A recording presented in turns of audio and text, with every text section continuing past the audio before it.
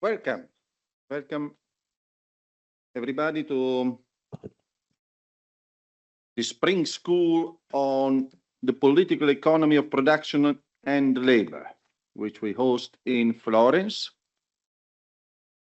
Thank you, everybody, especially those who came from far away. A couple of people probably are a little bit late, but I think it is important to start because it is a very busy week. And we hardly have any margin for running late in the sessions. I'm Guglielmo Meardi. I'm the dean of this faculty. I'm also one of the organizers of the Spring School. And this morning, I woke up, I saw a tweet of Elon Musk that said, all jobs will be optional. There will be universal high income. And I thought, wow, good news or bad news? Probably Elon Musk doesn't know it, but it could be a reframing of what Karl Marx wrote. We should be able to choose whatever we do as activities during the day, whether we want to go fishing or write books and so on, from each according to their ability, to each according to their needs. But probably something else is meant. In particular, not very clear who takes the decisions about the jobs, the content of the jobs, and the income, and what is a very high universal income, what is universal, what is high, what is income, what is services, what is money, and what is activity, what production is made and how it is made, and who decides about the content of jobs. And all these are questions. These are questions which the technopopulism of Elon Musk doesn't tackle because they don't want to tackle. And we will try to tackle it during this Spring School, where we are trying to make an intellectual and research effort, combining things that, unfortunately, they have grown a bit apart. The study of economic structures and the study of social and political structures. Although it has been very clear in the last, at least since the financial crisis, but then really every year has brought additional reasons why it is impossible to study the market without understanding politics, and it's impossible to understand politics without understanding economics, whether it is because of what is happening to the environment, whether it is what is happening to energy, what is happening to wars around the world, what is happening in elections and referenda, what is happening to trade, what is happening to migration, and so on. Still, in academia, it takes time to change structures which were built in the previous 2 decades, in which economics were for economics and politics and sociology were to study, well, to clear up after the mess that economics makes. We study the social problems, the margins, but we don't really study the core of society, where power is, where decisions are taken, and so on. And therefore, it takes time, it takes initiatives to rebuild bridges, reframe the field of studies, reframe the theories, look for old theories and new theories. And personally, I'm an economic sociologist. Most of my research has been in the field of industrial relations, the study of trade unions and employers. And I saw how in the last 25 years, the focus has gone towards new topics, which was great, like identity at work, like all the qualitative sides of work, the meaning of work, and so on and so forth. But this has been often at the cost of studying the economic relations, to the point that even people in industrial relations in the last few years, I realized how many had completely forgot or never even learned what wage indexation means, for instance, which used to be in the 70s and 80s, especially in this country, but nearly everywhere, the main topic of how inflation and wages go up. And then a couple of years ago, we woke up, oh, there is inflation again. What is it? Is it possible to do anything? Has it ever been done anything? And therefore, the need for dialogue with studies of the economics is very important. So for those who are not here from these institutions, our guests from around the world, welcome to these institutions. This faculty only has 11 years of life, whereas Scuola Normale Superiore has more than 200 years and was founded by a certain Napoleon when he was here, in a case already of international dissemination of practices. And this dialogue between political economy and sociology and politics is very important, very dear to us. We have set up a new master in politics, economics, and sustainability, especially with this aim of dialogue between politics and economics on the topics that today matter most, that is the social and environmental sustainability of what is happening in the world. We have an Institute of Advanced Studies, the Ciampi Institute, which was chaired until a couple of months ago by my colleague Mario Pianta, which in these few years has organized a huge number of conferences on topics related to the world, to Europe, to the economy, to politics. We have a series of we have a program of distinguishing visiting fellows for the Ciampi Institute. At the moment, we have 2 visiting here, Sven Hatter from Berlin and Sarosh Kuruvilla from Cornell. We have a doctorate where, alongside the field of contentious politics and social movements, people study problems of governance, of labor relations, of value chains, environment, gender, migration, and so on. All these projects and so on will be very well represented in the discussion today. And we have a number of research projects. We are a research-intensive, very small, but very research-intensive institutions, a number of projects on digitalization, on governance, on labor relations. Especially, we have a lot of research projects run by young early career researchers who are very dear to us, Marie Curie Fellows, and a number of other projects of that kind. So thank you, everybody, for coming. But above all, let me say thank you to the organizing team. Julia and Clara have already run away. Okay, they didn't want to be thanks, but they're very, very important. But at least I will say thank you to Gabriele Beretta, who most of you probably will have received an email from him. It has been a pillar of our organization in these few weeks. And himself, he is a great expert of combining the study of politics and economics, especially in the Eurozone. And thank you to Mario Pianta, who has inspired this idea, was the first one to come up and say, instead of summer schools, let's do a spring school because it's a little less hot, and let's do it on political economy and labor. That was a great idea. So welcome to Florence. Don't be distracted by the view, okay? You are allowed to go to the balcony and look at the view, but during the sessions, you have to look at the slides, okay? And when you look at the view, don't look at the sun because it's bad for your eyesight. Look at the fact that it is a place where the study of politics and economics has been around since Machiavelli at least.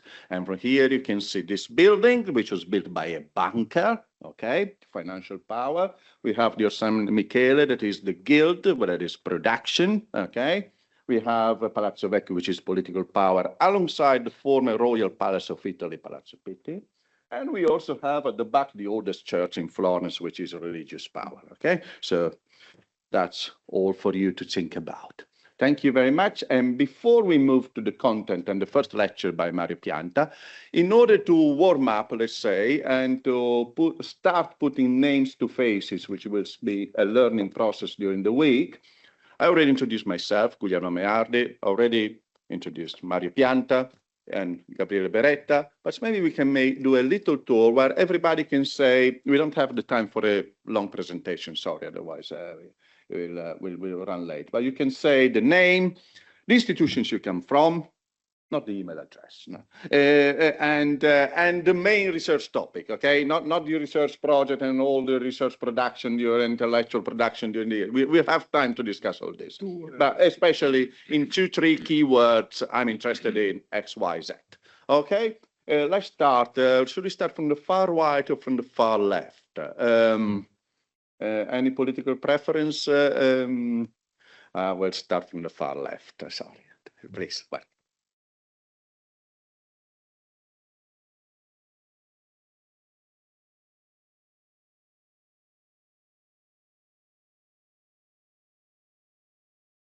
Hello, good morning, everyone. My name is Audi. I'm based in London. I'm working as a sustainability and labor rights consultant. I'm interested in semiconductors and global value chains. Thank you. Okay. All right. He didn't have to. Okay. Good morning. I'm Fanny Sauvignon. I work as an EU foreign policy researcher at the Center for European Policy Studies in Brussels. And I'm interested in everything that has just been discussed.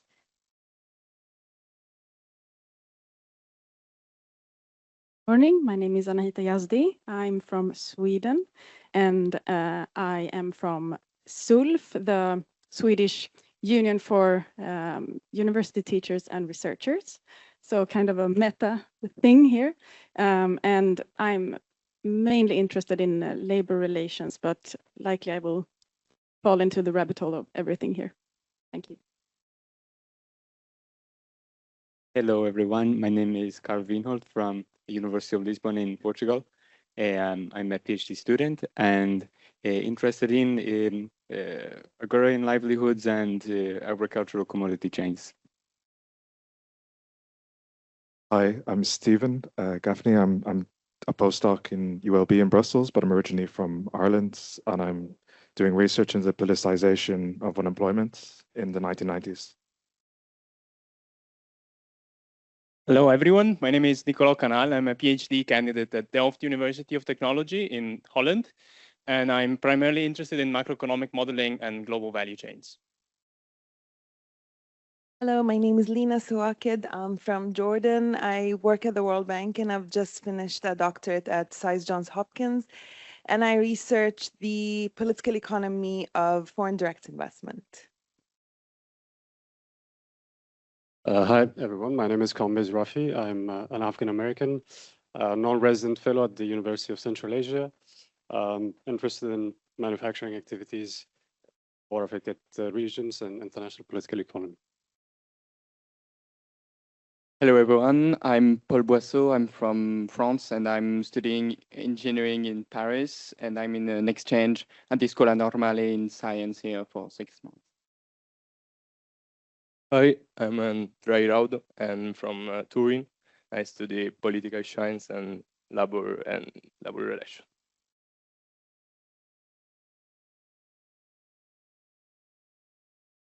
Thank you.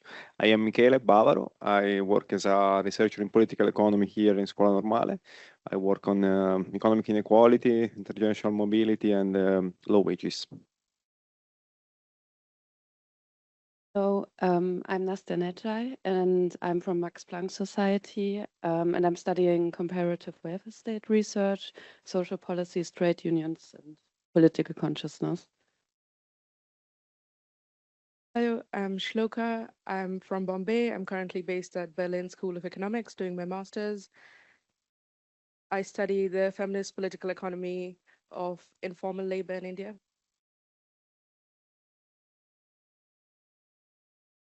Hi everyone, I'm Federico Leon. I'm a PhD student in economics in Roma Tre University.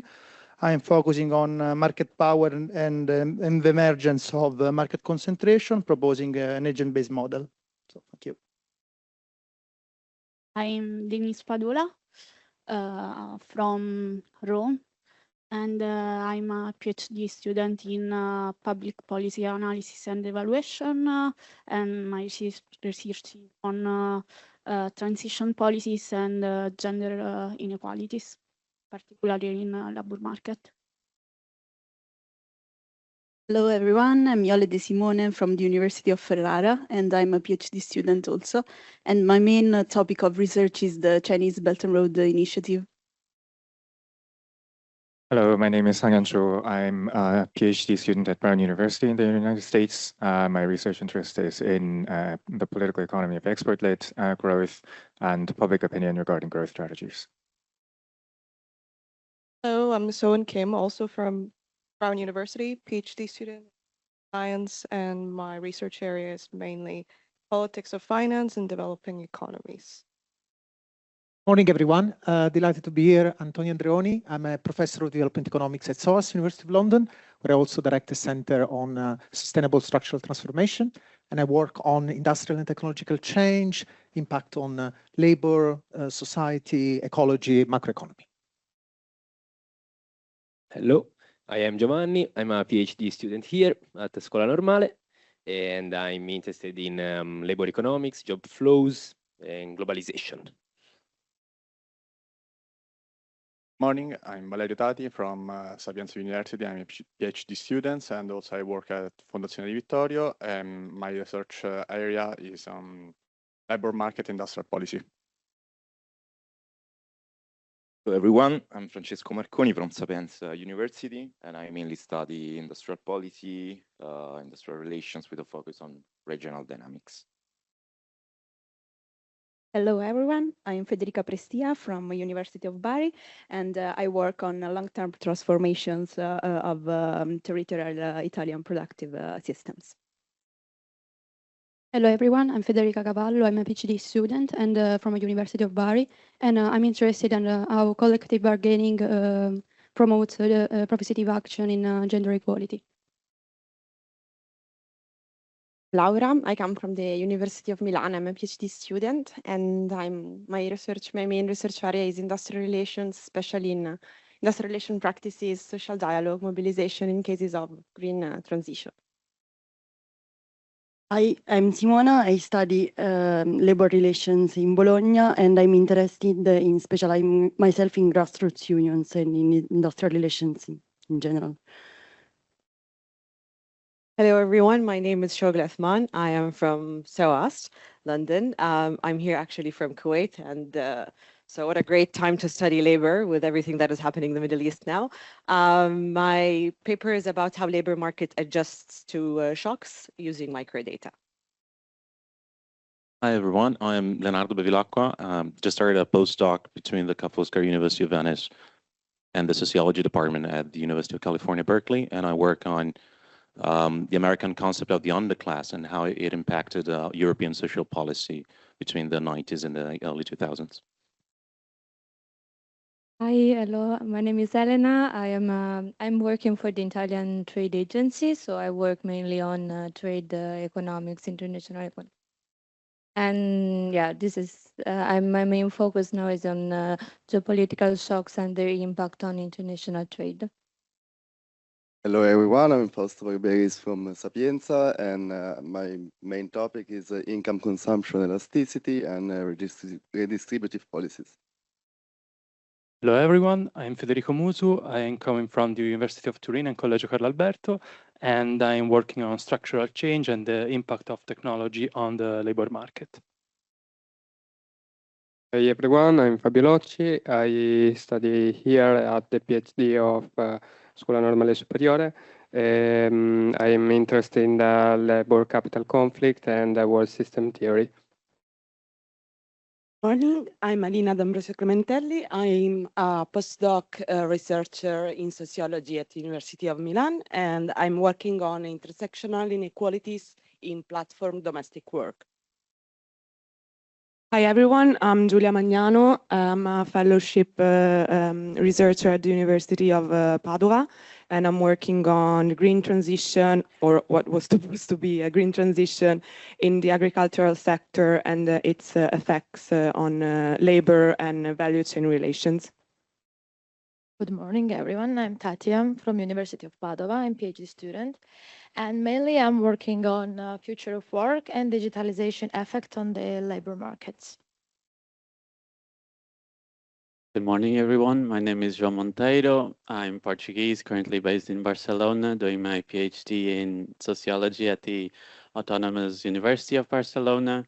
And topics of interest are welfare reforms, growth strategies, and social dialogue. Thanks. Everyone, my name is Soen. I'm Korean, currently based in Paris studying development economics, and I'm mostly interested in sustainability issues, but I'm also interested in labor issues and equality issues. Good morning, everyone. My name is Dilara, and I come from Canada. And I'm a researcher at Concordia University, and I'm starting my postdoc next month on worker agency and resistance through technological transitions. I'm particularly interested in knowledge workers and Gen AI, and my doctorate was also on knowledge workers and technology. So. Hello, my name is Jan. I'm a PhD student at University of Tartu in Estonia. I study remote work and digital labor. Hi everyone, so I'm Arsene. I'm a PhD student at the Grand Science Institute in L'Aquila, where in economic geography, where I work about like new forms of social spatial inequalities related to technical organizational changes of work. Hello, my name is Peter Kimani. I'm from Kenya, but based in the University of Antwerp. So my research is on the role of law in shaping the recognition and identity of port workers in Shanghai, San Pedro, and Antwerp. Hi, everyone. I'm Matilde. I'm from the Kiel Institute in Berlin, and I mainly work on technological change from dynamics and energy economics. Hello, everyone. It's great to meet you. My name is Amelia Aslam Forrester, and I'm from Bristol in the UK. I've just graduated from a dual degree program from SOAS London and Johns Hopkins SAIS Europe in Bologna, where my work is focused on the feminist political economy of global development. My research paper has focused on applying a political an economic lens using the theory of gendering racial capitalism to issues such as honor-based violence and forced marriage. And my current work is with Business Fights Poverty, carrying out risk assessments on corporate brands, global supply chains, with a focus on combating gender-based violence. Thank you. Hi, my name is Kevin Gavora. I'm a second-year economics PhD student at SOAS, the University of London, and my area of interest is in the comparative political economy of economic reform, particularly in Eastern Europe. Hi, everyone. My name is Dario. I'm a PhD student at the University of Siena. I'm working on technology and the relationship with labor markets and sustainability. Bruno Amable. I'm Professor of Political Economy at the University of Geneva, and I work on political economy of institutional change. Hi, I'm Antonio Carapella. I'm doing the master's that Professor Mardi briefly mentioned in politics, economics, and sustainability here at the Scuola Normale Superiore, and I'm interested in growth models and social blocks. Thank you.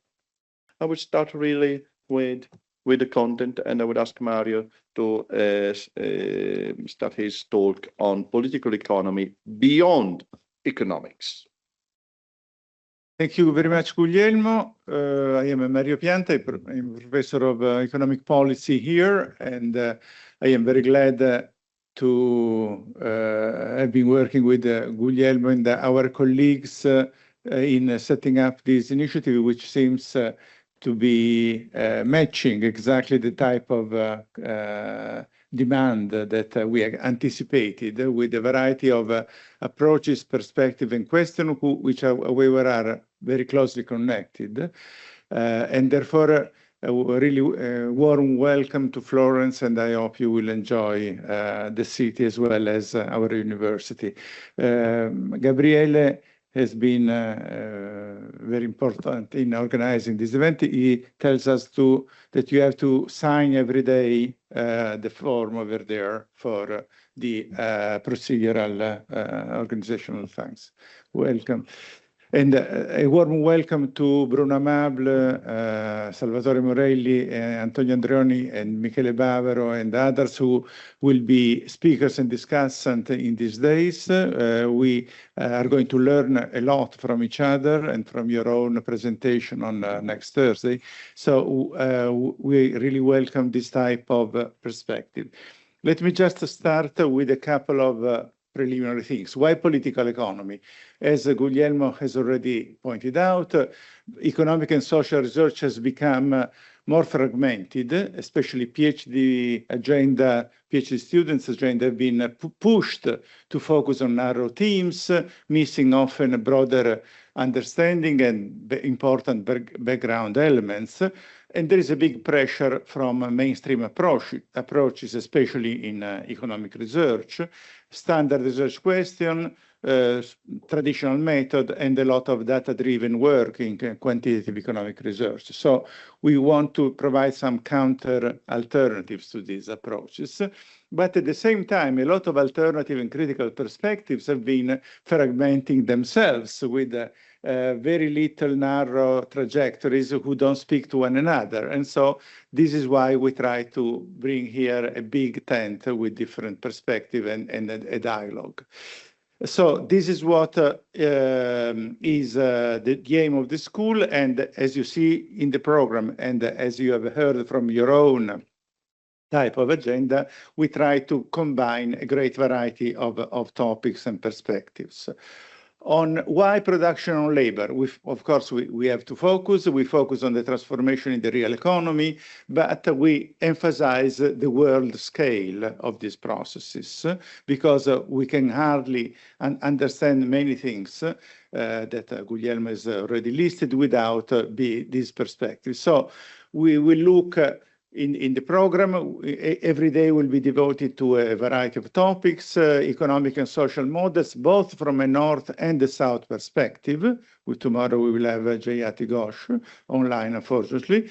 We look at carefully at one element which links together North and South, which is the organization of international production in global value chain and their economic, industrial, but also very much labor impacts and labor dimension. And as a matter of fact, on Wednesday, there will be a session with the presentation of our own PhD students who have been clustering with a detailed investigation in parallel of how labor has been engaged in global value chains and in international production, with cases ranging from China to Malaysia to Morocco and so on. We have a big team of digital technologies and labor, which I see that is of relevance for you, and a lot of work on employment, labor, gender, unions, conflicts, the political dimension of these aspects, and a lot of focus on distribution and inequality this afternoon with Salvatore Morelli and Michele Raitano, because the conflict is always about distribution, and inequality is a major dimension of our contemporary economic reality.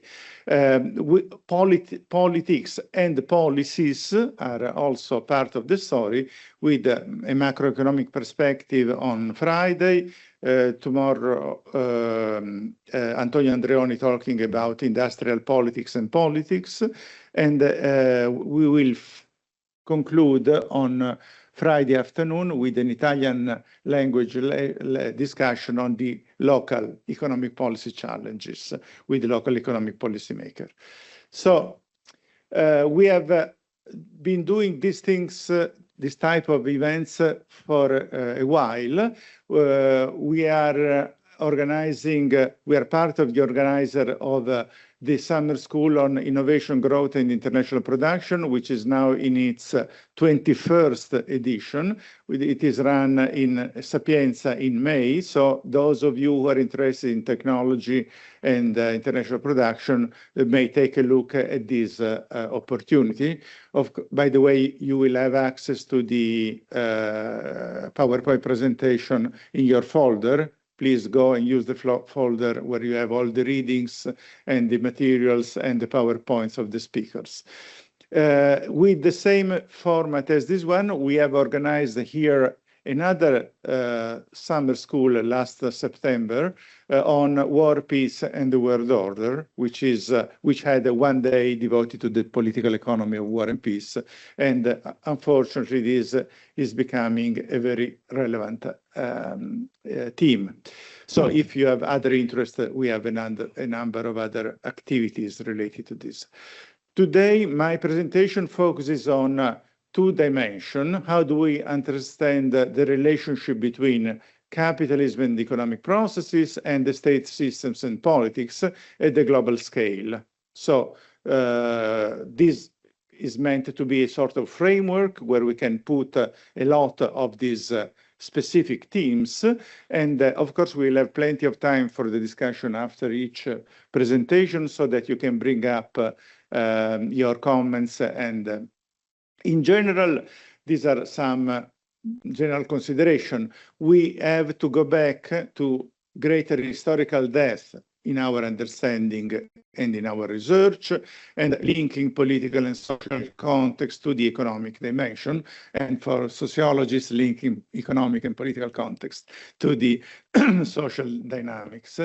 And again, we have to keep in mind the consideration that we need strong concepts and a strong theory when we develop our and your research agendas, combine quantitative and qualitative methods, and pay attention to policies as well. I am an economist, and of course, we have to engage with the economic mainstream. What is the state of the economic mainstream now? The economic mainstream has been occupying a lot of economic research. The focus is on individuals, the idea that all agents are the same, there is an homogeneity of the actors, and the methodological individualism tells us that from the behavior of an individual, you can derive the behavior of the system as a whole.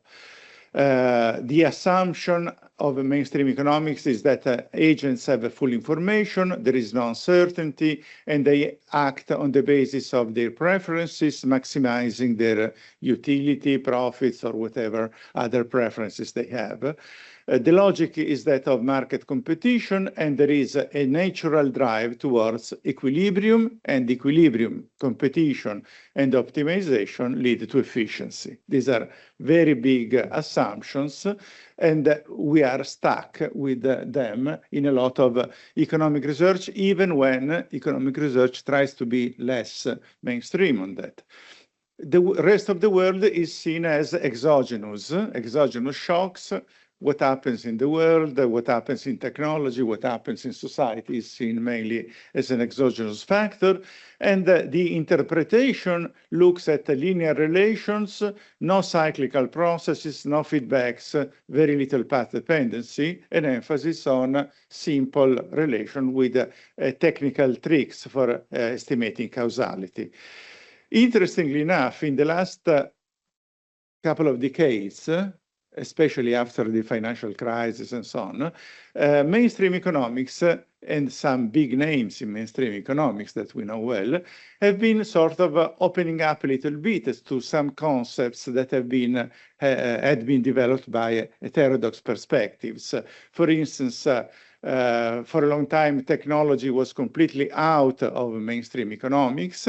There was no space for technology, neither in micro nor in macroeconomics. And now we have Acemoglu, Aghion, many others. We can list a long list of mainstream economists who bring technology back in their picture, but in a way which denies the disequilibrating nature of technology, the uneven distribution of technological knowledge, the uncertain nature of technology. And therefore, we are facing a paradox. Some of the heterodox themes, such as technology, are brought in the mainstream, but are completely distorted in their radical perspective. So we have a lot of attention to evolutionary perspectives, behavioral economics, and even which are reframed in more mainstream perspectives.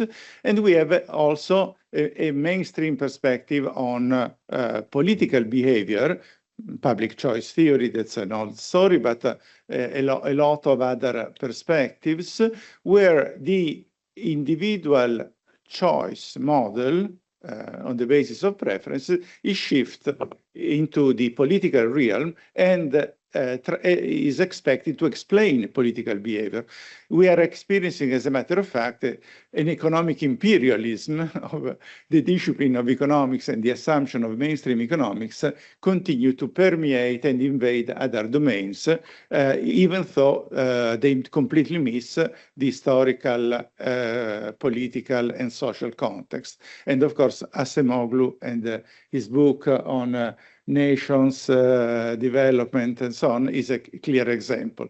So in this, you will not have Acemoglu readings in this in your folder, but it's interesting because we have to engage with this type of new type of renewed mainstream perspectives. And of course, if there are fans of these topics, we are here for discussing this. Just a little reminder of the diversity of School of Economics and just to give a sense of how important is to keep in mind the classical heritage and the variety of themes. Besides the neoclassical perspective, we have Marxist, the developmentalist, Austrian, Schumpeterian, Keynesian, institutionalist, behavioralist, and of course this is not complete. We have a lot of other perspectives. This is another way of representing this complexity. This is, sorry for the Italian, but this is, I picked it up from a colleague. And in the economic perspective, we have to keep in mind the complexity of the different dimensions that we are investigating. Demand side story, production and supply side stories, labor market stories, money market story and finance, and the distribution dynamics. So this is something that comes from your handbooks of macroeconomics, but is useful to keep in mind because the implication of these aspects have to be investigated in a variety of dimensions. So you are well aware that we have a variety of alternative approaches, just listing the more macro perspective, the post-Keynesian and structural change stories, the political economy approaches focusing on institutions and social aspects. And here we have varieties of capitalism, social blocs. Bruno Amable will present his work on political economy and social blocs just after lunch. Growth models, critical political economy, and in parallel, we also have our cousins in political science who use the concept of political economy in a different perspective, and Gabriele Beretta is who will also talk about his own PhD work on macroeconomic policy and industrial policy making in Italy and Germany, comes from this perspective. So when we talk about political economy, there are a lot of different meanings that are attached, and we have to include also the more political science perspective. Some of you are interested in technology, and here myself I've been working a lot on technology employment and the impact on the economy and distribution. And here we have an important stream of research with a lot of Italian colleagues working on technological paradigms and evolutionary perspectives. We should not forget the importance of development perspectives and the South-based perspectives on these issues. I am rather fond of a further approach, which is the one focusing on world systems, the work of Giovanni Arrighi, Emmanuel Wallerstein, Samir Amin, and Gunder Frank, that has been at a very early stage capable to develop an understanding of the global perspective of capitalism and combining capitalism as an economic process with the hegemonic processes of political order. And I will, this is particularly unknown among economists, and so I will devote some attention to this perspective. So if we have to give you some guidelines, some benchmarks that can be helpful for testing our own presentation, but also for bringing these ideas back home and considering them when you work on your research, on your PhD, I think we have to emphasize a few points. Contexts are important. Capital-labor relations are important. Politics and society are important.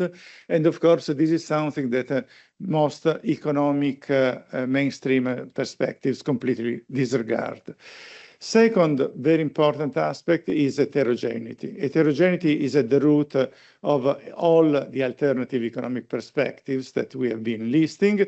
Agents, firms, individuals, countries are not at all equal, and so running cross-country studies with 150 countries of the world and explaining growth patterns with the same variables in the US and in Swaziland is completely unrealistic. So heterogeneity is important, and the variety of trajectories and factors and behaviors have to be at the center of your consideration, whether you study countries or you study industries or whether you study firms or individuals or labor dynamics or even technologies.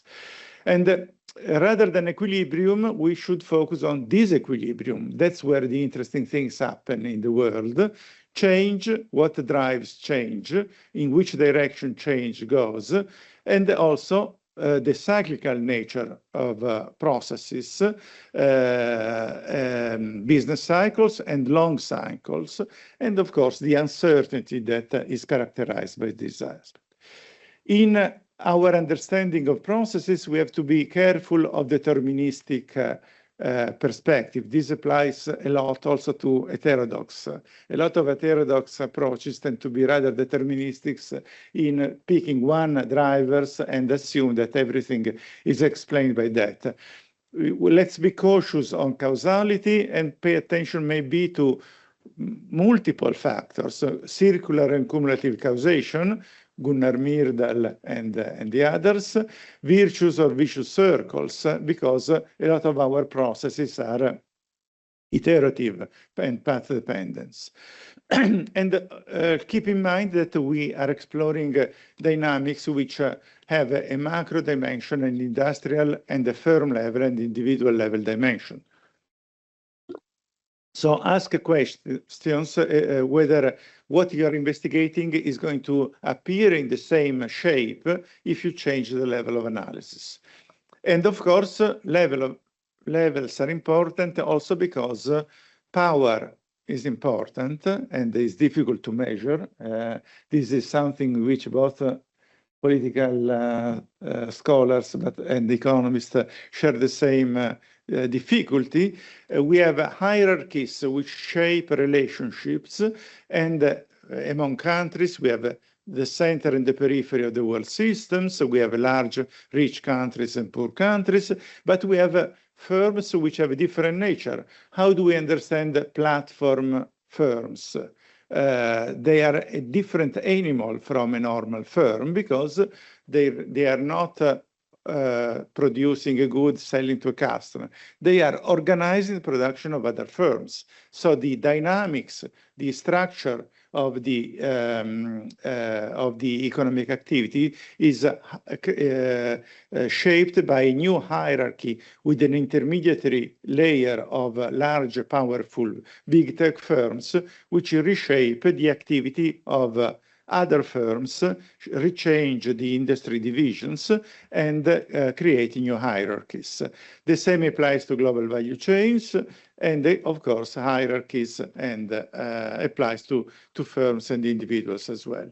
So I think these are some general considerations that I think emerge from our research on these topics, and that I would like you to keep them in mind when you discuss and interact with the speakers and in your own presentation. Finally, as a final introductory point, the real world matters, okay? Because a lot of papers by economics PhD students address issues which may not be that relevant in real world aspects. 4 elements. China is now 1/3 bigger than the US if you measure GDP at purchasing power parities. So the world is changing. And after China, we have BRICS countries, India, East Asia, and so on. So the world is completely changing. And in Florence, we are used to 500 years of decline. Florence was in the leadership of the world economy 500 years ago, but we try to keep up, as you know, in integrating the new ideas in this context. So let's forget the world and what is happening far away. And I am glad we have a great representation of non-European and non-Western perspective here. Second, we live in a financial bubble, and this is UNCTAD data. The value of financial markets is now bigger than world GDP. So we are in a situation where the dynamics of the real economy is an important part, and we focus on this. But at the same time, we are challenged in understanding a world economy and the dynamics of wealth and distribution, where financial aspects are dominating as never before. And of course, this creates a big question: when will the bubble explode? And of course, we can have over dinner bets and some discussion on what we expect may happen in the next months or in the next years. Digital platforms, I already mentioned this. This is a very old picture. Now the Asia Pacific boxes are much bigger.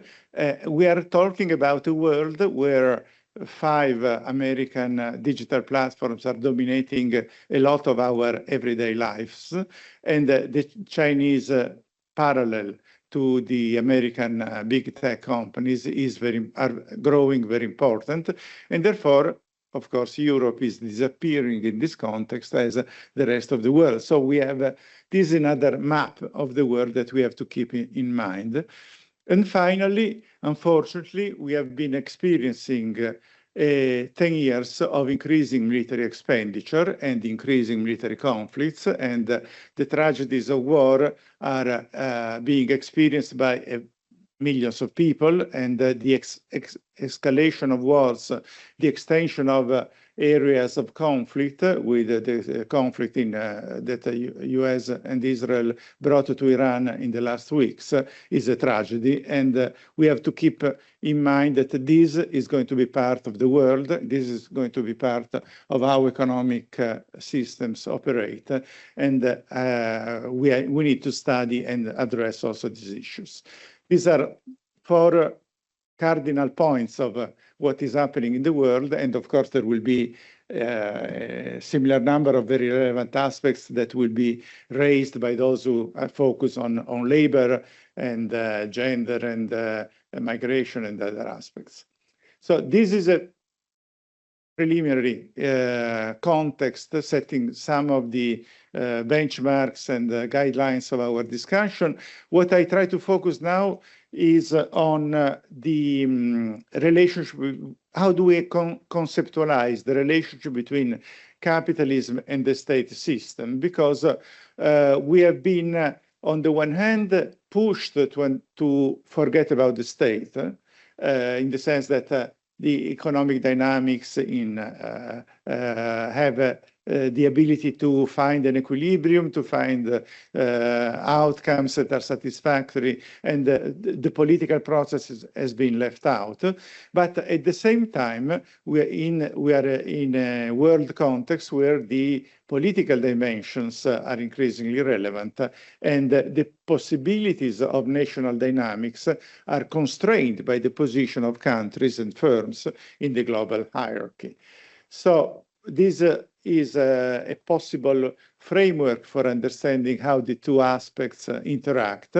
Capitalism and the accumulation of capital on the one hand, the state systems with a central periphery structure on the other hand, and the outcomes are production, distribution, and specific policies with concern about the national and global inequalities that come out of this.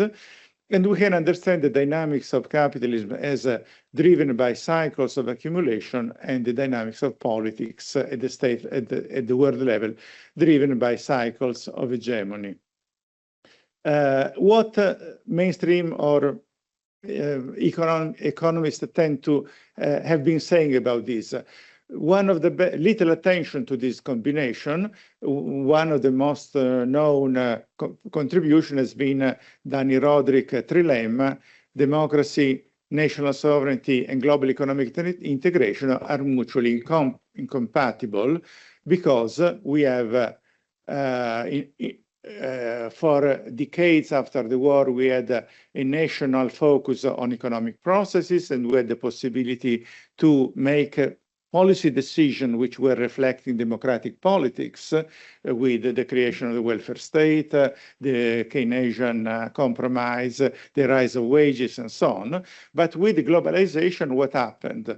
Either we forget the national scale, and therefore we open up to a cosmopolitan democracy, a supranational dynamics of governance, or we forget about democracy, because national economies are squeezed by the constraints that neoliberal globalization has put. So this is as far as mainstream economics or sort of acceptable economic debates has been discussing, but we can go much better than this. And I would invite you to read Giovanni Arrighi's book, The Long 20th Century, which is rather old, but brings to the fore an understanding of the dynamics of capitalism and the state system with these parallel processes of cycle accumulation and hegemony.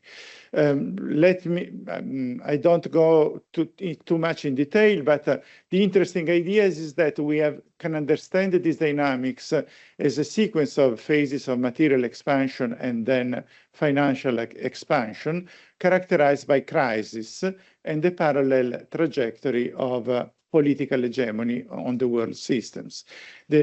Starting from the insight of the French historian Fernand Braudel about the sequence of material and financial expansion, the idea is that we can understand the sequence of global hegemonies with the British Empire in the 19th century and the US hegemony in the 20th century, with long periods of transition, conflict, and systemic chaos between one and the other. Let me just be very quick. We can understand recent past as a period in the 20th century, in particular in the post-war decades, where the US-led model of material expansion based on Fordist production, large firms, the technologies characterized by automotive and chemical and oil production, huge returns to scale, large proletarization and mass organization of production in large factories, and easy transfer of this technology to other countries characterize the phase of fast growth of the post-war decades in the center of the world economy, the US, Japan, and Western Europe. The 70s bring a crisis of this model because competition becomes fierce, even within the more advanced countries. Social conflict arises, labor struggles, wage rises follow, the welfare state develop, massive expansion of state intervention in the economy, and we have the good news. The 70s were the period in recent world history with the lowest inequality ever, both within countries, all the Western countries, and in the world, because the 70s were a period of decolonization, and therefore even the South was keeping up. So this is not the way the 70s are usually told, but I think this is an interesting starting point also for our discussion on inequality that we will have this afternoon.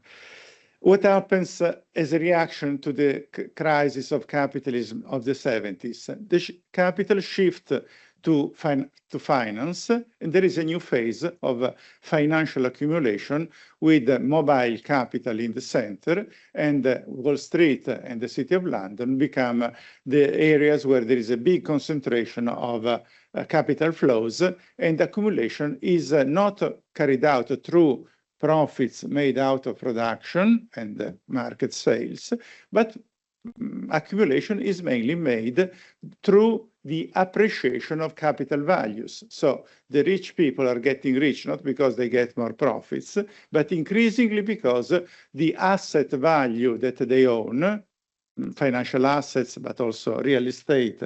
Florence is an interesting case study of real estate speculation, becomes more and more valuable because there is competition from the mobile capital all over the world for buying the shares of Amazon or the shares of Apple or the shares of Palantir, or for buying real estate in Florence. And therefore, financial accumulation changes the nature of capitalism. And at the same time, we are experiencing changing in the technologies with the emergence of digital technological paradigm and an overall new phase of capitalism characterized by neoliberalism as a political paradigm, as a paradigm for economic policy. And so what we have been experiencing from the 80s until today, a neoliberal phase, which has been leading to extreme inequality, reversing a lot of the gains by labor and society of the 70s.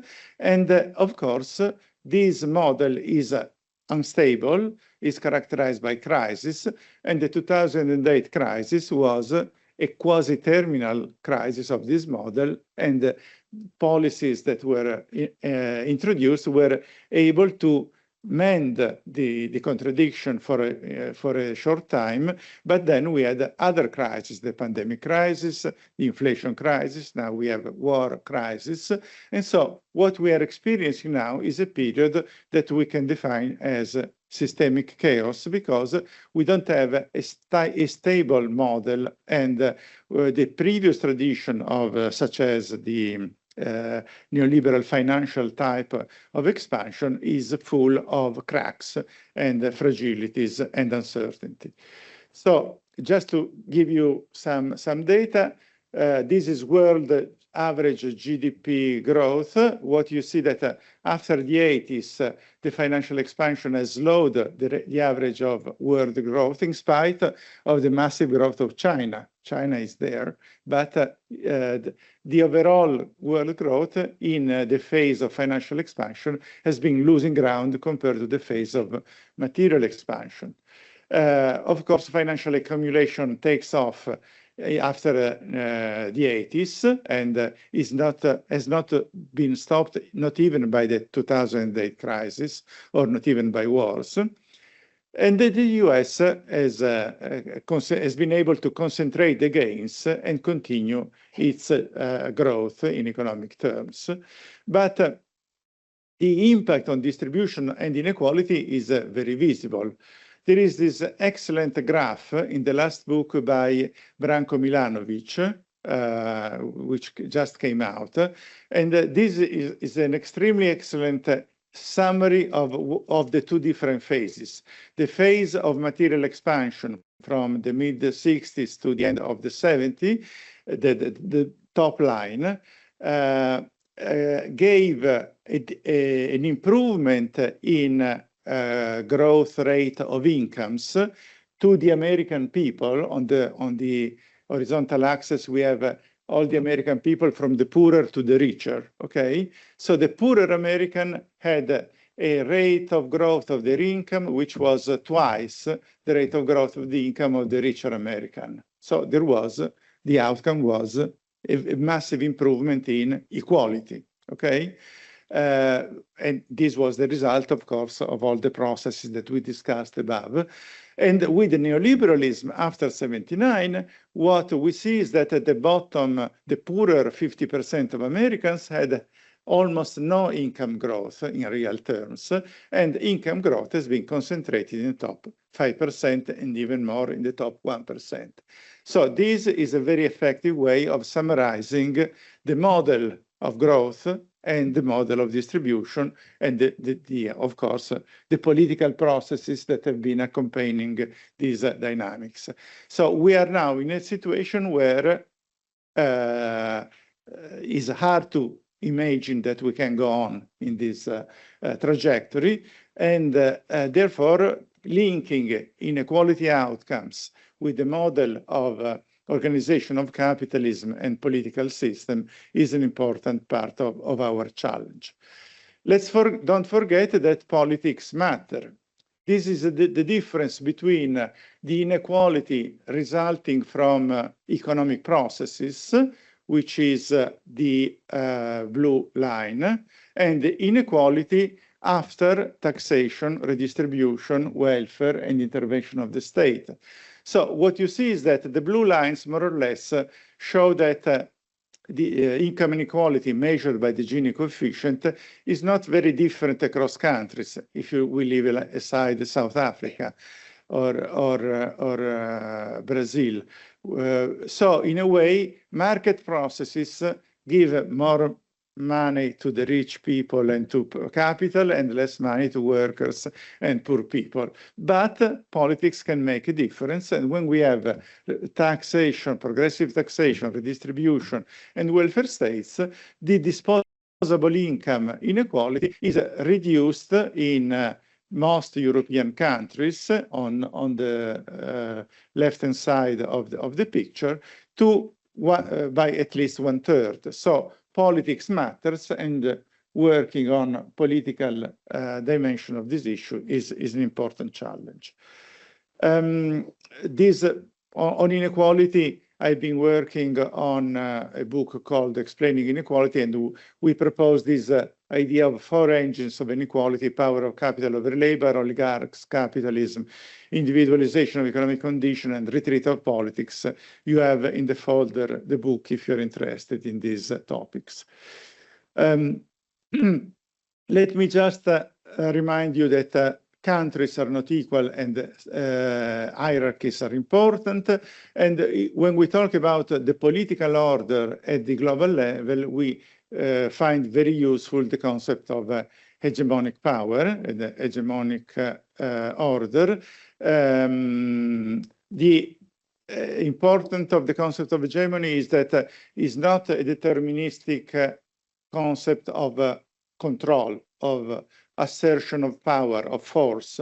There is in a hegemonic order, the leader is able to organize the functioning of the world economy and the world political order in ways which creates space for other players and creates consensus as well as coercion. And the crisis of the hegemonic order is when consent breaks down because there is no more space for giving or other space for expansion, and therefore domination by force becomes more important. And we are exactly in this type of dynamics. In the tradition of world system perspective, in the work by Giovanni Arrighi and Beverly Silver, Chaos and Governance in the World System, there is a careful investigation of the transition from an old hegemonic to a new hegemonic model. I leave this aside. This is the reference, Chaos and Governance in the World System. And in this context, we have both a crisis and the collapse of economic dynamics, and also decline and breakdown of political consensus and crisis in social blocs. And Bruno Amable will tell us more later this afternoon. Summing up some of these stories, we have been through 40 years of neoliberal capitalism dominated by financial accumulation and with a decline of American hegemony.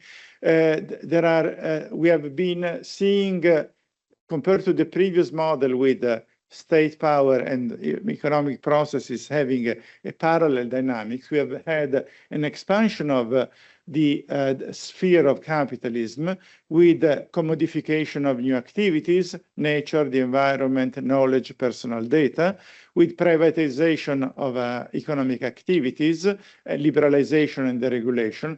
And this has expanded the nature of neoliberal capitalism. At the same time, the scope for the state system and political processes has been contained.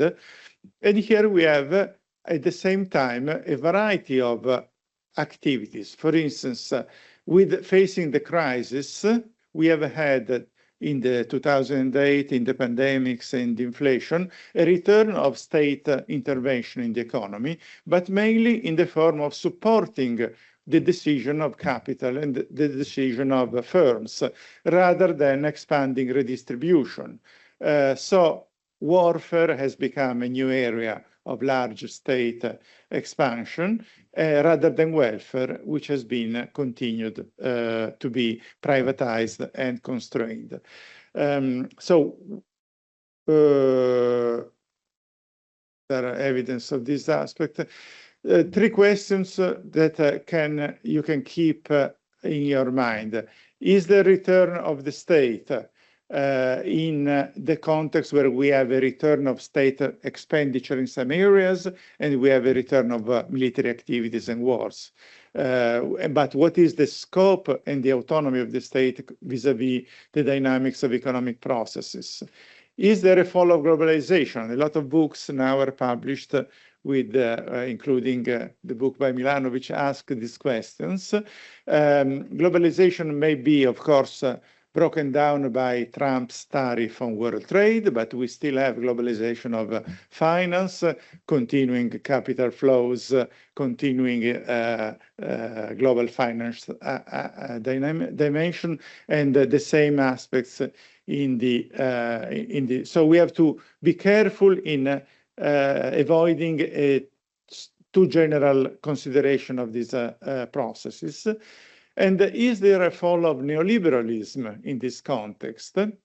Again, some authors are discussing this debate with different answers. What we see is that neoliberalism is now mixed a lot with nationalism, the return of military power, anti-migrant attitudes, and within countries, neoliberalism continues to shape a lot of policies. This is the thesis also by Branko Milanovic in his book.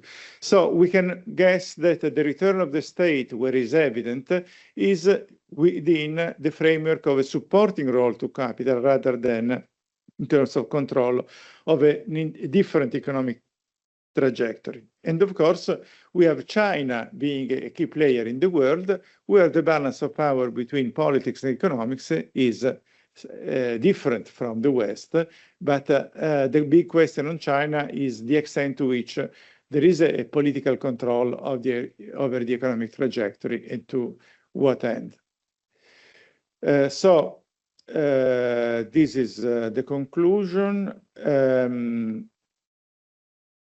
Finally, as you will hear in the rest of the week, and you will hear from many of our colleagues working on social movements and labor movements, state and capital, luckily, are not the only actors on the scene. We have society, we have labor, we have trade unions, we have political parties, we have anti-systemic movements, we have had a massive mobilization for peace against neoliberal globalization, and so a lot of other counter forces have to be considered. And of course, this is mainly outside the ability of economists to look at the world, but interest of being here and having an interdisciplinary perspective is that these conflicts can be relevant. So a better understanding of the picture is bringing labor and global movements into the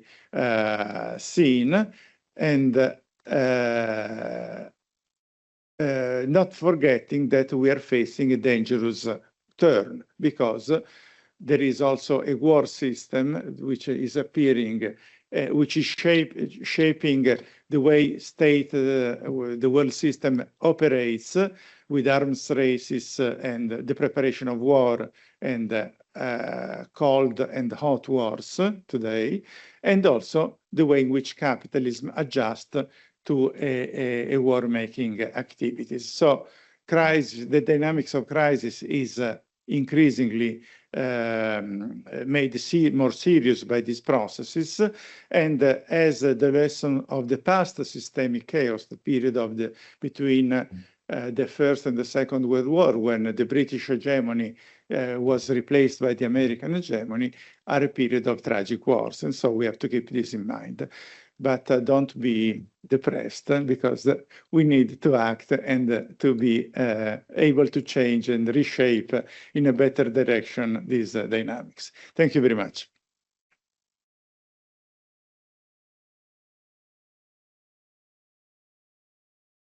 Now, that was quite an overview of things, from economics to wars and so on.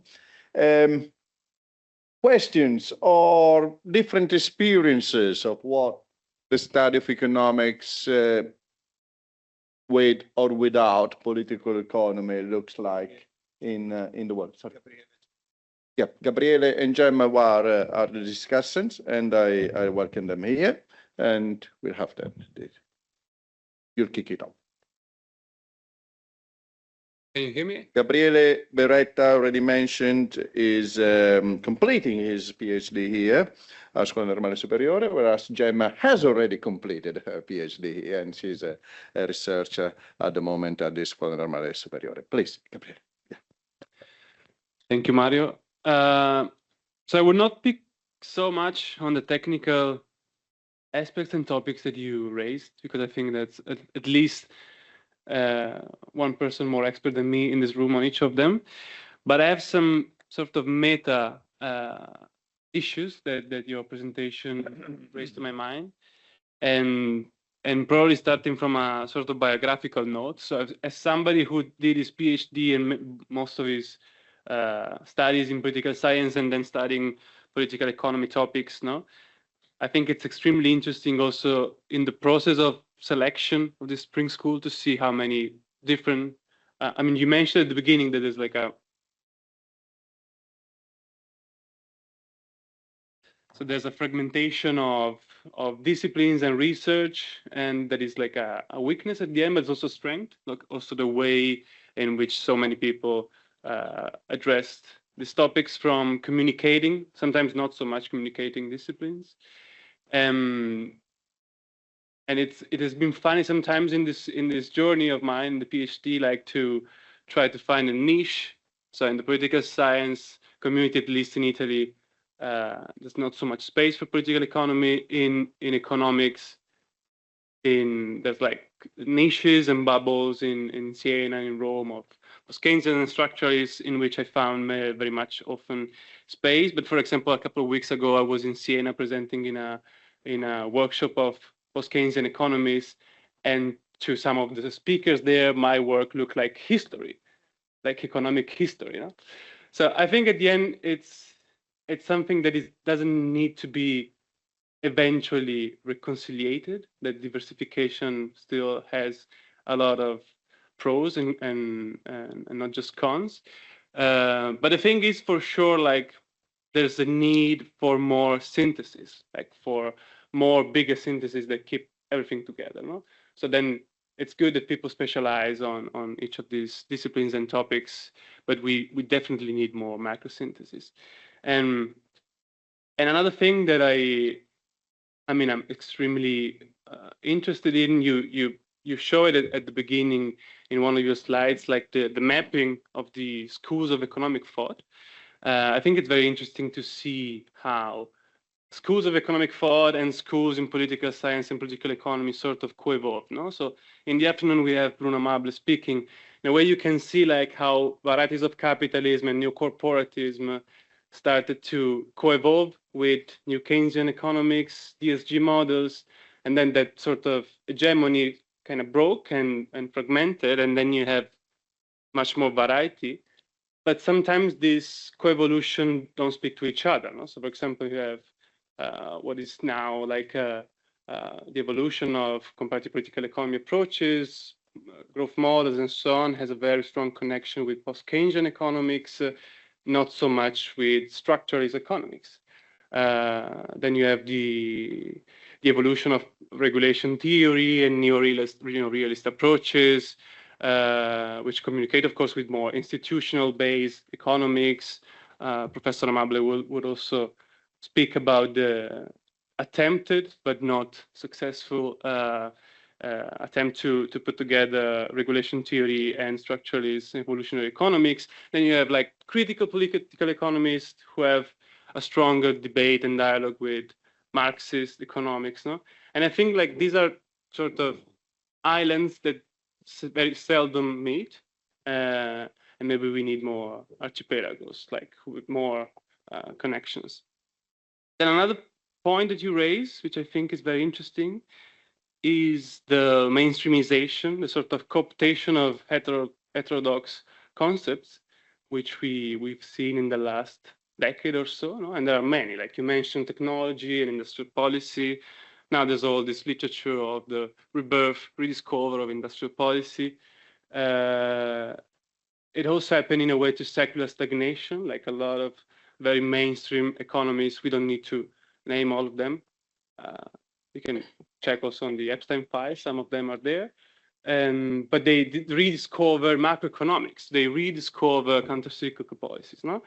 And then something on which I've been working a lot is the rediscover of public investment. No? And even there, like, there's a lot of what is being rediscovered as public investment, which is at the end just the public state de-risking private actors, corporate welfare, or we've seen it a lot with green transition, or even now with like things that have been framed as public investment as conducive to growth, and they have maybe investments in the military, in tanks, and so on. Or the concepts of polycrisis. We also talked about it like a few weeks ago, how the concept of polycrisis has been even that one mainstreamed and co-opted. And I think this is very interesting for political scientists like me, is a chance to discover the reasons why these concepts have been mainstreamed and rediscovered or coopted, and maybe to understand the mechanism why the global elites, the national elites, or even the industries have rediscovered some of these. In a way also like to demystify those narratives, which I think is very important.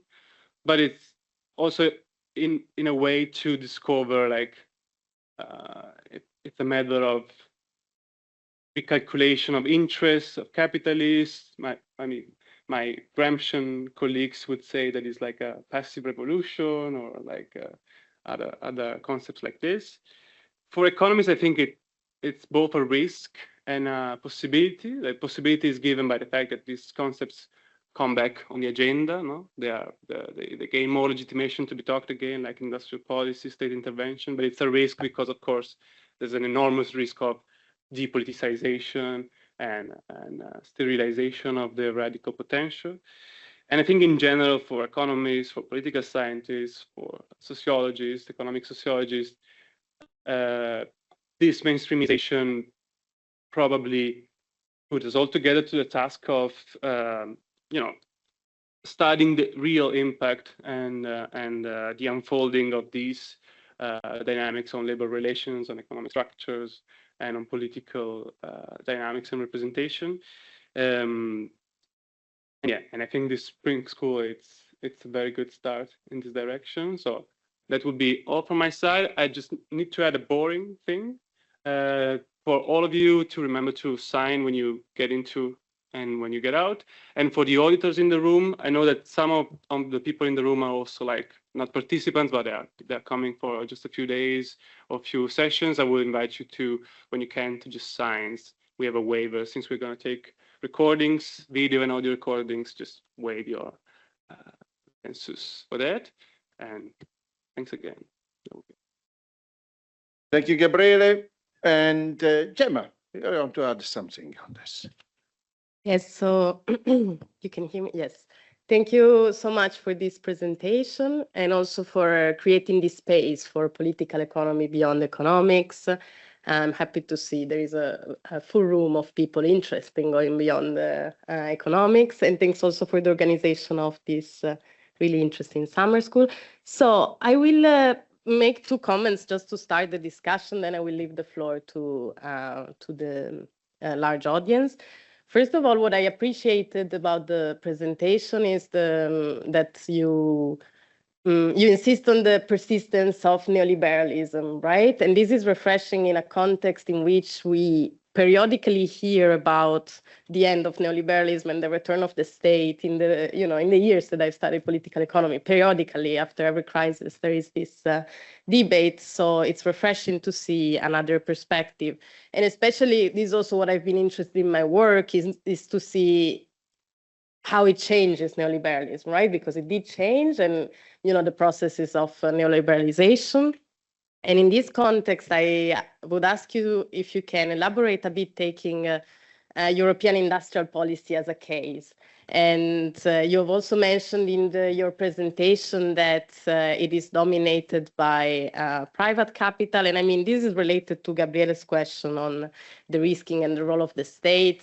But I would also like to ask you, what else could it be? How can we imagine another industrial policy? Is there any space for it? And in general, it's a really broad question about the role of the state and what can public investment be, as also Gabriele mentioned. And the second question is, because I really appreciate that this effort of developing a political economy that is from below, in a sense. This is the effort that I see in combining political economy and labor, and I think it's very much needed and very inspiring. What I would add, and this is the question I'm asking you to elaborate on, is the role of social reproduction in this framework. You're thinking about the images that we have seen in which labor and global movement are inserted in political economy and capitalism. I'm wondering, where does social production sit in this framework? Because I think it cuts across political economy and labor, and there could be also some way to include, in this sense, also environmental policies and sustainability. Yeah, I think it's already there in your presentation, but I just ask you to elaborate on it. Thank you very much. Very good. Now, personally, as the liberal sociologist in me, was thinking of a further development, which is a bit problematic. Since the financial crisis, so the economy, I mean, we sociologists sometimes we build this straw man of the stupid economist. It's a straw man. They're not stupid. They're absolutely very clever. They did react to the financial crisis, and there's been a lot of research. It's not that it remains still. But one thing that I've seen particularly changing in, I was working in the UK at the time, in business schools in the economic departments, was the investment in behavioral economics. So they realized there were huge market failures. Well, how to understand? Well, people clearly don't think properly. And behavioral economics was, a big change. New research. It wasn't new, but it had a really big boost since the financial crisis. And seen it from the perspective of labor sociology, I was seeing some of the research really replicating with different methods and different concepts, what sociology work had done about groups, about teams, about middle management, about rationality, and so on and so forth. sometimes even with the same findings, only with different words and different terms. I say, well, on one side, well, that's great. You know, also there are new methods and certainly new aspects of which we didn't know about, and it's very, very interesting. But in a way, also it folded from well, let's say the ontological assumption that you can study market failure by looking at behavior, that the solution, if the problem is in the behavior, and the solution will be also in the behavior. And therefore, then the policy implication were, especially, let's say about 10 years ago, that was the peak, I think, the nudging and all the kind of manipulation and information that is given in order to solve the problems. Because, well, it followed in a way from still that methodologically individualistic approach that the outcome would be that. And therefore, paradoxically, something that was empirically very interesting and was an enrichment of certainly of the discipline of the social sciences in general, sideline even more the politics and the social structure, the study of social structures and so on that we had before. So instead of being behavioral economics, at the beginning you said, oh, it's new now, you know, behavioral economics and maybe even heterodox economics are replacing the very strict neoclassical ones. No, actually they outcrowded sociology and sociology of work and in part also political economy. That is one trend. Obviously there are many other trends on at the same time. So a lot of change also in socioeconomics, political economy, and so on. I don't know whether we should collect some questions or experiences or you know, witness statements about this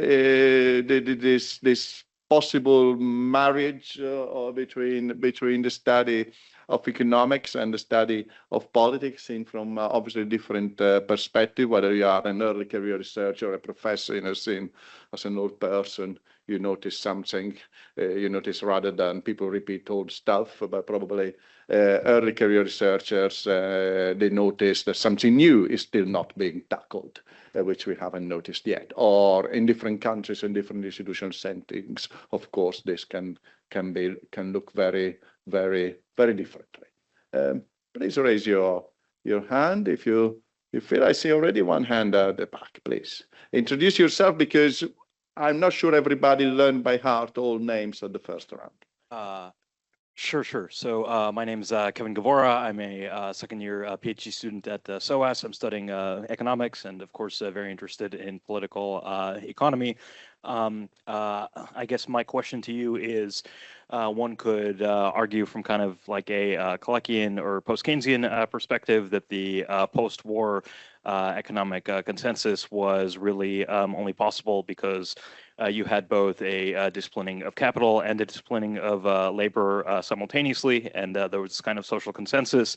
And in my opinion, that of course really kind of started from the Great Depression, in that the economic collapse was so severe that, you know, capital was basically willing to be disciplined by the state.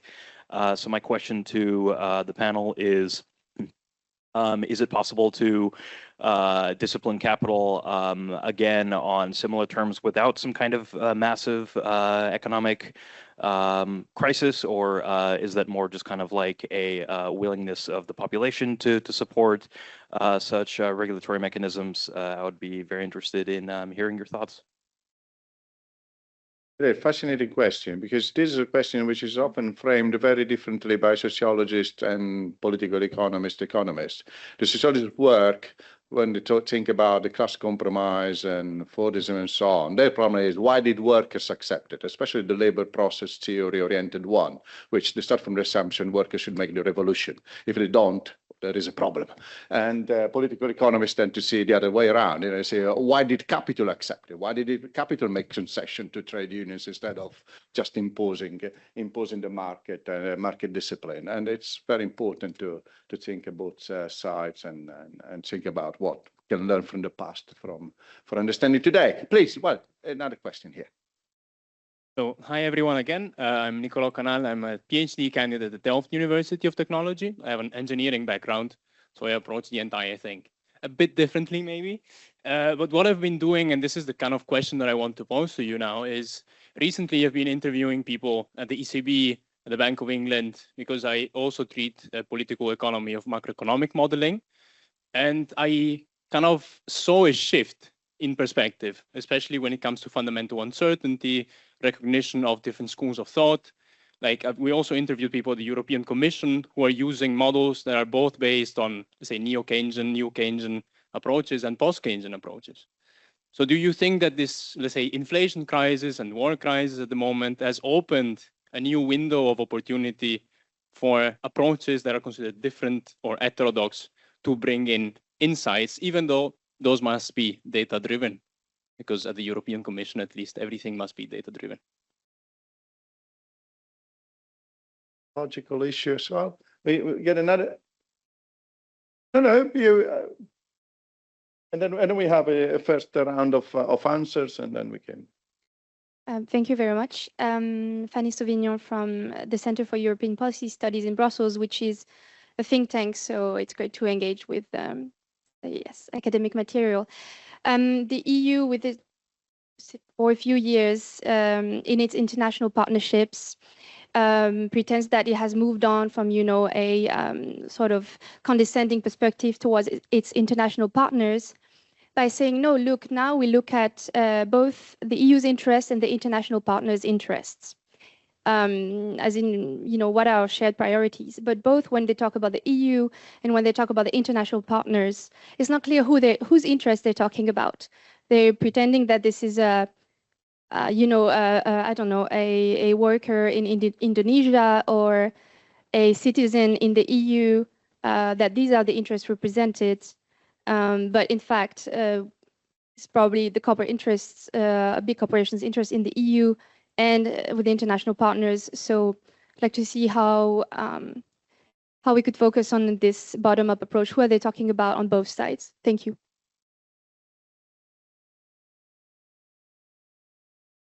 Thank you very much. This is an interesting opening with the broader perspective. So let's start with the conceptual and mainstream versus critical approaches.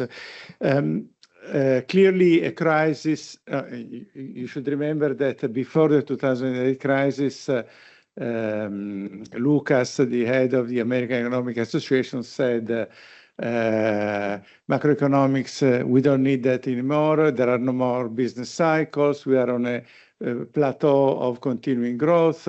Inequality is not good to be studied because we can leave this to some sociologists, perhaps.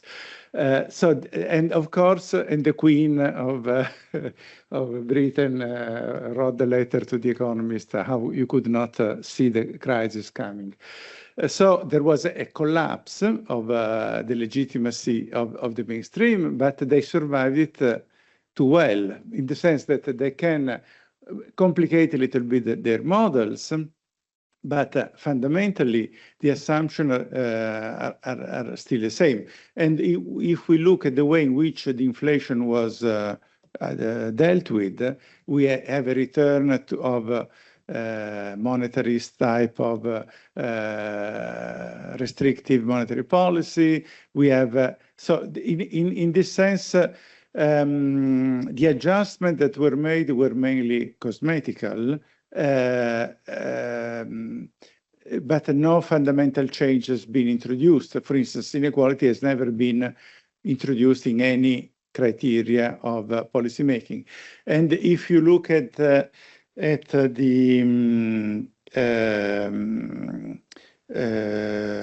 behavior of the European Commission, we are back to austerity policy with the Stability and Growth Pact, in spite of a complete, there has been the pandemic, the war, two or three wars, the two waves of inflation, we are still thinking that we need to constrain demand and cut public expenditure. This is a sign of complete madness. And at least the Americans are much more pragmatic and they do whatever they need to do in a less ideological way. So in this sense, Brussels seems to me a complete disaster because when it brings in the good ideas such as industrial policies, it brings it in a way which is slave to the constraint of the austerity agenda, and is subaltern to the model of the assumption that firms are the place where decision-making on long-term investment and trajectories of growth is made. So the Draghi report is a total disaster in this perspective, first because it is titled competitiveness. And if you title, this is important, because if you look at the world as a problem of competitiveness and not as a problem of growth, justice, equality, or sustainability, if you look at the world, you imply that there is somewhere, somehow, a demand, and you have to compete for providing goods and services satisfying that type of demand. But the world is not done like that. And so the idea of competitiveness in itself is a nonsense from economic terms. And the idea that you can achieve competitiveness giving the losers of international competition, that is European multinational corporation, which have been losing ground in electronics, in cars, they have been completely out of solar and renewable energies, they've been completely out of batteries and electric cars and so on. And you give money to them, which have been investing so far into diesel engines, as in the case of Volkswagen, is a complete nonsense.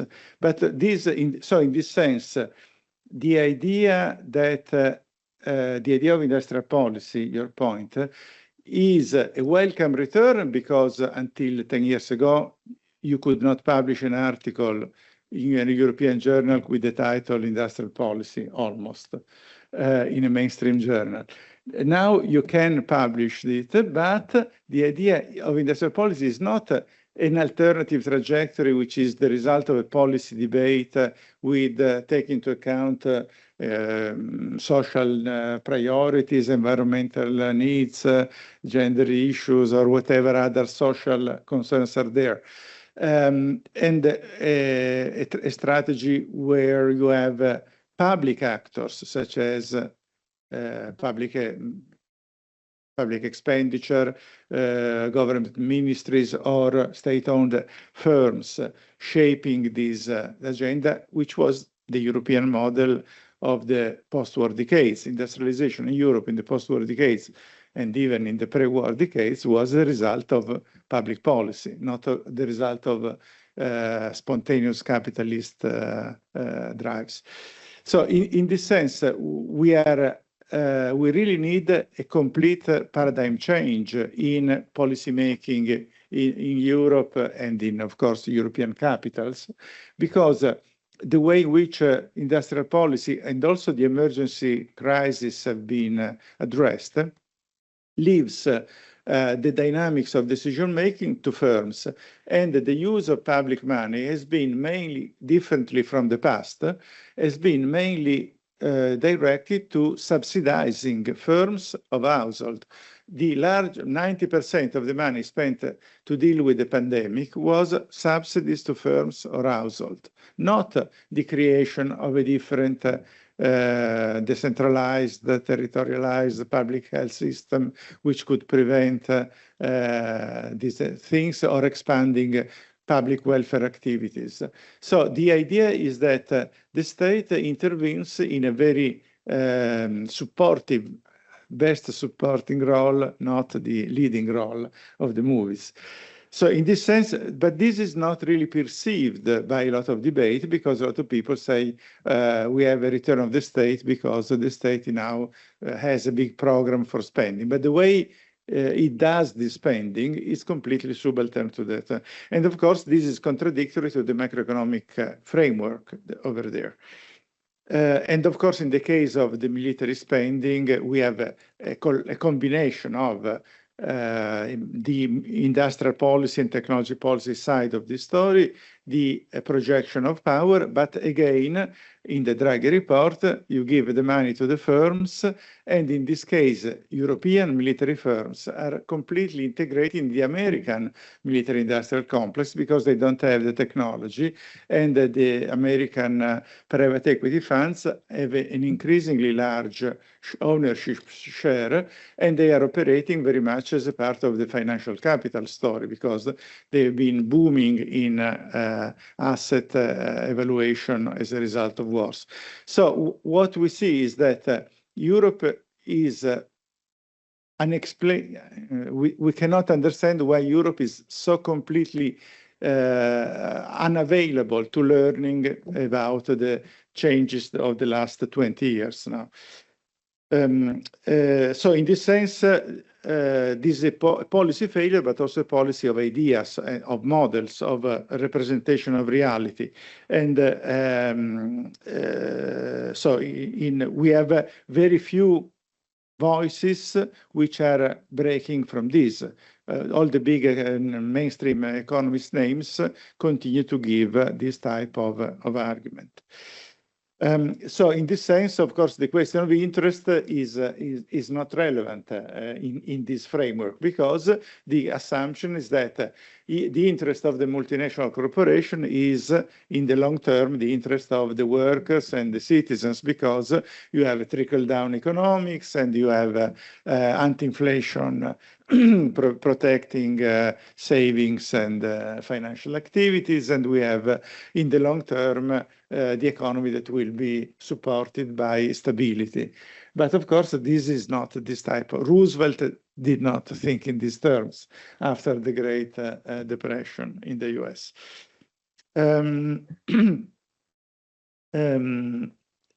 How can we discipline capital? The question on the back. Yeah, our historical understanding is exactly what you shared. The problem, if you want, is that we could have expected, from our perspective, that the 2008 crisis could have been a terminal crisis, the explosion of the bubble and so on. And what is interesting is that we had the saving of that model through the quantitative easing and through a number of other actions, which were very smart from the capital perspective because they completely changed the ideological paradigm. So not anymore restrictive monetary policy for fighting inflation and protecting the value of financial assets, but exactly the opposite, extremely generous money supply, so that this money supply could be used as meat for the continuing expansion of financial assets. So in this sense, capitalism is extremely flexible, it can grow, or finance can be saved both with restrictive and with extremely expansionary monetary policy, provided that the actors continue to be Goldman Sachs, private equity funds, and so on.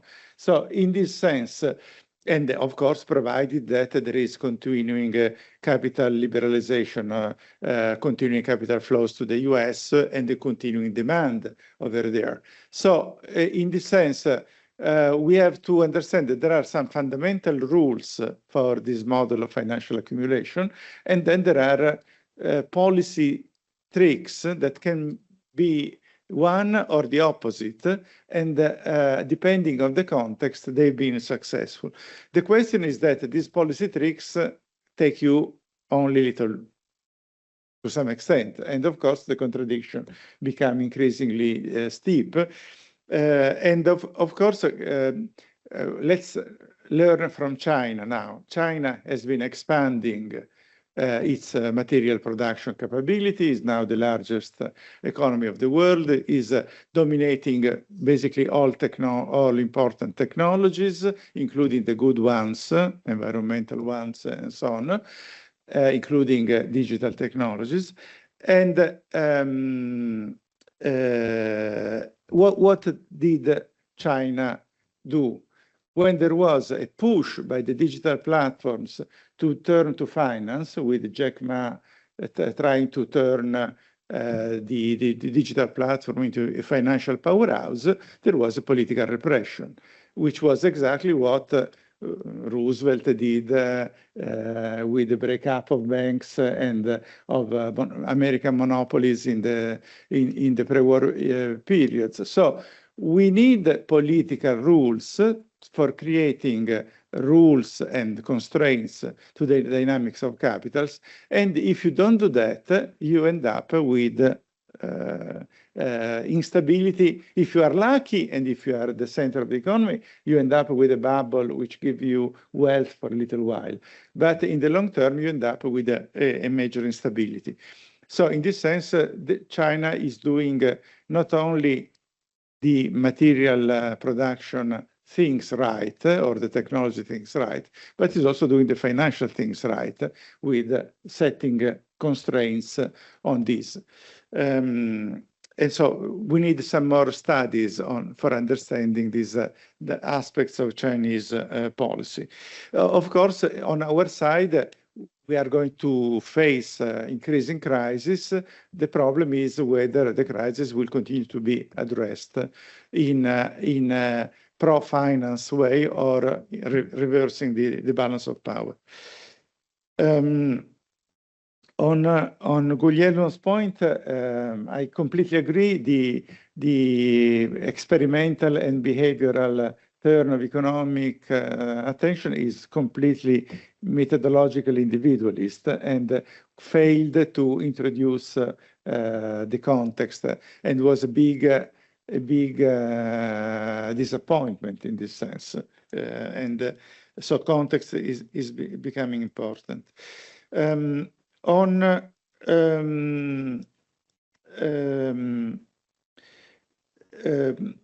the industrial policy alternative, is there an alternative to the role of the state in industrial policy? Well, yes, and actually is on the table, because clearly a Europe which does the Green Deal is different from a Europe which does Rearm Europe. These are two non-compatible trajectories, both in terms of the use of limited resources, both in terms of the technological capabilities, the expertise, and the investment in research that is being done. But we are not looking at the European debate in these terms.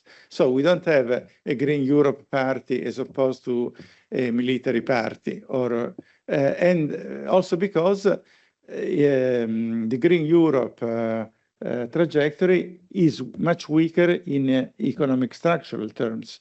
We have very weak firms who can become the lobby for this agenda. And the role of finance is not investing in this direction. So we have, for a more political science perspective, it's interesting to look at what would be the conditions for creating a social and economic alliance of interest for a social bloc which pushes for a more renewed welfare state and the green transition. Because we need also a compromise with some business interest which can be investing in this trajectory. So in this sense, the attraction by German large firms to militarization and rearmament as an alternative to the crisis in the car industry is a tragedy. It's a tragedy not only in historical terms, but also in business terms, because they are looking for short-term compensation in something which has not a long-term future. On social reproduction, clearly I focus more on the the global dimension. So social reproduction is mainly national and local, and therefore we have plenty of room in the next days with IPEC Caracan to address that. So in this sense, social reproduction is part of the way in which reproduction is carried out and is shaped by the degree of inequality, distribution, and welfare, and so on. So is part of that, and of course it deserves on Thursday a more specific discussion. But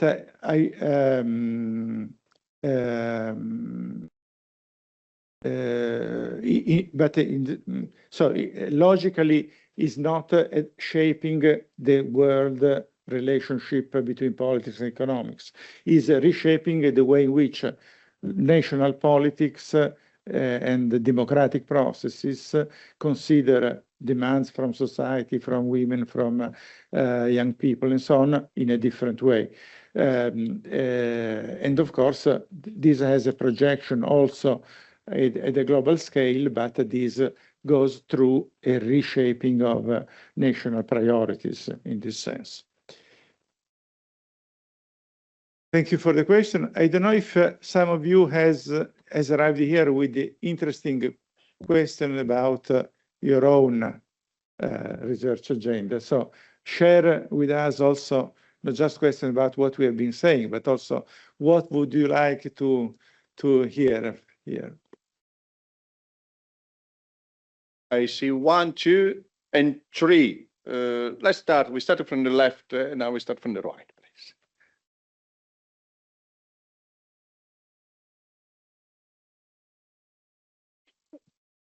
Kind of push back on that point about social reproduction and its role in a more.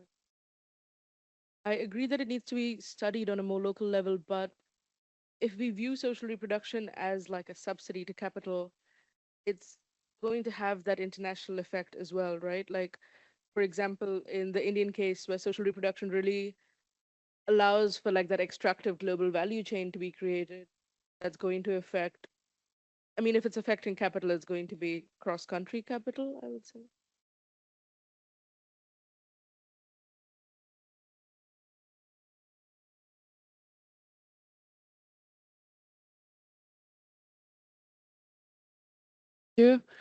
Thank you for the great presentation. So my question is about study of technology. So in my doctoral work, I did a PhD in a department that is sociology and anthropology. So that was not very friendly to political economy approaches, but it was fine because my theoretical methodological perspective was based on Italian Marxism, which I don't think you call it Italian Marxism here, post-apperismo. And the general understanding or like the concept of technology was, accumulation or of synthesis and accumulations of knowledge of workers and scientists and like big processes that are in place versus, this idea of technology as a product of competition and innovation, or that are, in the benevolent hands of some mad monopolist capitalist people like Elon Musk, and it was before Elon Musk was openly fascist. So it was a lot more like harder to fight that idea of technology as something that is a product of competition. So my question to you is, I've read your work based on like for the summer school, and my question is like in your work you study the employment effects of like product innovation versus process innovation and different ways to approach technology industry level. So my question is like, do you have any suggestions, recommendations, approaches methodologically when we are looking at our projects that study technology, labor, control of technology through worker perspectives? What kind of questions should we ask to our research questions, or what kind of like methodological recommendations you can give?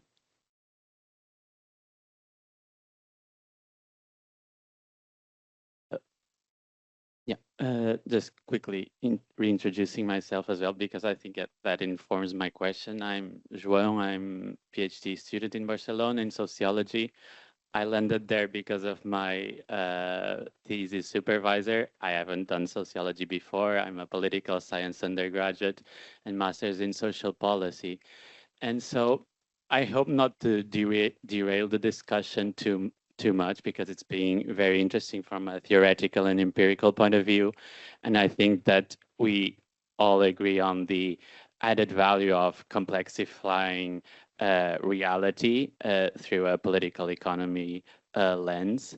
But I wanted to have another layer, which is about academic institutions and, you know, the constraints that there might be to actually pursue this sort of discussions beyond this sort of format into something that is more kind of institutionalized, so that it allows to kind of take this discussion further more systematically, right? Because, for instance, in my early stages of the PhD, I come aware that it's difficult to find a niche, as Gabriele was mentioning before, in different contexts, right? So, for instance, in Portugal, you have currently a political economy association, but in Spain, you don't have one. You have one in heterodox economics. And so if you go into departments, where do you sit? When you're applying to grants, how do you sit through these perspectives? So if you have any thoughts to share on that, on how to kind of consolidate these discussions into something that is more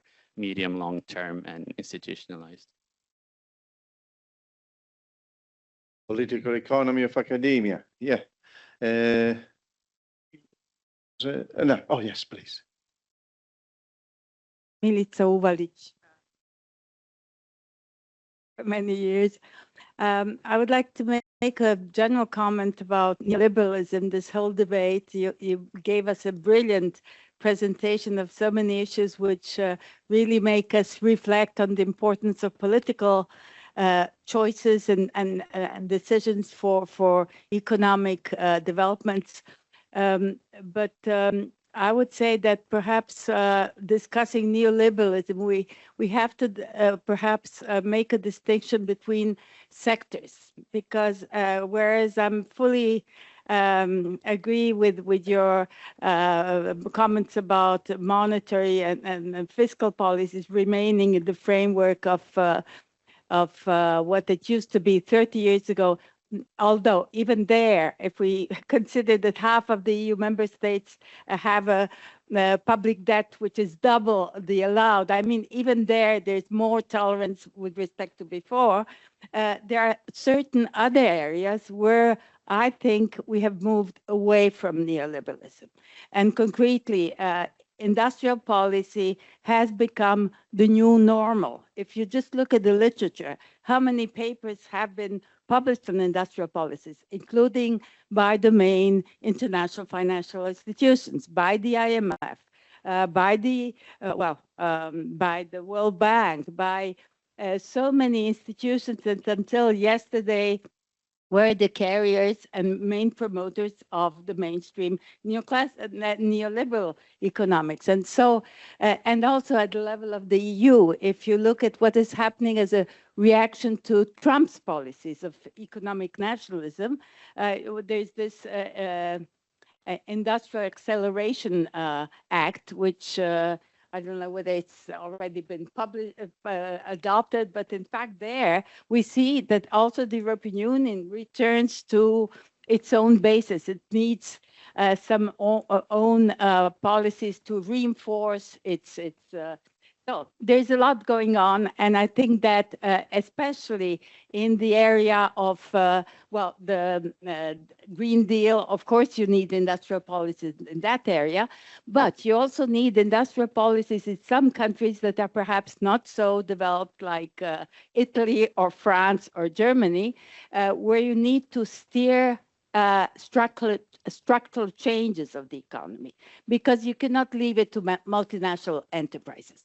The whole of the Western Balkan countries, which I have done a lot of work on, has been sort of surrendered to multinational firms that have come and have exploited whatever resources, etc. But now these countries are at a much lower level of development than the new member states from Central East, precisely because of this neoliberal logic that has been implemented in the last 25 years. So very much industrial policy is very much needed and is being more and more implemented, I would say, in the EU, but also in many other countries that are finally aware of the fact that they need to implement much more focused and targeted industrial policies in order to develop faster.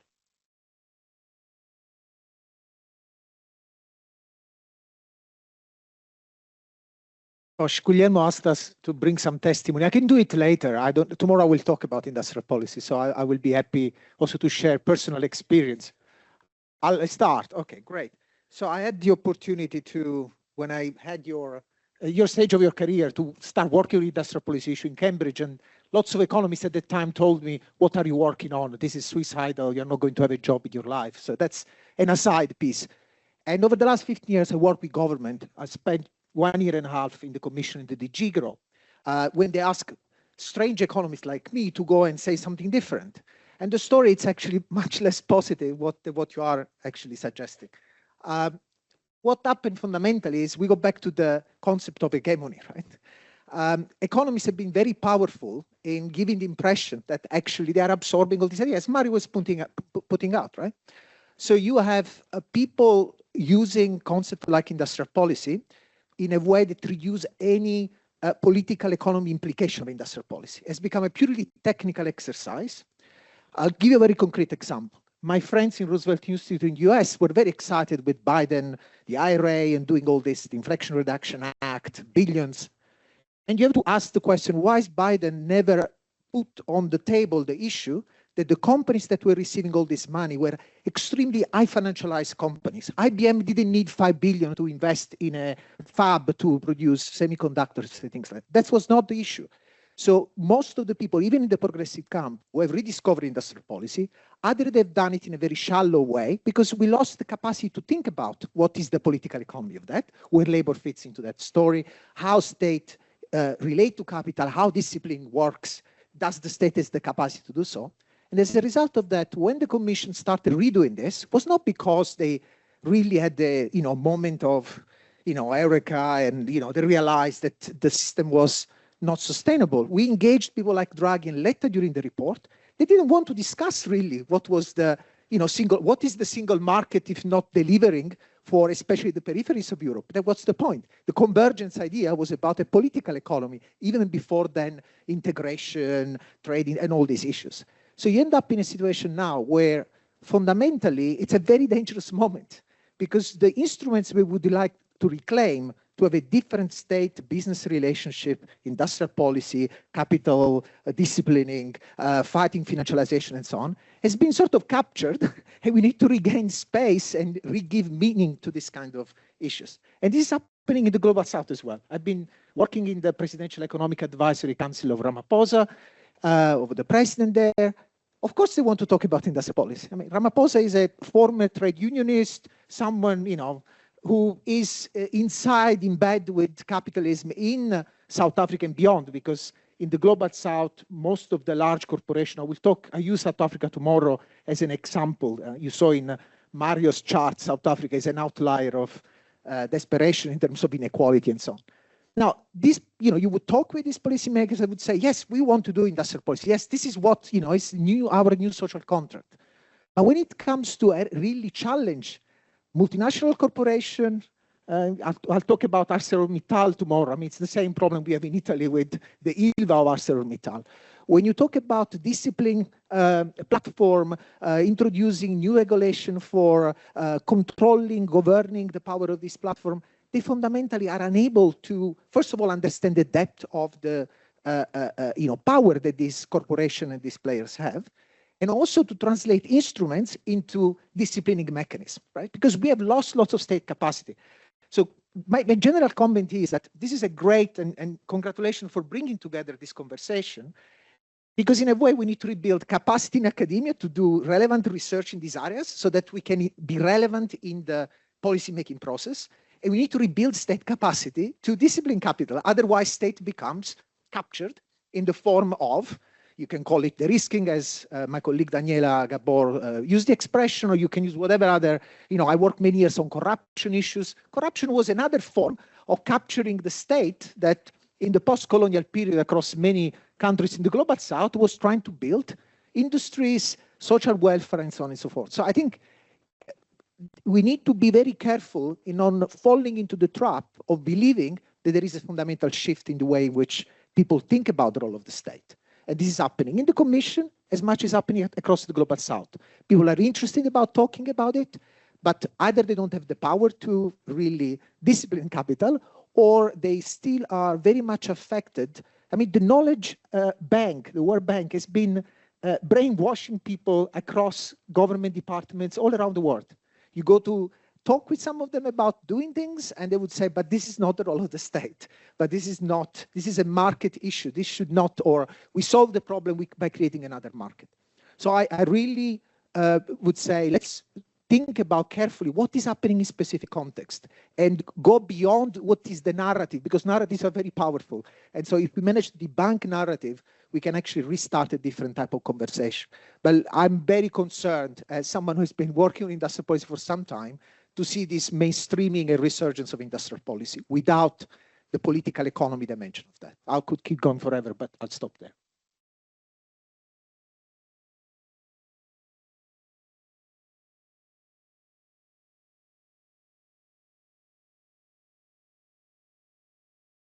Hi, everyone. My name is Shog. I am from SOAS, London. And I have a question to you, Dr. Mario, because I read your work that was shared to us. So excuse me that I'm going to read it off of my phone because it's written there. So in your work, you emphasize that technological change and employment outcomes are shaped by institutions, power relations, and broader economic structures rather than technology alone. So in the Gulf, including Kuwait, labor markets are highly segmented between citizens and migrant workers through migration governance and state employment policies. In this context, do you think that digitalization and technological change are likely to reinforce existing institutional segmentation, or could they potentially reshape these labor markets hierarchies? Thank you.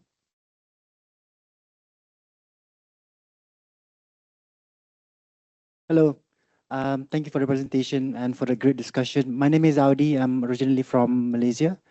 I'm based in London. So my research interests is centered around semiconductor policies, technological upgrading, and implications for social upgrading. And I'm really interested for you to elaborate or think a little bit more about the capacity of the state to discipline capital.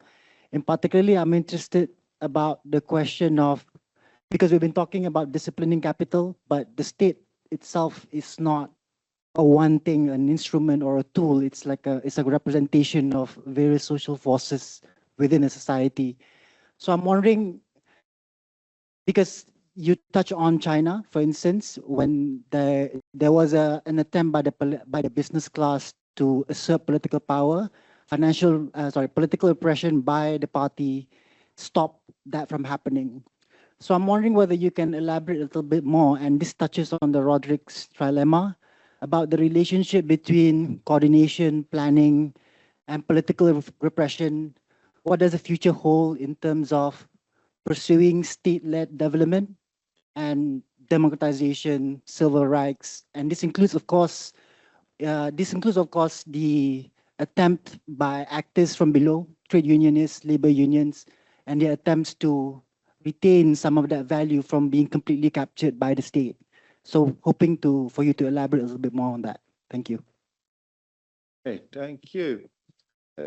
My little memory about industrial policy and whether there's change for the better or for the worse is that I worked a lot on Central Eastern Europe, especially during the 90s. I remember the first industry minister of post-communist Poland declaring quite cockily, the best industrial policy is not to have an industrial policy. And interestingly, also kept his salary for a year or two as an industry minister, while programmatically, said that the best thing I can do is to do nothing. But I mean, you don't hear those jokes anymore. I think people would be a little bit reluctant to do it now, unlike during the peak of the Washington consensus. However, in a way, it makes it intellectually more challenging. I mean, we can't just tell jokes about how simplistic the view of the lack of policies, but we have to take up the challenge of finding a better policy than what it is being proposed. Then, Mario, you want to react more to this? No, thank you, because we definitely had a good success in identifying the audience because you are really putting your fingers on the right questions. And so thank you very much for your point. And of course, you raise questions that are even bigger than our ability to respond. So, we are glad that this is an interesting opportunity to open up this conversation. So just quickly, you are completely right on the case of the interaction between social reproduction arrangements, the way in which particular groups of people, in particular young women in developing countries, are made available for work in global value chains. And you will hear some of these experiences in the presentation by our PhD students who did study the case of Malaysia, also in electronics, and as well as the car component industries in the Mediterranean. So my point was that this creates the condition for global transformations, but the way in which you can act on it tends to be local and national, because you can act on it through welfare policies or family policy or wages. And so in this sense, the international order is affected only indirectly by these arrangements. But clearly, if there were very important pro-social reproduction policies all over the places, the shape of globalization and neoliberalism would be changed. So in this sense, this could be an important constraint coming from the bottom up for the operation of capital and state policies. On your question on technology, I'm glad that many of you are interested in that. We can also have a deeper discussion on these issues. Clearly, technology is shaped by the interest of capital to replace worker, control production, increase efficiency, and so on, but also by the capabilities and competencies of the people that are present, and also of the ability of workers and society to shape the trajectory of technology. So in this sense, we have a long tradition of scholars from the early scholars of the Industrial Revolution to Harry Braverman or many other scholars who have been emphasizing, David Noble and others, the relationship between capitalism and technology. And of course, it's important here not to be technologically determinist. The importance of the concept of technological paradigm developed by Chris Freeman and Carlota Perez is interesting because the paradigm emerges when you have a matching between the technological potential and the social and institutional arrangement. So you have workers who can use this technology because they are capable to do it, or forced to do it because they have no other choices. So, but this combination of the two dimensions is very important to keep in mind, both the technological supplied side and the social demand and human and labor side of the story. So in this sense, in our understanding of digitalization, we try to distinguish different things. In another paper, we look at the way in which digitalization is used as a process technology to save labor and to increase control. And in other activities, digitalization can expand the quality of output and therefore require, for instance, better jobs and higher skilled competencies. Of course, so you cannot have a general across the board perception of what happens. You have to understand in concrete cases what you are studying, because you can study a firm where there is a positive development. So digitalization leads to higher jobs, greater number of jobs and higher pay and higher skills. But at the same time, this firm's success can kill 10 other firms who are not as sufficient or as innovative. And therefore, if you look at the level of firms, you find one result. If you look at the level of industry, you find a completely different results.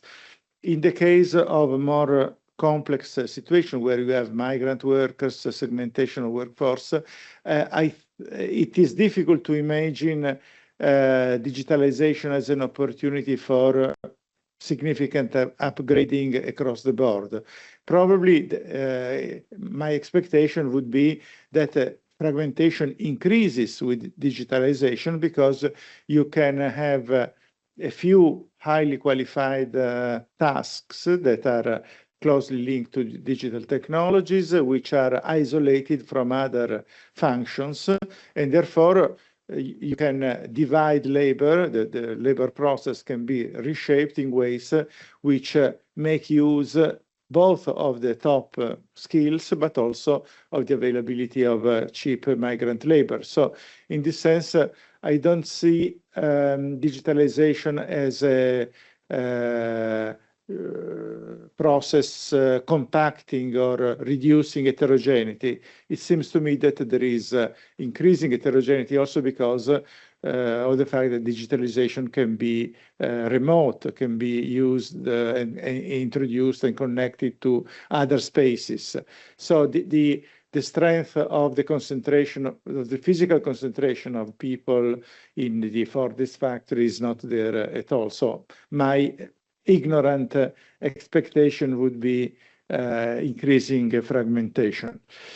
Let me add one point on industrial policy. We had Elizabeth Warren, candidate of the Democratic primary last time, who had the simple agenda of break down the monopolies of big tech. Of course, this was something the European Commission has a competition policy which has been destroying the industrial structure.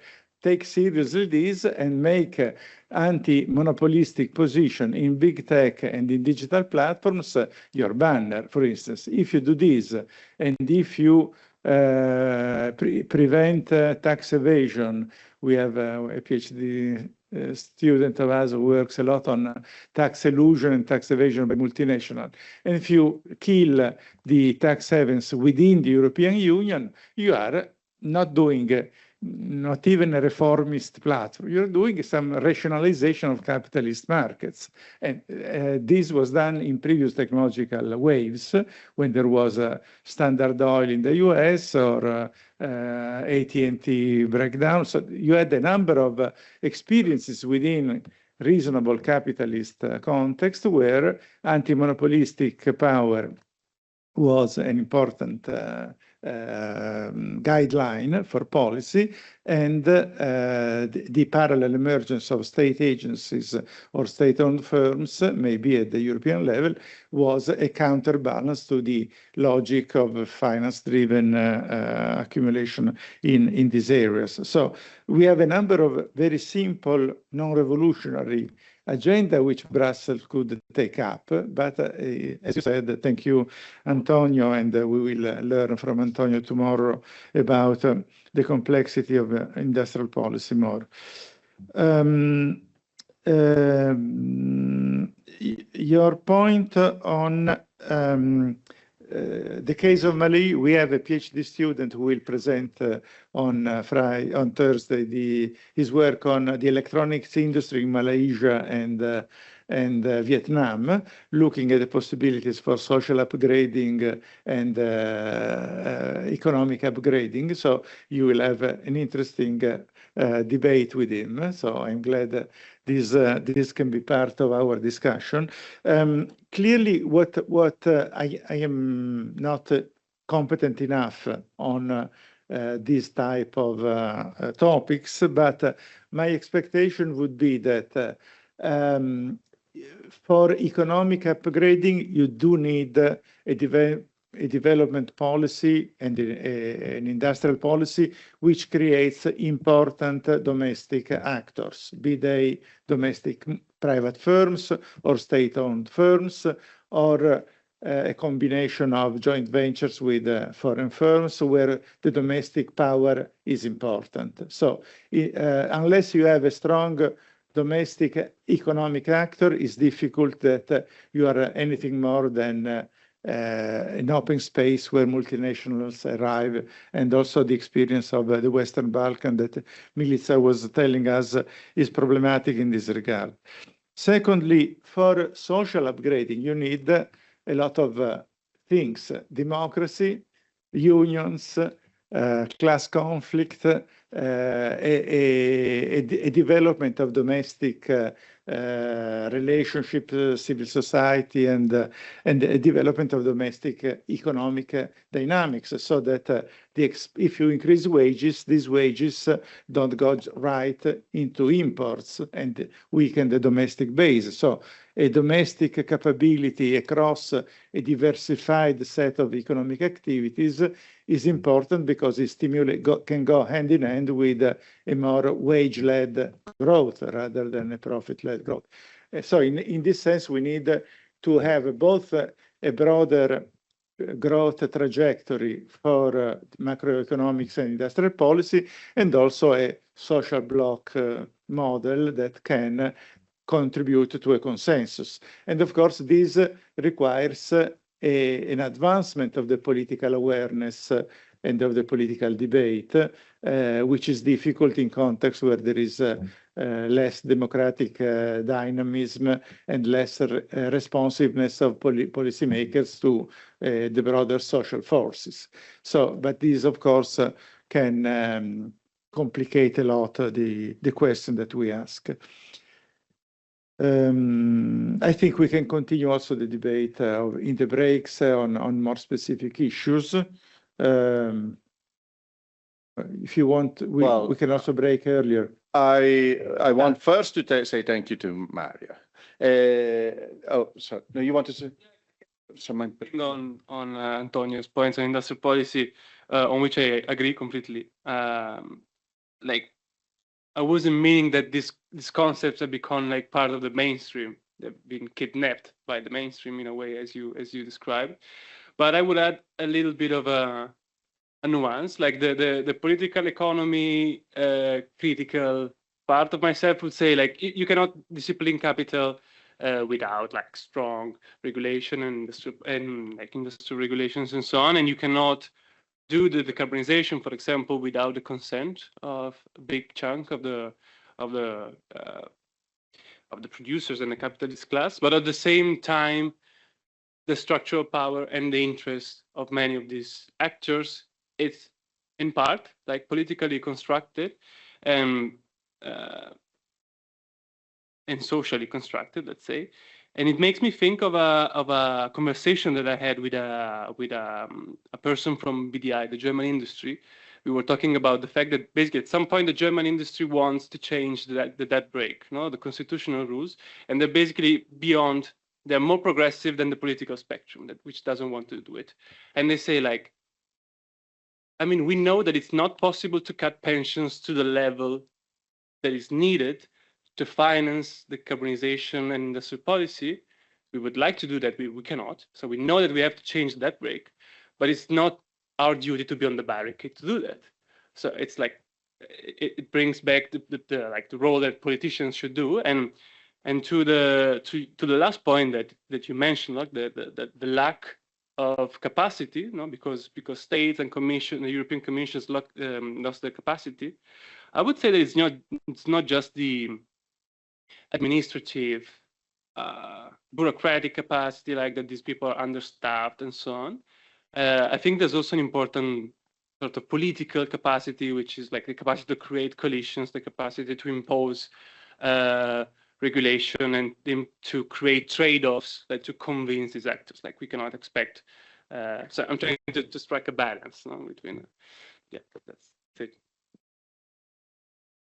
Great. So I wanted to say thank you to Mario. Mario Pianta is an economist, but when I think at the beginning of his studies as an economist in this, of his career in Turin in the late 70s, he hung out a little bit with workers on different industrial policies and restructuring and worker collectives and so on. It was not exactly, it was a little bit later than the Italian Marxist that was mentioned in the question, but I think it was still a little bit in the same Weltanschauung. And then more recently he was president of the Italian Society of Economists until a few months ago. Yes, so a lot of experiences. I mean, I must say nowadays, the state of the worker movement in Turin is on the defensive, to use a euphemism. But maybe, you know, these ideas will come up in other ways among the economists or whoever else. So it's certainly a lot of experience that come together, and you gave a very inspiring presentation to kick off this spring school. I think if Gabriele, who is the one who has all the logistics in mind, and is if we have a break which is a little longer, especially considering if people don't know Florence very well, it's probably not a bad idea. It gives people time to find a way to grab a sandwich or things like this and come back at 2, because we'll have a very intensive afternoon where our productivity will go through the roof, and we'll have social blocks, and we have inequalities, so a lot of things to discuss in the afternoon. Thank you, everybody. Thank you, Mario, and see you at 2 o'clock. Welcome back. I'm glad we have such a lovely day in Florence, and you can look around the city. You are reminded that the new exhibition by Mark Rothko downstairs is very, very important, so you can find some time on the fringe of our dance program. We continue our discussion on the political economy of production and labor with Bruno Amable, professor at the University of Geneva. He has been working for a long time on exactly these connections.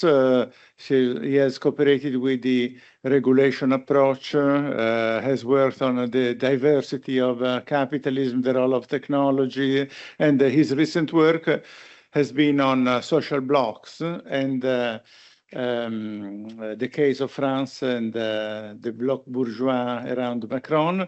And I think his approach combines exactly what we were asking in the morning, context, political, social, and economic dimensions. And so we look forward to hear from him also his advice on how to carry out a research agenda on these topics. Bruno, you have the floor. Thank you. Thank you, Mario. Well, thank you for having invited me. Glad to present what I've been doing, either alone or with in collaboration with my colleague Stefano Palombarini. I want to talk about, well, first, I mean, I'm an economist, but when I meet people and present what I'm doing at the moment, people ask me whether I've changed to political science, which is not the case, but basically, I'm interested in institutions, and in order to study institutions, I think that you've got to adopt a political economy approach, which means that you've got to think about the links between the economy and institutions, and the mediation would be politics. If you look at the different traditions in economics, most of them tend to either ignore completely the political aspect or to make it a simple derivation of an economic structure, meaning that once you've understood economics, that you've understood what happens in the political realm. And politics is seen as something which is either directly determined by economic imperatives or something which is a hindrance in the application of the good institutions, the good economic policy decisions, and so on and so forth. And even in non-mainstream economics, in heterodox economics, there is a tendency also to consider that the economic analysis is going to give you the right answer to a large series of questions about policy, institutions, and all that, society in general, and that they consider, if I take up an expression which is adopted in certain areas of non-mainstream economics, they consider institutions as social technologies. So you can think of institutional choice or institutional change as if you were, changing your computer for a better computer or something like that. Whereas I think that there is a more interesting tradition in economics, in political economy proper, and of course in social sciences in general, which is to consider institutions as coming out of a socio-political compromise. And so that you've got to take the political aspect seriously. And the first aspect you've got to take into account is social conflict. And the basis is to consider that, again, the analysis of the economy is not to give you the right decision concerning economic policy or the structure of institutions, or should we have this type of labor market regulation or that type of labor market regulation. So there is not per se a right answer to this question, but you've got different points of view which are rooted in the differences in that different individuals or groups occupy in the social structure. And you've got a diversity of interest and then a diversity of perspectives. So you've got a diversity of answers as to what the right type of economic policy decision is, or what the right type of institution is. For most social sciences, this is something which is self-evident. In economics, it is not, because economics is almost, well, since mainstream economics has been called mainstream, mainstream economics consider that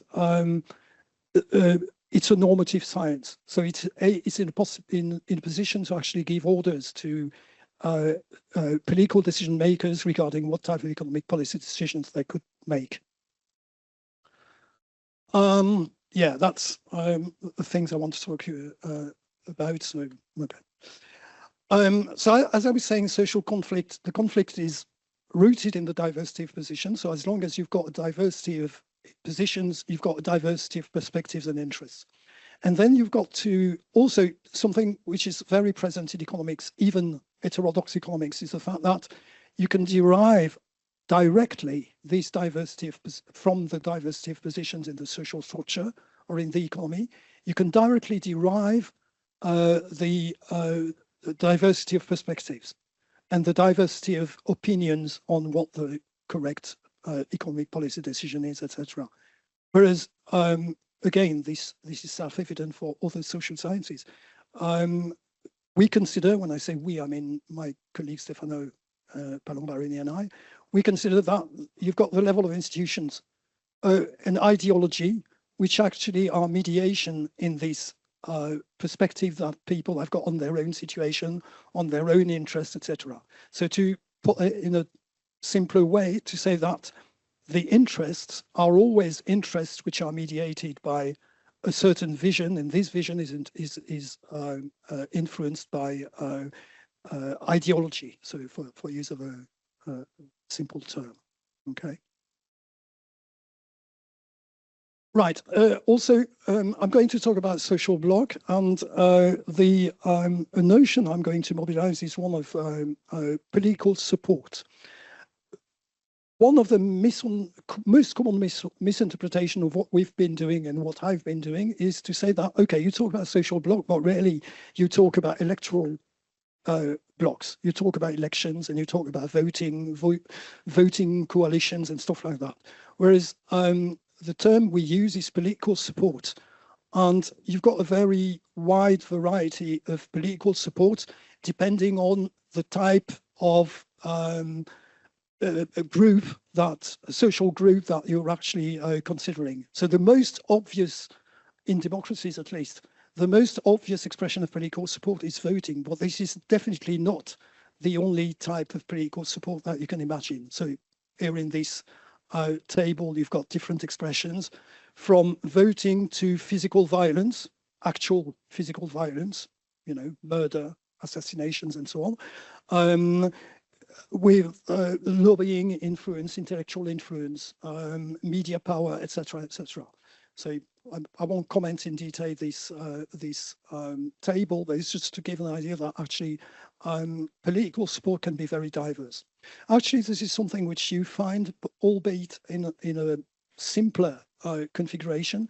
You find that in Acemoglu, for instance, when he considers also that there is a possibility to express political power other than simply voting by actually by making a revolution. So a simplified way of looking at things, but at least some progress considering what the majority of economists are considering regarding this problem. So talking about social bloc, as I've explained, it's not simply a coalition of voters. Also, it's not an alliance of political parties. We've used the expression bloc bourgeois, bourgeois bloc, which could be understood differently considering on the context.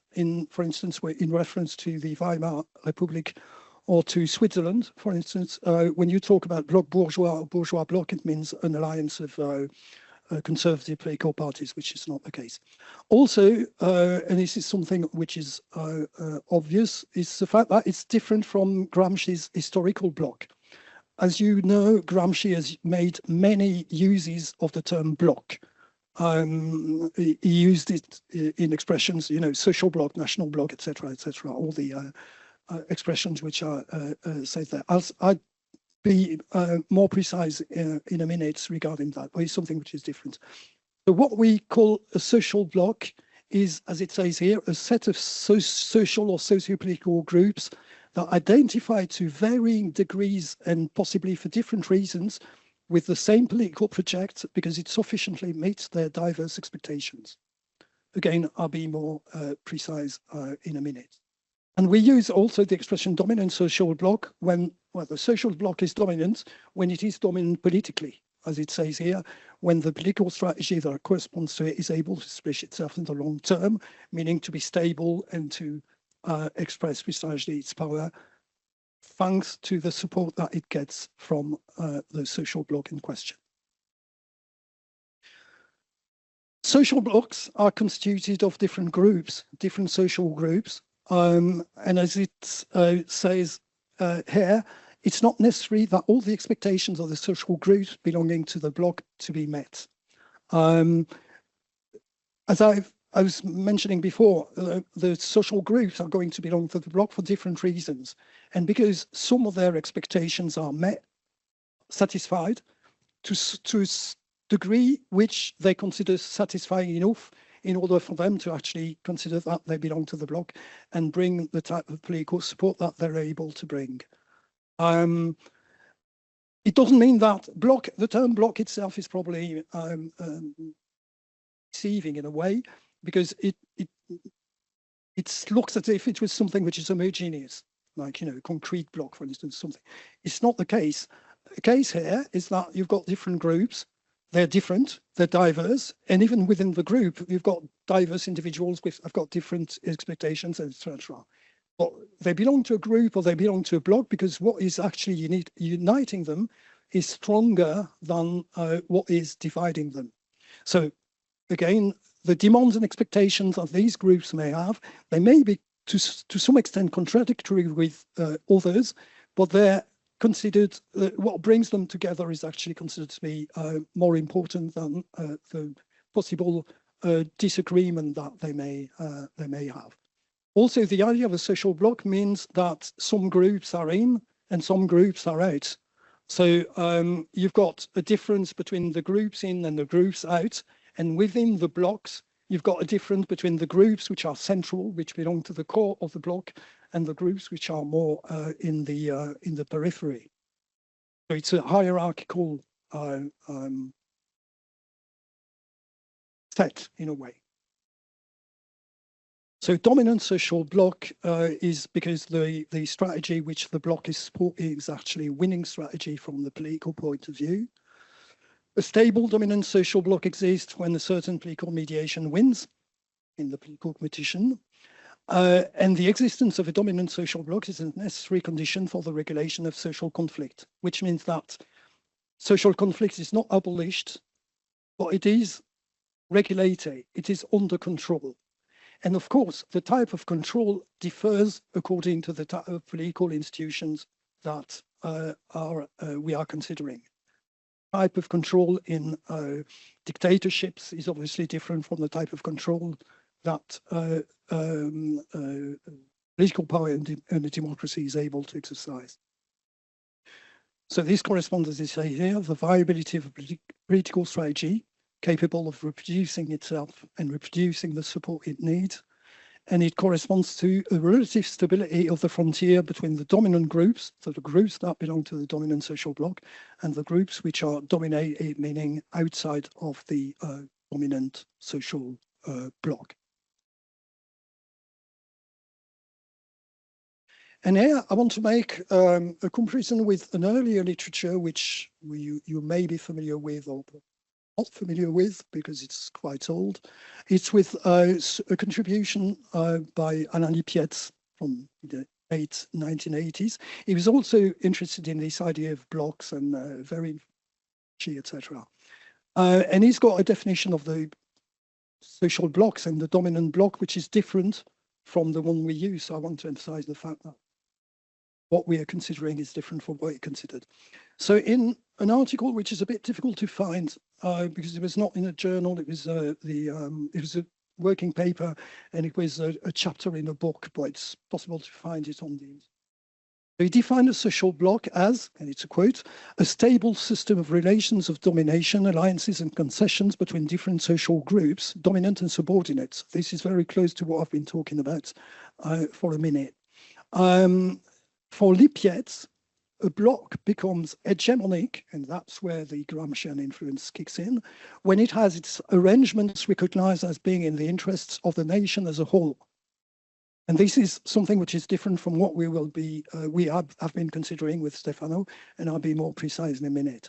So consequently, Lippietz considered that, and again, it's a quote, in a hegemonic bloc, the fraction of the nation whose interests are not taken into account at all, not at all, must be in a very small minority. So it means that the bloc is hegemonic because actually it's almost unanimous. Not quite, but you know, the groups or the individuals which are outside of this hegemonic bloc must be in a very small minority. And he gives example taken from the French history. He distinguishes the particular bloc, hegemonic bloc, the bloc des possédants, including industrialists, shopkeepers, peasants, and savers, etc., for the period covering the Third Republic. Third Republic in France is between 1870 and 1940. Actually, if you look at the groups which he mentions, you've got one important group which is missing, the working class, the blue collars. It's not that much of a small minority, is it? So, I mean, it's really surprising to say that if it is hegemonic, only a small minority of the groups should be outside of it. Also, and this is something which I think is confusing, the notion of Gramsci of the hegemonic bloc, of the historical bloc, sorry, and the notion of a social bloc that would be dominant. And the point I would want to make is the last one on this slide. This is different, as far as I understand, from the Gramscian concept of the historical bloc, which is not a coalition of social groups, but which is, to put in Marxian terms, the unity of the superstructure of and the infrastructure. Dialectical unity of the superstructure and the infrastructure. So it's a bloc, as the concept of the historical bloc is not a coalition of social groups. It is not a bloc as I've been defining here. It's something which is different, which is in a way more difficult to understand if you think in terms of coalition of groups, etc. So again, regarding our conception of what a social bloc is, so a social bloc is not something which is coming out of a commonality of economic interests. It is something which is created by a political initiative because the political actors are actually selecting the demands and expectations that are going to be satisfied, that where an answer is going to be provided by the political strategy in question, at least partly, to different degrees regarding the groups, etc., but in a sufficiently satisfactory way so that those groups consider that it's okay to actually bring some degree of support. Choice of expectations, in fact, establishes a hierarchy which is based on the political weight of the groups. As I was saying, you've got some important groups and you've got some peripheral groups. And some of the expectations of the most important groups are going to be taken into account more thoroughly than the expectations and demands of the groups that are more peripheral. And this depends, of course, on the type of political support that these groups are able to provide. So some, as it says here in rather trivial terms, some social groups have more weight for reasons depending on the institutional environment, the economic and social weight of those groups, etc., etc. So a central group for a certain social bloc may be economically powerful, or may be well organized, or maybe both. Again, depending on the type of political power or political support that these groups. Again, to emphasize once again, a social bloc is not homogeneous, contrary to what the use of bloc could mean. Also, regarding the relations between economy and the political, economy and politics, or there is a certain autonomy. As you probably know, the issue of the autonomy is something which has been taken up by many different authors, especially in the Marxist tradition. But the points I want to make are the following. The first type of autonomy, and why is autonomy important? Precisely in order to not have this sort of direct transition between the consideration of the economy, the economic structure, the economic interests, etc., and the political environment, political decision-making, political institutions, etc. So political decisions are not directly deduced, derived from the consideration of the structure of the economy. So the first type of autonomy has got to do with the way interests are going to be considered by the agents and the groups in questions. The idea is that interests are not natural, or interests are not obvious from the economic situation or the social situation. Interests are always devised by individuals and groups through the lens of a certain ideological perspective. And in fact, this ideological perspective is a terrain for political competition. So again, Gramsci could be cited in reference to the idea of the constitution of a political conscience, etc. Regarding sociology, a thing which I find very interesting is the fact that you've got definitely something which is close to what Pierre Bourdieu was considering when he was considering that the struggle for the power to impose the legitimate vision of the social world, that's a quote, was something which is precisely an object of political. Okay. And in fact, I think this is quasi a quote, quasi literally, when he says that the correspondence between social structures and mental structures has got a political function. And regarding the point I was making about the hierarchical structure of the social blocks, some social groups within a bloc have got a leadership capacity and are able to actually orient the perceptions of interests in a certain direction or in another direction. The second dimension of autonomy is also to consider that political actors are not simply responding to economic demands, which is something which is very present in economics and even in political economy, even from people who actually take the political dimension very seriously. Well, they tend to actually derive the political decisions from the consideration of economic imperatives. Like, oh, the growth model is export-oriented, therefore, export firms are going to, etc., dictate their demands to the political actors, which are going to take them into account and actually respond positively to the demands of export firms, etc. That sort of idea. And this denies what we call the strategic capacity of political actors to form compromises.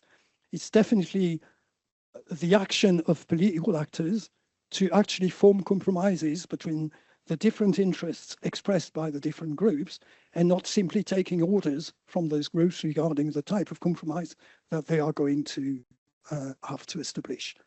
So it's at the initiative of the political power that the compromise is formed, and not as simply being something which would be totally exogenous to political mediation.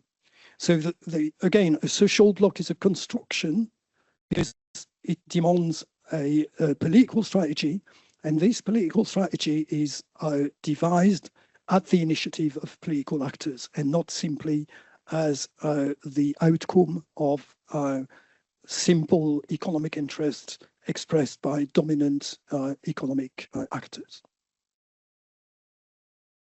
And the third dimension of autonomy is that which in a way is related also to this very economic functionalistic approach that you find in some quarters of the literature, the fact that there is a logic of politics which is specific and which is not simply, again, derived from economic imperatives or, I don't know, religious imperatives or something else. And the logic of politics, if we want to make a parallel, which is not entirely satisfactory from my point of view, but let's take it as for lack of something better, which is the idea that there is a logic of accumulation of power, or a logic of conservation of power, or more generally that power is actually the logic of politics and not simply accumulation of riches, accumulation of wealth, or etc. So this logic of politics is actually what is dominating the action of the political actors, not an economic imperative, not the necessity to actually preserve the accumulation of capital, etc. In fact, it's something which you find this sort of economic functionalism, more or less subtle, is something you find in mainstream economics, but also in orthodox Marxism and even in not so orthodox Marxism, etc. Again, and time dimension, also the idea, again, I'm interested in institutions, and the fact institution, the first definition of institution is that it's instituted. It means that it stays there. So there is a certain time dimension, meaning that even if you think of an institution responding to some economic imperatives, it doesn't mean that it keeps this logic for eternity. So that, as it's probably better expressing on the slide, so that the functioning of an institution is not reducible to the interests or compromises which were at its origins. So there is a difference between the origin of the institution and the functioning of the same institution in a certain precise context. Something I've said and say that public action does not invariably respond to the need to guarantee the viability of the capitalist mode of production, which is what most of the Marxists would think. Okay, and also to those 3 dimensions of autonomy, you've got also 3 dimensions of domination, because domination. The first dimension is political, of course. And I've talked about that when I was defining what a dominant social bloc is. So political domination in what we consider is the fact that the groups are dominating politically when they belong to the dominant social bloc, meaning that they support the winning political strategy, or they support power to, and they're satisfied by the type of political strategy that the power is actually exerting. So dominant, you belong to the dominant social groups, you're politically dominant. Dominated, you're excluded from the dominant social block, meaning that your demands, expectations regarding the social structures, the economic institutions, and so on and so forth, are not satisfied to a degree which you consider satisfactory. The second dimension of domination is institutional. So a group whose perceived interests, as they express them, as they conceive them, a group whose perceived interests are favored by the existing institutional architecture are dominant in this area. In trivial terms, they're satisfied with the situation as it is. They're satisfied with the status quo. Okay, they don't want things to change or not too much. Whereas a group or a bloc is institutionally dominated when the institutions do not protect their interests as they perceive and express them. And finally, and this is a point where some confusion is possible with Gramsci's definition of domination.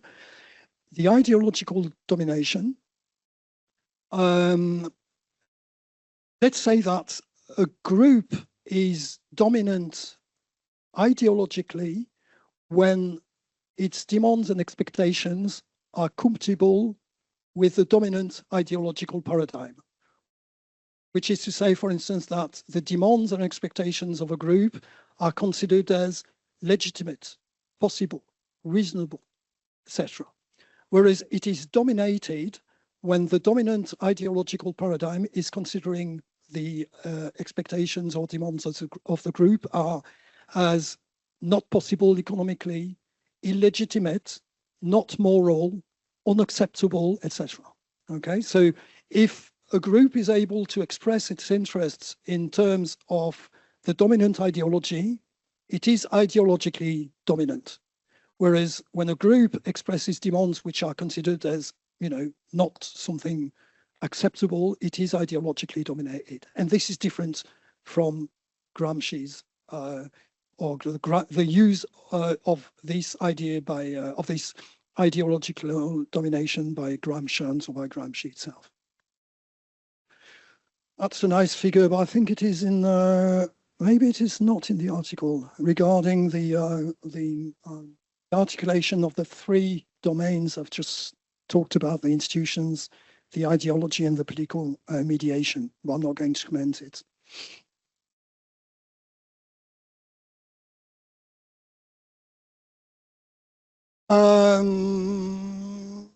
Okay, this is hegemony and political domination. As I've mentioned it before, because agents are not simply engaged in political struggle, which means struggle for power. They're also engaged in hegemonic or ideological struggles, because, as you can see, there is a strategic element to the expression of what is considered to be acceptable, reasonable, legitimate, moral, etc. What is not possible, not reasonable, not moral, not legitimate. Probably more interested with I think it's in the article which I've which is uploaded. It's a classification of groups in order to give a bit of an idea of what this is leading to. So some explanations. Consider the two columns. You've got a capital P and a small p. So capital P means politically dominant, meaning the group belongs to the dominant social bloc. Small p meaning not politically dominant, so politically dominated. So the group is excluded from the dominant social bloc. And then on the lines, you've got capital I, small I, refers to institutions. Capital I meaning you've got the institutions are actually protecting your interests. And small I meaning the institutions are actually not protecting your interests and you're not very much satisfied with it. And then capital H and small h is domination with respect to ideology or hegemony, depending on what you want to call it. So capital H, your expectations and demands are expressed in the framework of the dominant ideology, of the hegemonic ideology. Whereas capital H is what you express as demands and expectations is considered as not possible, not reasonable, not immoral, etc. etc. So you've got 8 possibilities for groups from, if you're dominant in every dimension, you've got the dominant and self-confident groups. So they're dominating politically, ideologically, and institutionally. So they're satisfied. It's not only that they're satisfied, they're in power. They support the dominant power, the dominant political strategy. The institutions are actually protecting their interests, and their interests are considered as perfectly legitimate, possible, moral, etc. At the total opposite, you've got the dominated and marginalized groups. They're excluded from the dominant social bloc, so their expectations are not taken into account at all. And by the way, those expectations are considered as immoral, unfeasible from an economic point of view, unrealistic, and so on and so on. And this is reflected in the fact that the institutions are actually not protecting those interests. Again, I'm not going to... so you can be, for instance, you can be politically dominant, even institutionally dominant, but ideologically dominated, meaning you support the dominant strategy, the institutional structure is actually satisfying the most important demands and expectations you've got, but actually these expectations are not considered very favorably by the dominant ideology. So it's what I call the contested conservative dominant groups.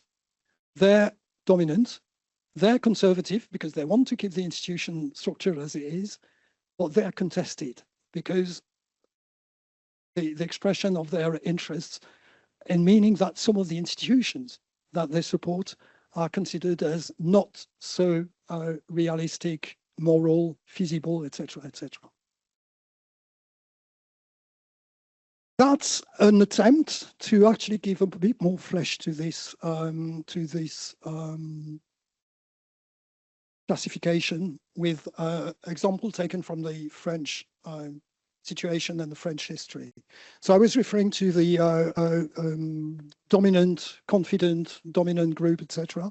The group probably I could imagine as dominant from the point of view of ideology, politics, and institutions. If you take the post-war period in the so-called dirigist period in France, between, say, the 1950s and the 1970s, you could say that the group, the social group of the high administration, the high-level administration, was probably this type of, confident and dominant social group.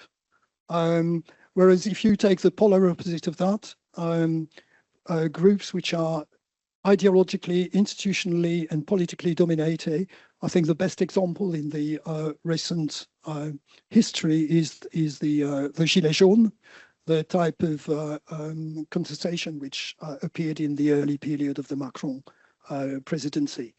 Obviously, they're not institutionally dominant, they're not politically dominant, and even they're ideologically dominated because the way the dominant ideology considered their demands and expectations were that this is not reasonable, this is not realistic, this is not ecologically sustainable, etc. I mean,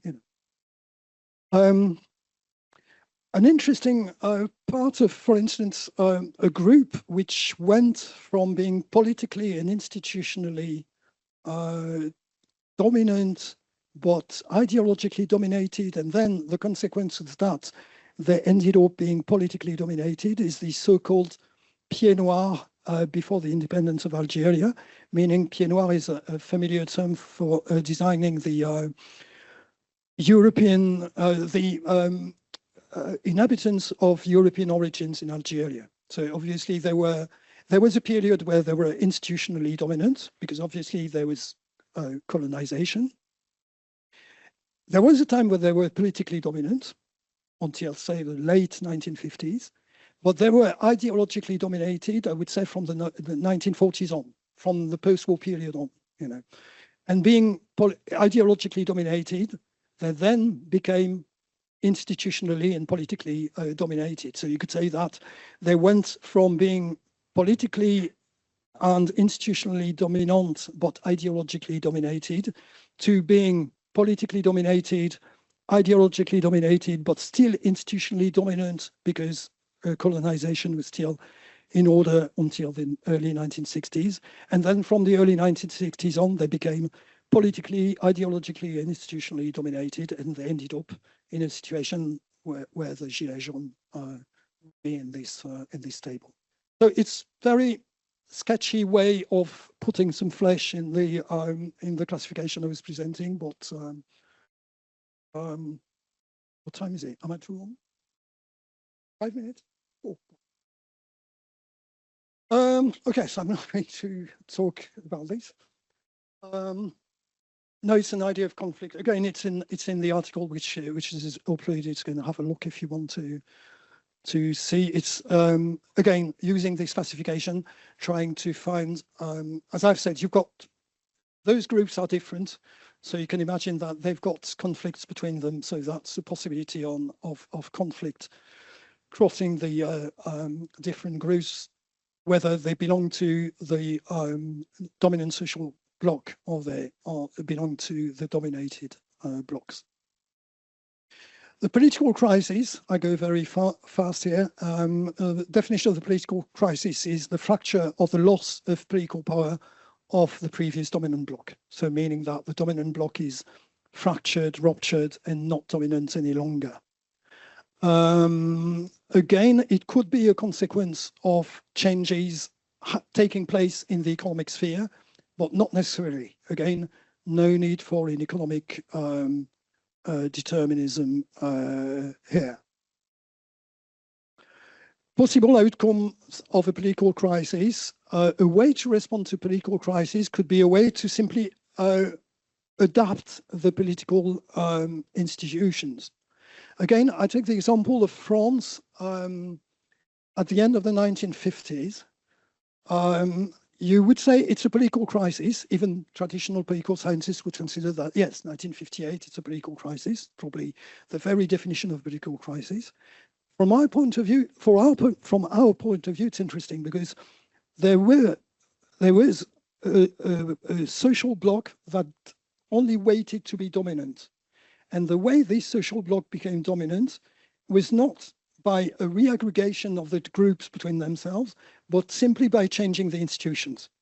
So the founding of the Fifth Republic in 1958 is a change in the political institution, which solved the political crisis simply by permitting a social bloc to become dominant, thanks to new political institutions. It's not always the case, but it's an interesting instance of something of the sort taking place. In other cases, in most other cases, it's probably necessary to actually change the institutions, not simply the political institutions, but also the economic institutions themselves, so that some groups which were not providing political support then provide support because their demands regarding precisely the shape of the institutions, the functioning of the institutions have been satisfied. So obviously, in the type of political crisis which is taking place in France for a long time, the central issue is not simply the political institutions, but also the economic institutions. The type of capitalism, if you wish, variety of capitalism, to put it in well-known terms.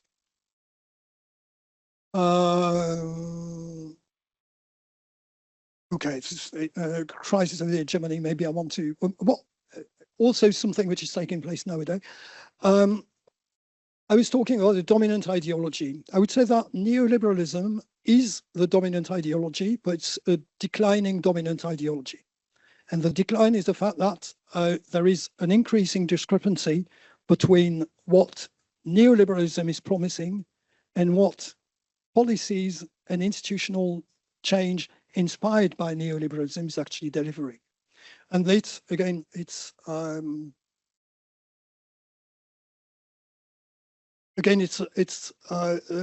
trying to find when different ideologies go from being hegemonic to being dominated. It's a very sketchy way, but you can see, for instance, in dominant ideology being neoliberalism, you would have a promises of, again, I've got to explain maybe in more details. It's a very sketchy classification of social groups. So administration, employers and employees. Even from our perspective, it's too sketchy, but just to give a broad idea of what's taking place. So for these different groups, each ideology is making promises. But the functioning of the institutional measures, economic policy measures, which are inspired by those ideologies, differ from the promises. And this means that the groups which were adhering to this dominant ideology then actually become more and more estranged from this ideology. So for instance, for employees, taking what neoliberalism was promising to employees, the promises were equality of opportunities, return to rising living standards following the crisis of Fordism and so on and so forth. What it delivered was increasing inequality, job insecurity, income stagnation, economic crisis, etc., etc. So it means that the employees have got the possibility to actually express demands which are at odds with the dominant view of neoliberalism regarding labor regulation or economic institutions in general, etc. So, which is why I'm saying that actually an ideology can still be dominant, but it is declining when actually the demands and expectations of different social groups are less and less compatible with the framework proposed by this dominant ideology. And you've got many examples of this being the fact regarding neoliberalism at the moment. You've got, for instance, when the energy columnist in the Financial Times is actually, when he leaves the Financial Times, he actually writes a column saying that the energy transition or the ecological transition is going to be made by the state and not by big firms, etc. You could say that yes, obviously even in the Financial Times, neoliberalism is not as dominant as it used to be. Or when I think the World Bank economists who actually write a paper questioning whether neoliberalism had been oversold, so implying that we're no longer at the most dominant moment of the Washington Consensus. Again, trying to explain a theory with the help of a simple diagram. I've got maybe 5 minutes. I want to talk because it may be very abstract. I just wanted to explain to you. I got this article, which was published a few years ago, to explain, to actually give more of an idea of what the type of empirical work which was done. The definition of the social groups and the social blocks starts from a proximity between expectations and demands regarding economic policy, economic institutions, or political decisions in general. So the idea to actually find groups and blocks was to start from precisely the expectations of individuals and try to aggregate these individuals into blocks according to the proximity of their demands and expectations. So I did that using data which I had not, which were available. So taking the post-electoral or the surveys or other surveys where people are asked questions about economic policy or economic institutions, and they provide answers to a series of questions regarding that.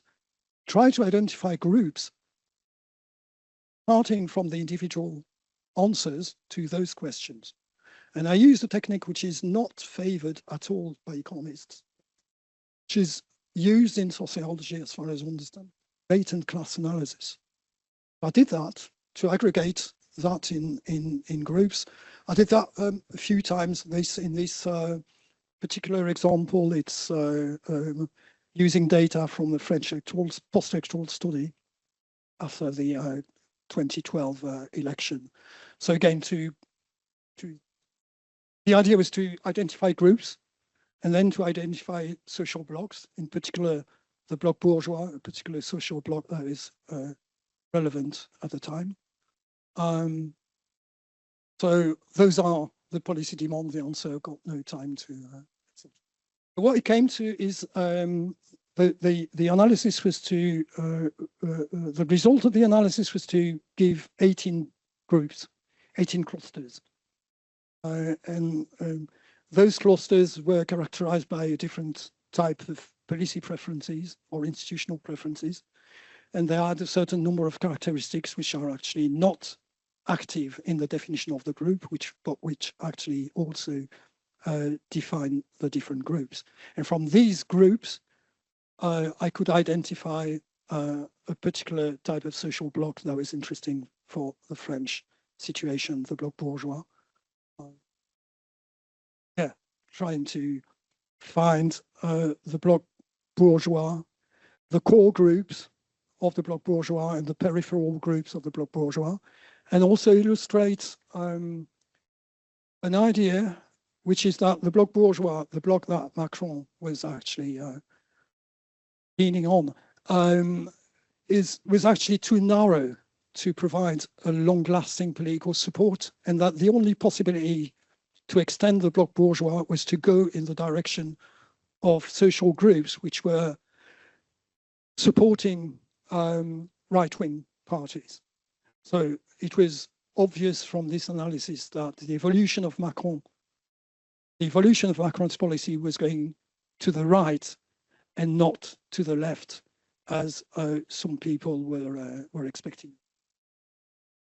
And this is absolutely obvious, considering that the core groups of the bloc bourgeois were particularly interested in, to put it in simple terms, the neoliberalization of France. And the only groups that could support this important strategy were groups that used to support the social bloc of the right and not the social bloc of the left, obviously. So the only way for extending the bloc bourgeois was actually to try to attract groups from the right and not groups from the left, which actually puts a qualifier to the qualification of Macron as being a centrist. He's not really a centrist. He's more. And this means that, and this explains also why Macron went so far to the right,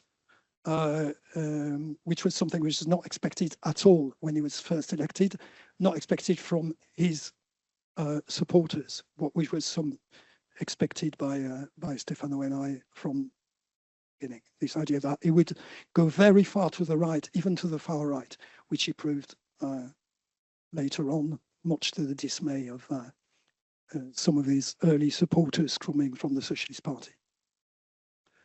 And I think I'll stop here because I've talked too much already.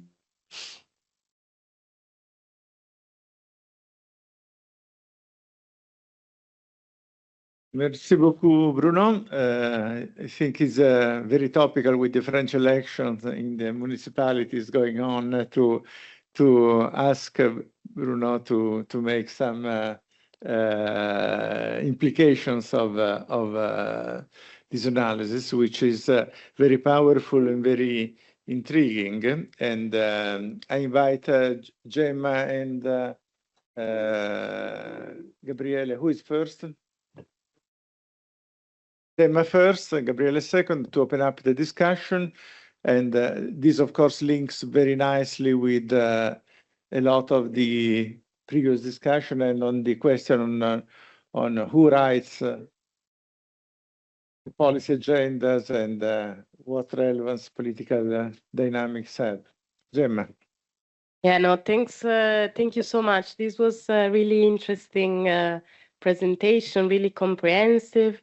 And I think the concept of social bloc is extremely useful, both in theoretical and empirical terms.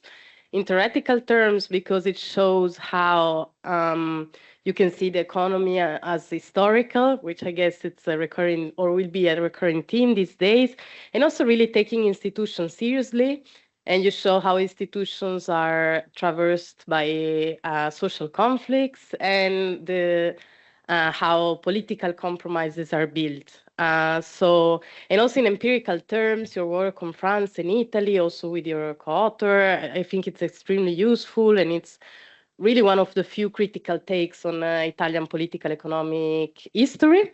So I've used it also a lot on my own work. And I have two questions to start the discussion. One is a theoretical question. So you make very clear the difference between social bloc and historic bloc. And yeah, the difference is clear. I'm wondering if you can elaborate if you see an interaction there, or if you see two different things, or what's the interaction between these two concepts. And in particular, I'm wondering how would you place, if you place your work in the Gramscian or neo-Gramscian tradition or in opposition to it. I'm wondering, and I'm thinking especially, I'm familiar with the neo-Gramscian studies on the European integration process, but also international relations in general. So I'm wondering what's your take on this strand of literature? Yeah, if there are, overlaps and interactions. And then I have a more practical question, which actually you already answered in your presentation. I didn't see it among the papers to read, but I think still I can pose it, because the question is, so the theoretical framework is very comprehensive and very clear. And I was wondering, since this is this is a spring school and the audience are students and PhD candidates, and I think it can often be hard to see how to study empirically this broad political economy framework. So in the idea that students can apply this in their own research, of course, I can see and focus on historical analysis in your work, but what would be the empirical base? And I mean, you now provided one example, but maybe you can make some more examples. In my own work, I've been using, for example, laws and policy documents for policies, or in the industry associations, press releases for mapping the interest of capital fractions, or also interviews. I think in this department, a lot of people use interviews to map the interest of social actors.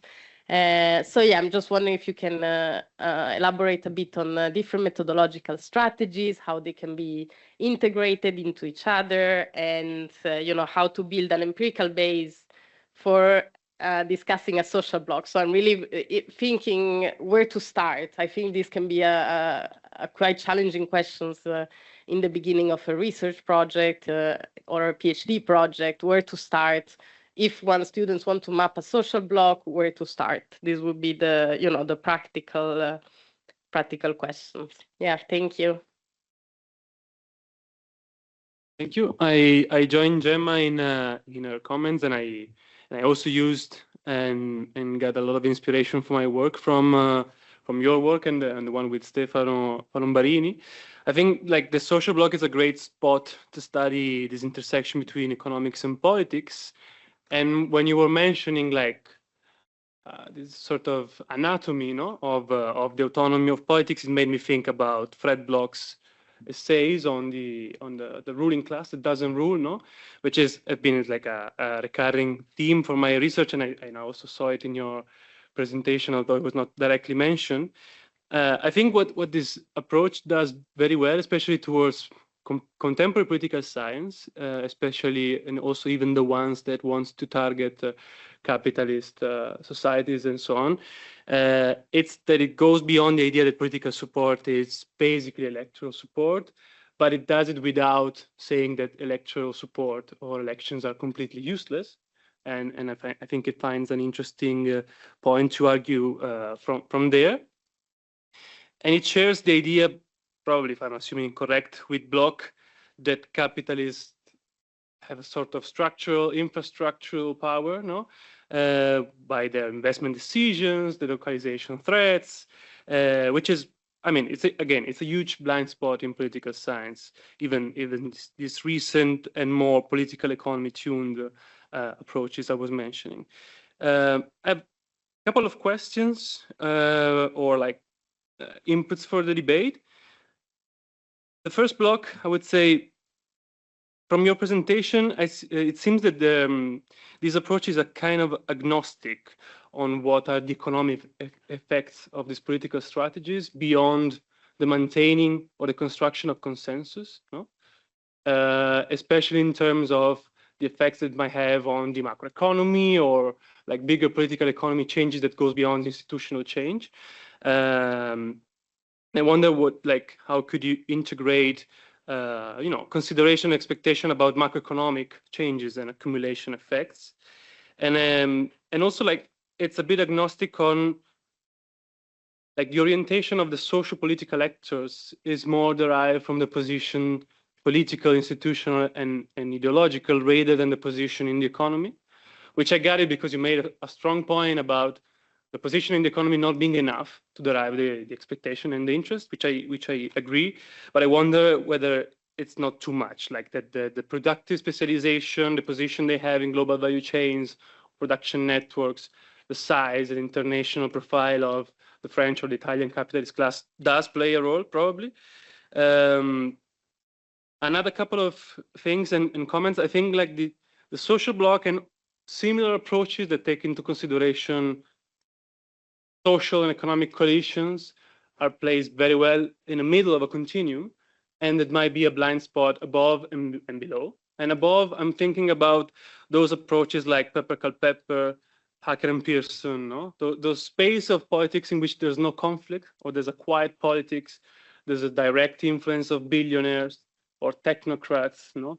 Which is very central to policymaking, but it's outside of a conflict area or a conflict arena, and below the effects of social and popular mobilizations that are outside of the electoral arena and maybe don't aim or don't want to be part of a dominant bloc, but they might still have, social movements and other kind of popular mobilization that might have effects on economic policymaking, even without having effects on a dominant bloc.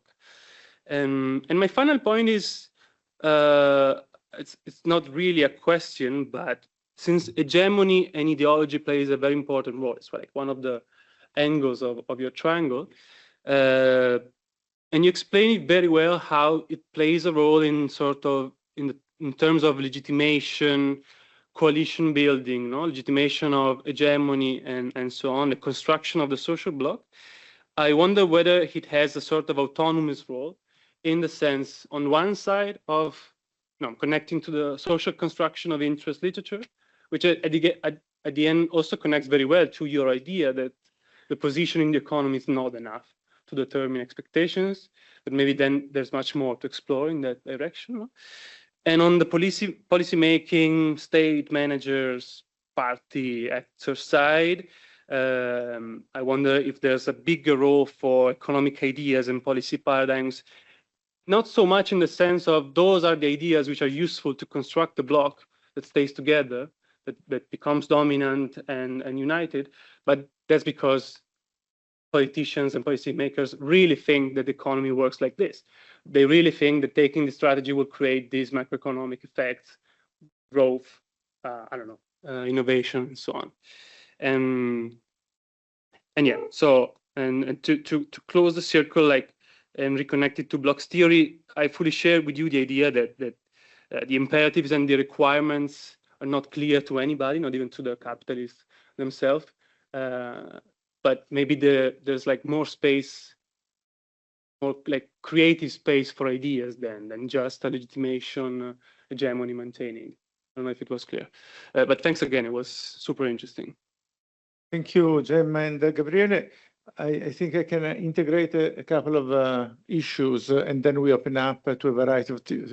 Clearly, your approach is very stimulating because it links up a lot of theoretical and practical challenges. So starting from Gemma's point, how do you do a PhD on this? Where do you think these dynamics is played out? Because you show data on the behavior of voters, looking at the policy preferences of voters. So one area is clearly anyway, even though voting is not the core of your interest, voting and electoral behavior is one part of where you can test some aspects. Another aspect could be the preferences about policy priorities and so on.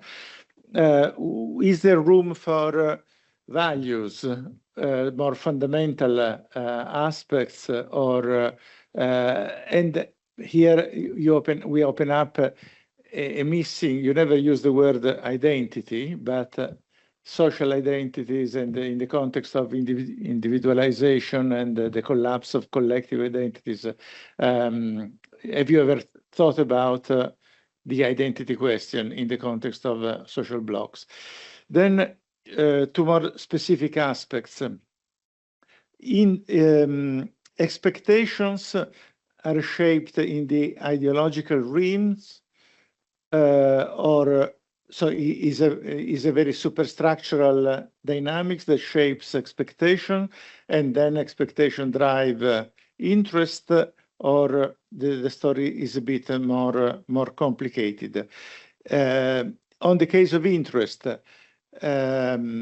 fighting climate change is in the common interest of everyone, objectively, but subjectively, we have very few people who put a very important weight on fighting climate change. So objective versus subjective interest, or long-term versus short-term.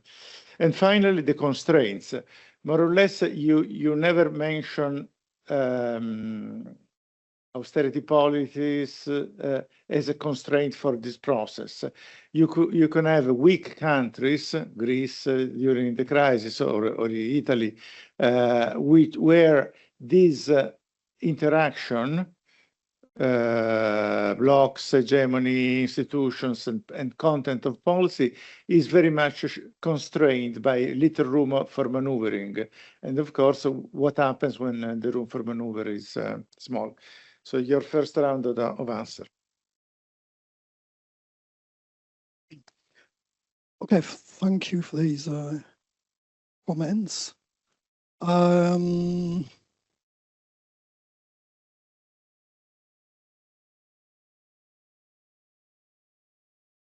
start in the order they were actually expressed.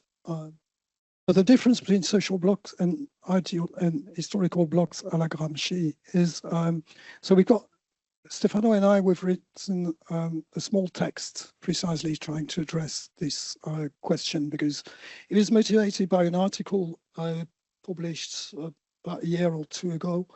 It was called, rather pretentiously, Taking Gramsci Seriously, or something like that. And they basically said that, yeah, if there is a block, it must be, if there is a dominant block, it should be just one. No, if there is a social block, it should be only one block. And the idea is that if there is a hegemonic block, there is only one block. And so we tried precisely to make the difference. First, to say that Gramsci's, as far as we understand, Gramsci's historical block, hegemonic block, historical block is not a coalition, is not a set of social groups. And second, if we want to make a comparison with that, we would say that there would be a hegemonic block when you've got a very numerous dominant social block where all groups would be dominant in every dimension we've mentioned. So historically, politically, obviously, institutionally, and ideologically. And those situations are very rare. Even Gramsci mentioned one hegemonic bloc, one, the Jacobin period in the French Revolution. So I mean, what we are talking about are not exceptions in the history of since. We are talking about everyday situations, etc. So it's definitely not the notion of the notion. Regarding the empirical question, what to use, I would say everything. Because when I studied France, the aspects regarding the expression of collective interests, the economic policy decisions, the positions of the different political parties, etc. All this, more or less, I knew, or at least I could have access to that. So I didn't need to do something specific. I just had to read the literature and actually use what other people had written about that and what I already knew anyway. What I didn't know was precisely what individual people thought about the economic policy decisions, the institutions, etc. Hence the use of those survey answers in order precisely to do that. So, I mean, what do we need to use? Well, we need to use absolutely everything that expresses interests, ideologies, and the effect of institutions on the situation. Groups regarding the question of the European integration, I'm not familiar with the. I don't know how to answer this question.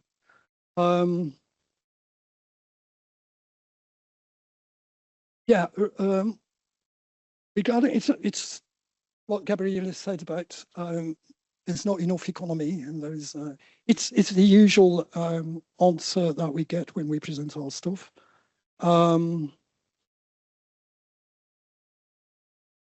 I would say actually it's because the way I presented it and the text I sent do not represent the entirety of this research program. Maybe the entirety of the research program is presented in the book, which was published in 2021 on a structural crisis in France, where you get much more discussion of the economic structure, of industrial dynamics, of productivity, etc. And the link with the elements I presented here are made more explicitly. Again, when I can't present the whole picture at the same time, but I've got the whole picture somewhere in my head, and even in some of the texts you've got the whole picture, but obviously not in article, rather than in which is also why I'm not applying that to talk about because I've written about varieties or diversity of capitalism. I can't apply that to a model of capitalism, such as, you know, the liberal market economies or something like that. In order to apply this grid, this theoretical grid, you need to have a rather good idea of all the elements you want to take into account, which is something you can't really do when you're doing competitive work involving several countries, which is why I apply that one country at a time and not to variety of capitalism, especially when it's very broad or vaguely defined as a coordinating market economy, for instance.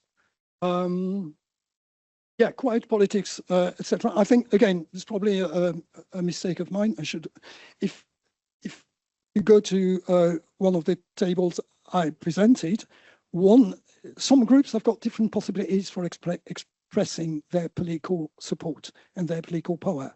And some of it is quiet. In the table, which I very briefly show there is some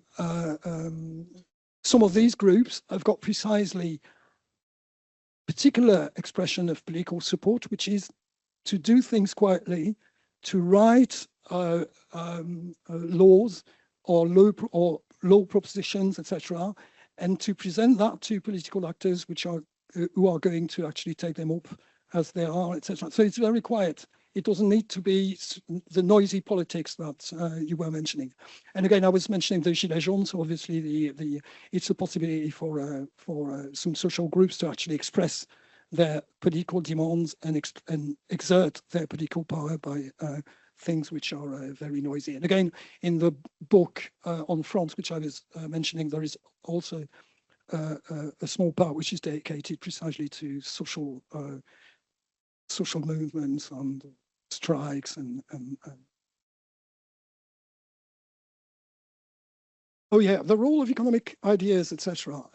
I'd be very Bourdieusian on this one, and I think I'm not betraying Pierre Bourdieu when I say that. He was saying that even the dominant are dominated by the dominant ideology, which is a word he didn't like. I mean, the dominant are dominated by their domination, which means that, yes, you're right. When the ideology is really dominant and not declining, the dominant believe that they're right. They believe that they're moral. they believe that they're doing good. Only when there is a discrepancy between what the ideology is promising and what it is delivering, that the dominant starts to actually question the basis of their domination, and even they start to question their view of the world. But he said that, Bourdieu said that about La Rochefoucauld. It's when the aristocracy starts to become cynical, precisely when the domination of the aristocracy is actually going down. And also it's something which is, and even, I mean, you could also say, and it's another thing that Bourdieu mentioned, is the fact that how much people believe in this ideology is also something which is hierarchical. There is a joke which is the following, saying that when someone is making an anti-clerical joke, the priest is frowning, the bishop is smiling, and the cardinal is actually telling a joke of his own. That's, you know, the distance you can have with your own ideology is something which is also depending on the position you occupy in the social structure.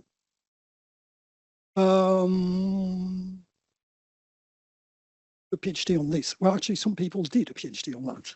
And it's an interesting. I've got a PhD candidate who is going to defend her thesis this coming Friday, and she applied our framework to a country which I had absolutely no idea or very little about, which is Colombia. And you can imagine, and it's interesting because, again, some people saying that, okay, you're talking about elections and electoral bloc, etc. It doesn't play such a big role in Colombia. And the exertion, the way social groups exert their political power can take forms which are very different from what we are used to in our societies. So when I was talking about physical violence and social groups, obviously there is a very important social groups in Colombia, the narcos, and their way of exerting their political power is by physical violence, it's by assassination. And they belong to the dominant social bloc, and they're dominated ideologically, you could say.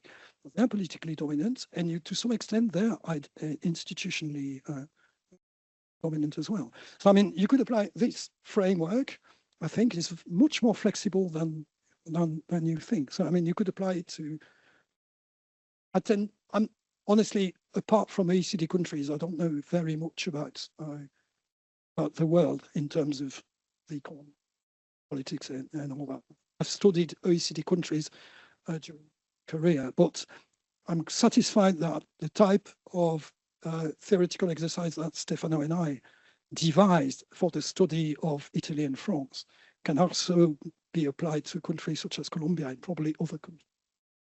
And also, it's not a set thing. It's something which is made to evolve and to be refined and to be changed, etc. It's something. It's not, you know, it's not a recipe that has got to be applied one for one to any situation. You can imagine. Yeah, regarding the collapse of collective identities, maybe it's also something which is it's a point which is on my slides, but I didn't mention it. The fact that the evolution of ideology, because those values, identities, etc., they are part of what we call ideology. The evolution of ideology is not simply an ideational thing. It's also depending on institutions, group structuring, and so on and so forth.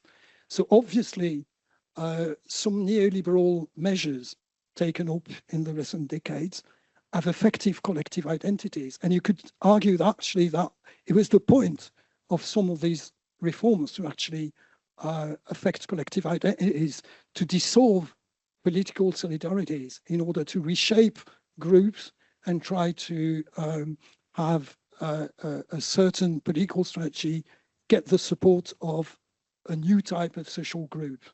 I mean, the whole point of the Macron strategy, for instance, in France, was precisely to dissolve the strategy between the educated middle class that was voting for left parties and the working class, and to dissolve those solidarities, those type of identities, was actually achieved through various reforms and measures, and to some extent it worked, even before Macron was actually.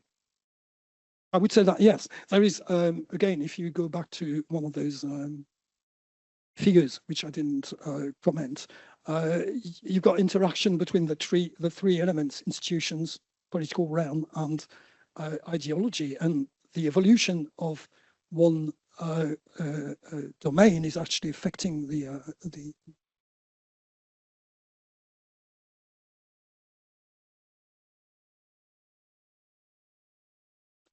weak countries and Greece and stuff. Actually, if I had time ahead of me, which I haven't, I'd say 5 or 10 years ahead of me, would extend this theoretical exercise in the direction of taking into account the international relation, which was also part of the original regulation framework, régime international. Okay, and precisely, you've got a bit of that in the last book we wrote, which is in French. It's not.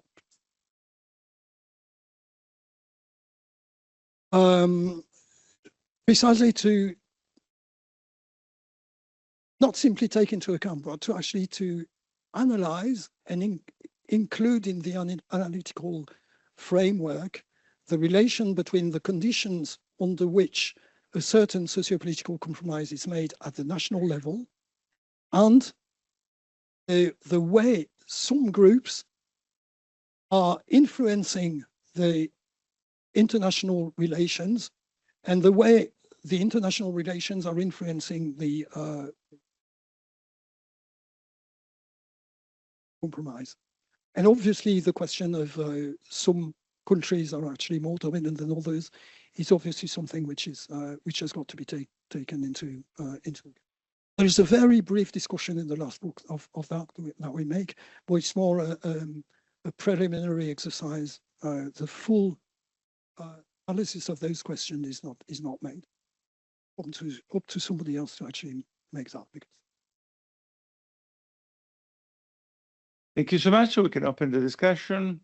Julia, let's start from this side.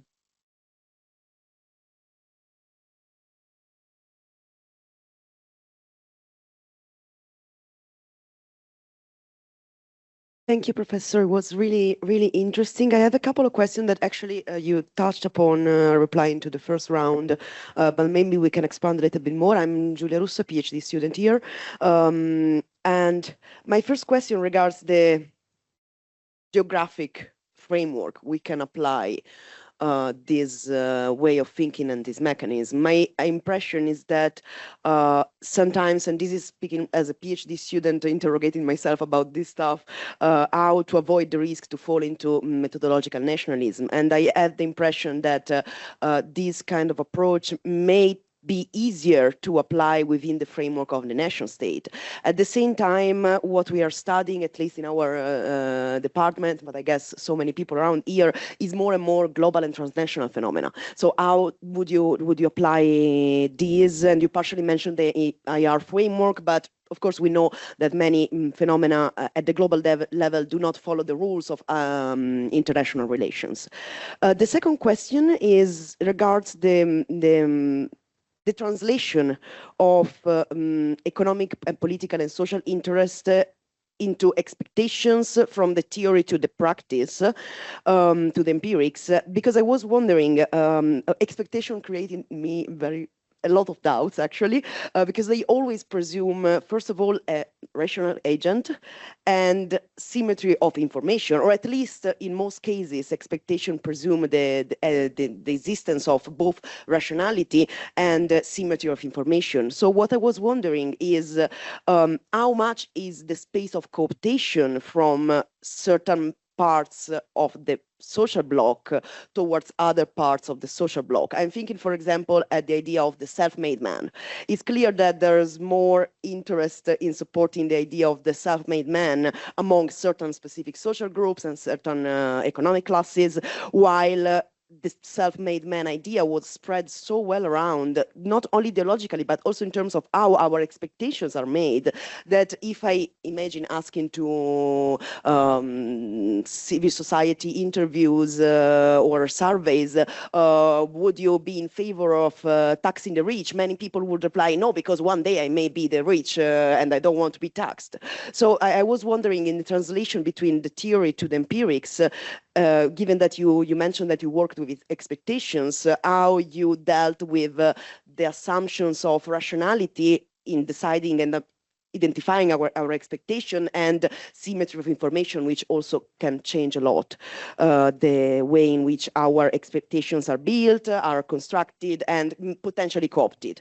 And finally, another question is just a clarification question. When you spoke about the fact that the logics of politics is different from the logics of economic power and economic relation, I was thinking, and especially it's not only the reproduction of capital accumulation, I was wondering, in which definition of capital are we applying in that case? Because if I think about capital as social relation, I do see, I'm of course speaking from Marxist grounds, I made it clear with this sentence, but I do see a convergence between the way in which the reproduction of capital as social relation and this accumulation can intersect with the logics of politics. Yeah, that's it. Thank you. Hello, Professor. My name is Marcel Artioli. I'm also a PhD candidate here. I was very interested to hear about your presentation. Thank you very much for everything. I have two questions. Echoing first the thing that you mentioned in the end, how do we see the international dimension on this level of political developments, right? And also, how do you see the role of state, right? You talk about institutions, but what is the definition about state? I think this is one of the crucial ideas that I have in my mind when I read your work, and I don't see like a very strict definition on state as well. This like to hear more about. And also the second question would be regarding about the climate change, right? How the social bloc would respond to the climate change, and how would a social bloc that would be progressist, as you and Palombarini use it to see the situation in French, what would happen if the new left bloc would seize power, right? And then what policies we would have from a progressist social bloc? Marcel is probably the closer to you in your approach, working on the blocks in Brazilian policy on international climate treaties.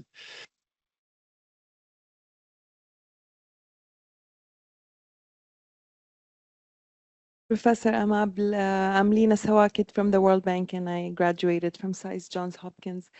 So I had a question about how this theory of dominant social, or framework of dominant social blocks, how it intersects with elite theory.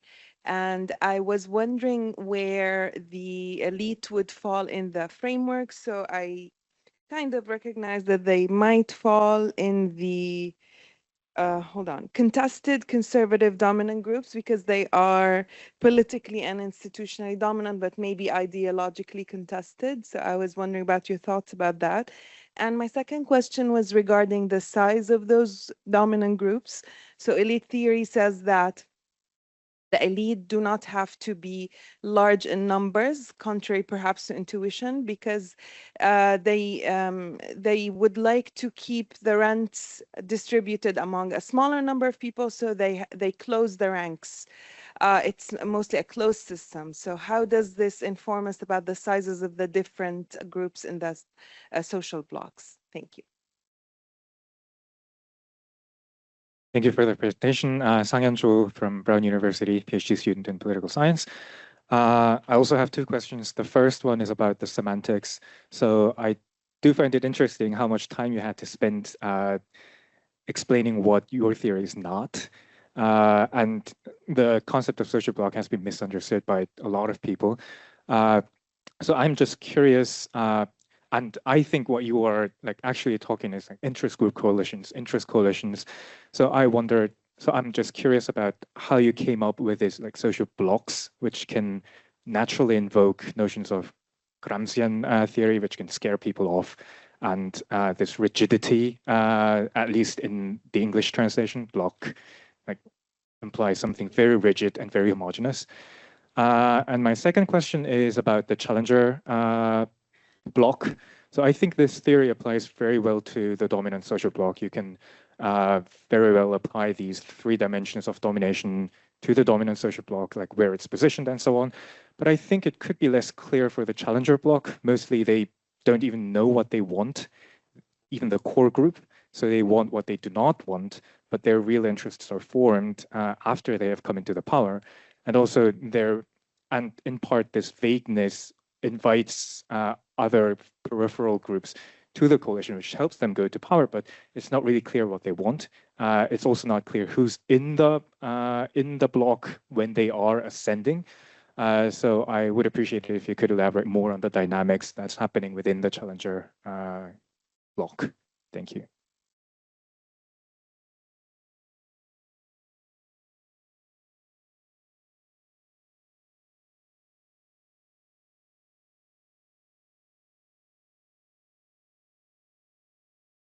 Yeah, on the regarding the geographical level, it was not entirely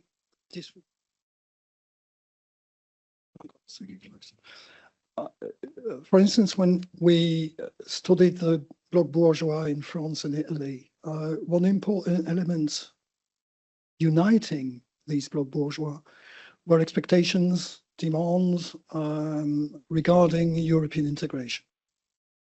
So, and it was also an important part of the political strategy uniting the bloc bourgeois to apply politics at the European level, to do politics at the European level and not simply at the national level, in order precisely to go around some of the obstacles that this political strategy could have met at the national level. So in a way, it's not simply global versus national, it's also, depending on the institutions, it could be at the European Union level, using the institutions that exist in order to form a compromise with political elements which wouldn't have been possible strictly at the national level, you know, to competition law being decided more or less at the European Union level. That was instrumental in implementing privatizations, which were instrumental in dissolving precisely some of the collective identities that exist in the working class, etc., etc. So I mean, the possibility of using other institutions than strictly the national level institutions, that was already something we took. And of course, it would be possible to go further in this direction and looking at the possibility for some groups, not simply to use the supranational or global level, but also to abstain from respecting the institutional arrangements at the national level or at the regional level. And of course, I mean, there's a certain hierarchy of groups. Some groups are able to do that or to partly do that, and others are not. And the way it is possible for some groups to actually evade from the dominant national compromise simply by, you know, abstaining from, and also going back to the European level. I mean, the type of fiscal competition that exists at the present day within the European Union is, of course, some part of the neoliberal economic policy strategy that some groups at the national level have got an interest in support. The issue of rationality is something which is subsumed in this notion of ideology. The word is not very satisfactory, but we use it for lack of a better word. It is the ideology is the way to conceive the world, and the expectations are precisely determined by the way this world is conceived and by what is considered to be reasonable, what is considered to be feasible, etc. So, I mean, they're rational in the sense of they conform to the dominant ideology, or they do not conform to the dominant ideology, but they conform to a certain way of structuring the visions about the world. So it's not the rational expectations of a traditional economic mainstream economics. And regarding the definition of capital as a social relation, yes, but even in Marxism, what you find is that at the end, in the end, there is always this constraint of capital accumulation and of valorization of capital, which is imposed to the decision taken by the political actors within a capitalist system. Even the most subtle of Marxists, in the end, there is always this limit, because otherwise they wouldn't be considered as Marxists any longer, I suppose, that they've got to say that it is capitalism because, yes, it is a social relation, but it is a social relation where capital has got to be valorized, has got to be accumulated. And this is this constraint that we wanted to get rid of. And that is in this way we're not taking it into account. That's but the fact that yes, it is a social relation is something that yes. Yeah. Oh yeah, the definition of the state. It's interesting because when we first presented our work a very long time ago, several decades ago, invariably we had a question: what is your theory of the state? And we didn't have a proper answer until recently. And the proper answer is we don't need one. Because we've got a theory of institutions, as long as we've got a theory of institutions, we don't need a theory of the state. And I think that people like, and in a way, we came close to someone we knew for a long time, but we didn't realize until very recently that we were actually very close to him. And that's getting old. British sociologist, British Marxist, Lancaster University.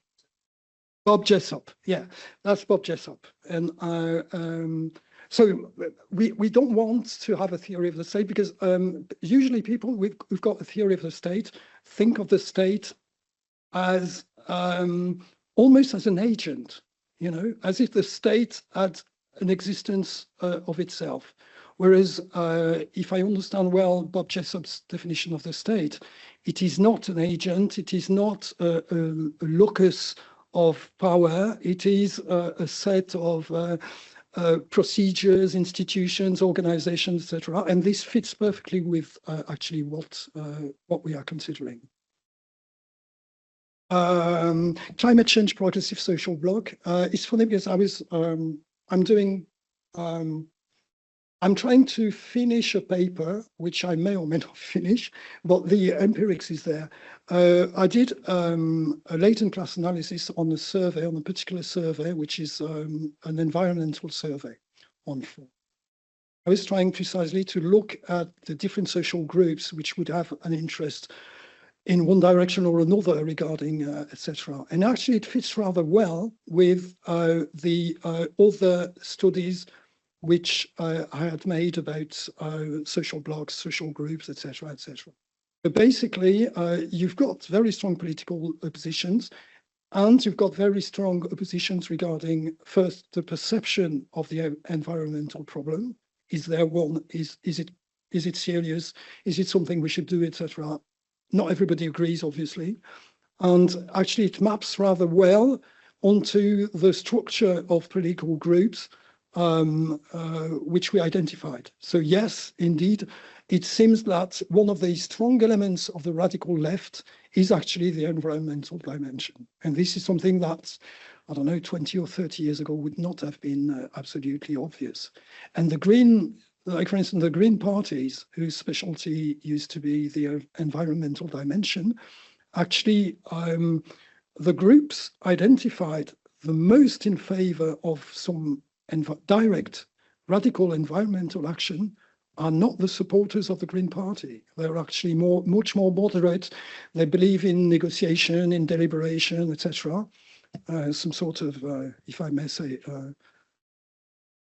Habermasian type of Greens, whereas the most radical are actually more in the radical left groups. So what they want to be, of course, is the sort of things that they would be in favor of limiting purchases of, you know, they could be a bit Stalinian in a way in their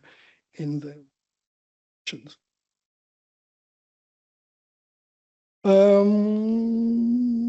Oh yeah, elite theory. I think probably what we tried to do was because we did that because we were not satisfied with elite theories, because we thought that they missed a large part of the social groups which would have a say or at least an influence in the type of political decisions regarding economic policy, economic institutions, etc. And we wanted to take that into account. So yes, elites would be one of the groups which you identified indeed. And as as it was presented here, they're not the only groups that matter, because even non-dominant in every dimension groups could have actually a role to play in the dynamics of political choices and institutional change. Yeah.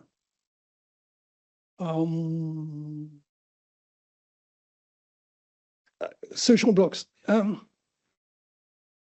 One idea maybe I should have more emphasized is the fact that our idea of social blocs is not, although we sometimes use the term, but the terms, the natural language is always tricky. It's not a coalition of interests because the social groups are not making compromises among themselves. It's a political action which is building the bloc. It's not that one group is negotiating with another group in order to form a coalition. It's not that. It is that there is a political action proposing a certain strategy, and groups may influence the strategy, obviously, but they adhere to the strategy or they do not adhere to the strategy. But there is no direct transaction between groups. And I think this is very different from a coalition of interests, the way it is seen in some quarters of political. And the idea of a challenger bloc, there is not always a situation where you've got a dominant bloc and a challenger bloc. You may well have a situation where you've got a dominant bloc and groups which are dominated, and there is no corresponding political strategy to unite these groups. The idea of two blocs, being in competition for power was the situation best describing France at the end, during the 1970s and the 1980s. In the 1990s, up to the 1990s. I argue after that, before that, there was no challenger bloc. And after that, you can say that both blocks had been ruptured, so that anyway, couldn't say that you would have to compete. When Stefano Palombarini knows Italy much more than when we studied Italy, also the situation was not a challenger bloc against a dominant bloc. There was dominant bloc and no challenger bloc, really. Thank you, Bruno. There were more questions. Antonio, who else? Salvatore. Right.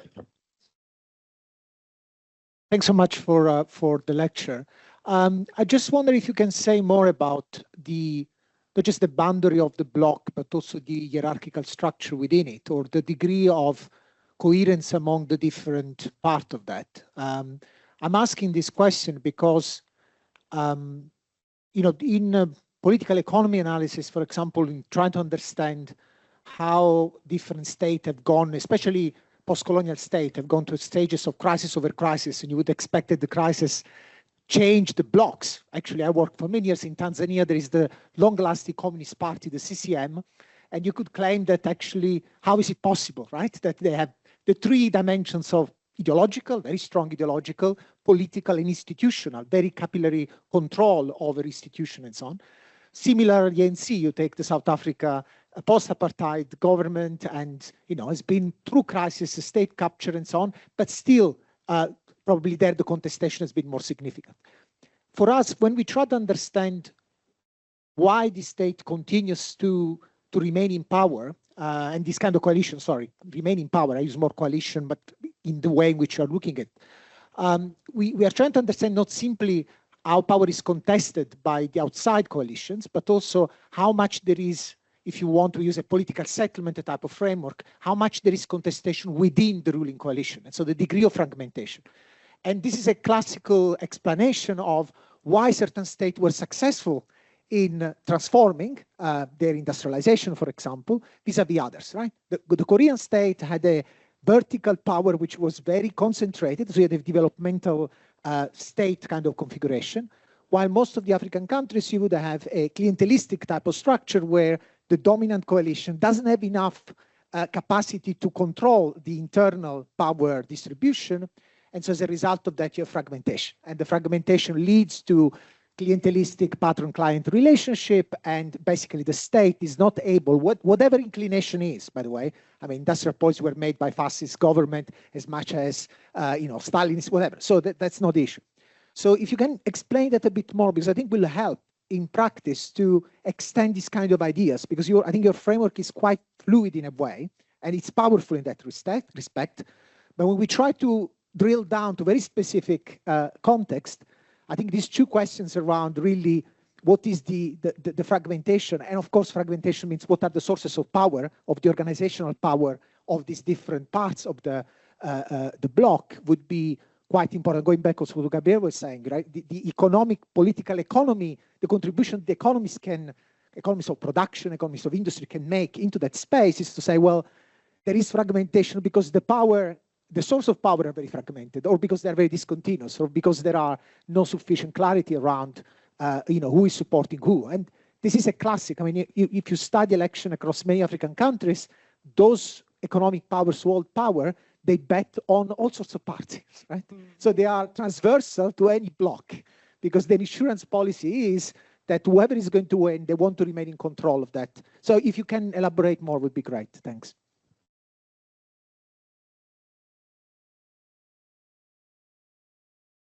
Thank you. I had a similar thought on Salvatore Morelli, Roma Tre University. I had one similar thought of Antonio on the boundaries between these domination categories, and in particular, if there is any hierarchy, at least in your mind, a theory, whether there is any structure of hierarchy of between the two, and also to inject a little bit of dynamics into this modeling, whether how you can permeate the boundaries of those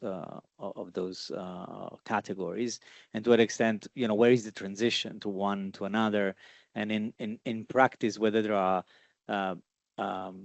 sort of common path to domination and common path to being dominated, so if there is any symmetry on that. So whether there is any empty cell, so the degree of interdependence between these categories. In your table, that was very illuminating. I was wondering to what extent the frequency is equally populated, or there is more, the role of this interdependency between these categories is such that you end up constantly with less populated cells.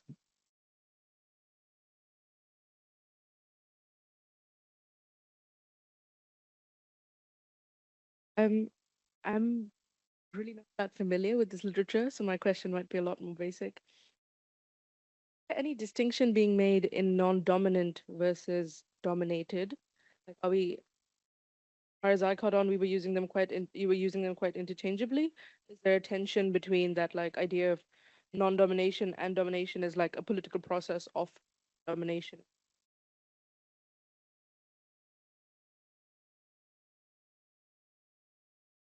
I also have two basic questions, if that's okay. Hello, thank you for your presentation. My name is Amalia, and I'm from SOAS London and SAIS Europe, Johns Hopkins Bologna. Thank you for your presentation.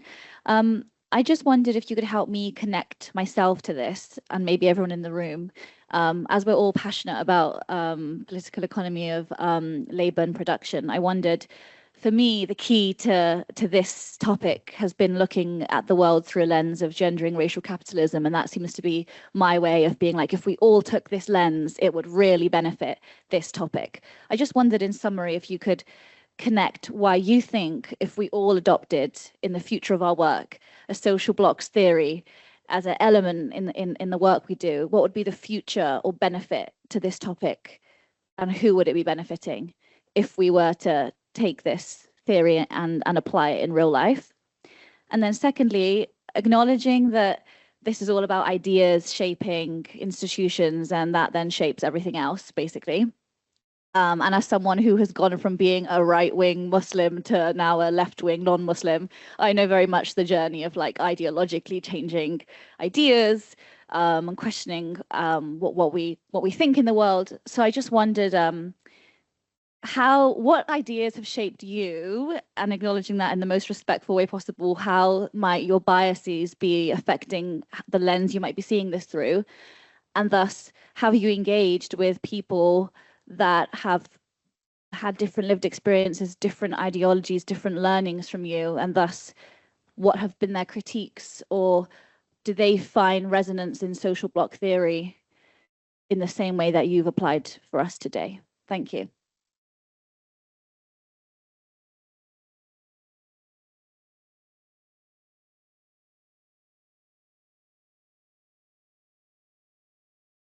Thank you so much for your presentation. So my name is Peter, and I'll ask in the context of Kenya, the question in the context of Kenya, because I'm Kenyan. So in 2022, we had elections. And so one of the party, so there were two parties, two coalition parties. And so the difference between the two parties was a margin of about 400,000 people, yeah? So the party which won the elections has been struggling to convince people that the decisions that they make, and which are based on their manifesto, are actually public policy decisions based on what, they sold out to people when they were campaigning. Yeah. So the first question will be, would political party manifestos and decisions actually form or become part of the public policy of a country? Then the second question is it an assumption that you are making that you can only have two blocks, so that is the dominant block and the subservient block? And I ask this in the context of, in Kenya, we have had in two instances, IMF trying to restructure debts, and this has not gone so well with the Gen Zs. So we have had protests and contestations by Gen Zs. So on one side, one group is saying we elected this president. On the other side, people are saying we don't elect this president. But then the Gen Zs come and say, we actually tribeless, we are partyless. So, and actually they send info, and also they send emails and Facebook posts when the president is going out to borrow loans and say, no, the president is not actually representing our interests as young people of this country. So, so in that case, who is the social bloc? Is it the people who voted for him? Is it this new Gen Zs?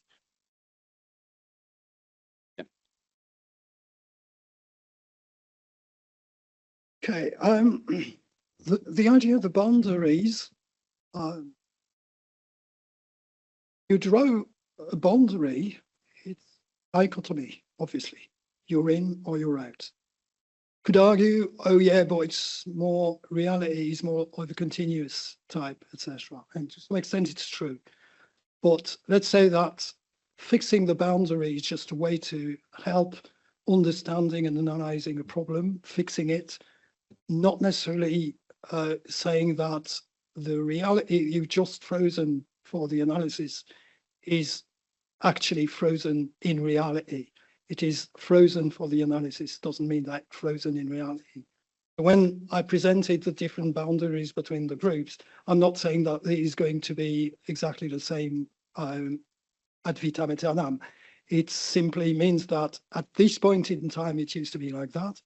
I'm using this I'm using those fixed points as a way to think about the dynamics, because I need a fixed point to actually understand what the dynamics is. So the idea about fragmentation, I mean, our whole point when we started to look at those things was to explain precisely the fracture of the left bloc in France. That was the idea. That was not to explain why the left bloc was successful, stable, etc. We wanted to explain precisely the fracture of the left bloc and within the bloc, the fragmentation within social groups, etc. So that was our question. But in order to understand that, we needed to actually have a framework where it was not broken. So in order to understand why something is broken, we need to have a representation of something which is not broken, because otherwise being broken is like the normal situation and there is nothing to, because it's always the case.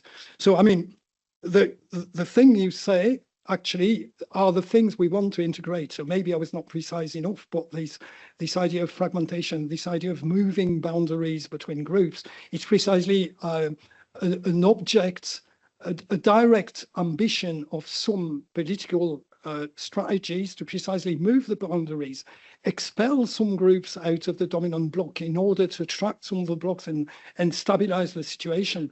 In the analysis we made of Italy and France, that was precisely this story which was being told, this narrative that we used in order, we used the theory in order to support the narrative we wanted to say about that. And being more precise, I mean, in order to be more precise, you have to look at the particular type of object which you analyze. In the case, I could go at very long length on France, less so on Italy.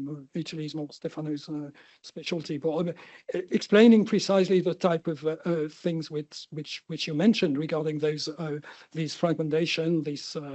I mean, for instance, it is quite possible for a group to be within the dominant social bloc, being perfectly, well, not perfectly, but being to some reasonable extent satisfied with the dominant political strategy, and yet still contesting because they want to push the political direction in a direction which the political actors are not willing to go along with, because actually they've got other objectives. So the objectives, even the objectives of the dominant group, are not necessarily the dominant objectives of the political actors supported by the groups in question. So I mean, I don't know if I'm very clear, but I mean, it's this. We made this whole construction precisely in order to explain that the support that some groups bring to some political actors doesn't mean that they're happy and they're not asking for more in some directions or less in other directions, and they're still unsatisfied, and the dynamics is precisely that they're going to push in a direction which the dominant political actors may be reluctant to follow for reasons which are purely pertaining to their own political strategy, and that's precisely the autonomy of well. And regarding hierarchy, I mean, probably I didn't insist, but you've got different definitions of hierarchy that we use. Social groups themselves have got a hierarchy of priorities. There are some demands which are more important than others. And when those demands are at least partially satisfied, then they're willing to bring, to an extent which may be variable, the political support that they're able to bring, be it voting, be it violence, be it whatever. So this hierarchy of expectations influences the decision that some social groups will take regarding the provision of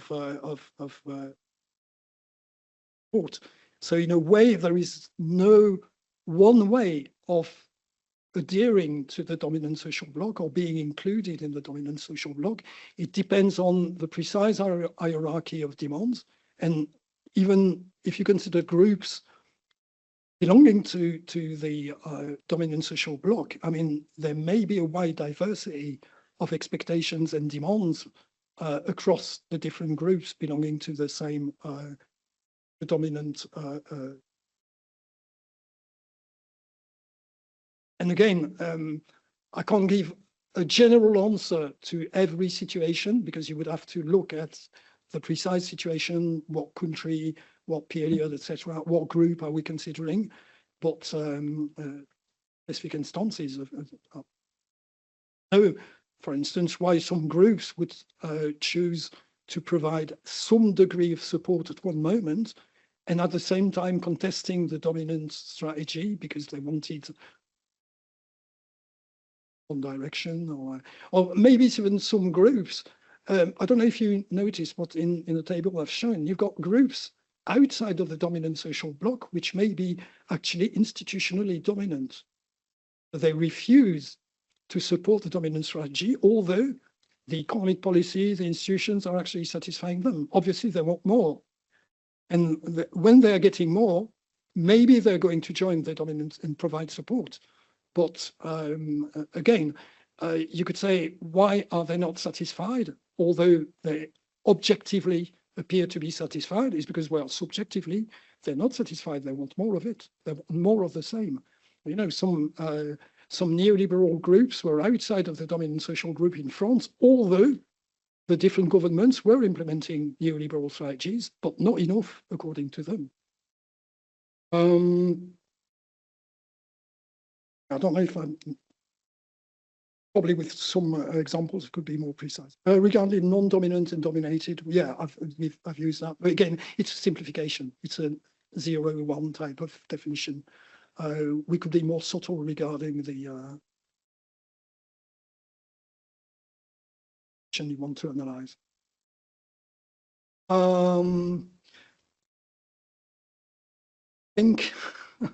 To think a very long time in order to answer your question.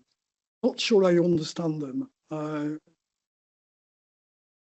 First, what we propose is not the general theory to be adopted by everybody to study anything. We were interested in institutional change, variety of economic, neoliberal strategies, etc. It doesn't mean that someone who is investigating necessarily has got to adopt this framework. It may not be time for that. So it's, regarding the biases, I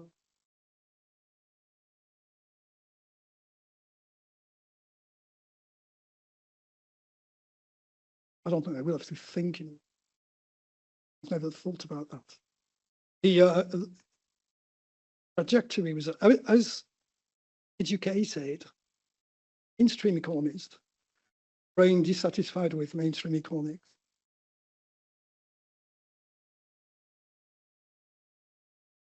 Any bias are made.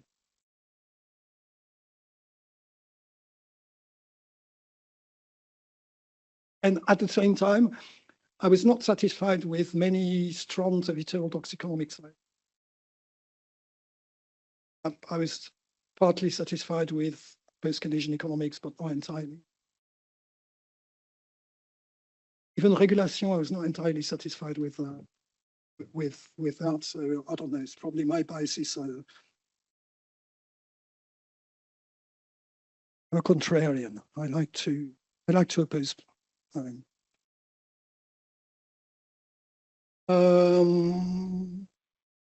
Yeah, about the manifestos, it's something I've used in the past. It's also something interesting to have a look at the precisely at the definition of the political strategy. Is something not recently, because I've been disappointed by the degree of precision that political parties have put in their manifesto in those, at least in the countries which I'm in. And only 2 blocks now. For instance, in France recently, when Stefano and I looked at it, we distinguished between 3 blocks. So the number of blocks is not fixed. It's not 1 or 2 or 3. Could be, you know,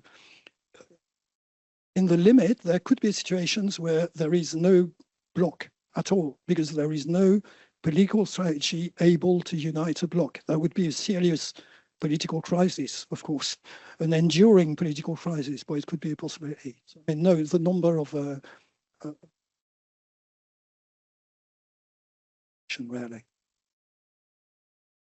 Merci beaucoup, Bruno. We have been stretching your framework in all different directions, from Brussels to Kenya to all to others. You were lucky. The discussion about the Trump social bloc will be done over dinner. Okay, so thank you again. I think this was a very successful, intense discussion, which was a good opening for our week. I give the floor now to Gabriele for practical things, and now we have a little break until 4:30 when we have the inequality story. I mean, the practical thing was announcing that we have a break, and then remembering, like, I think most of the participants declared if they wanted to come to the social dinner, but if you didn't, there's still some space, because we have a couple of withdrawals towards the end, and there's also space for all the speakers and discussants of today, and there might be additional space. So, like, for speakers of other days in the room, just let us know. We should be able to accommodate. So, who is not coming for dinner tonight? Raise your hands. Okay. Okay. So we are in the.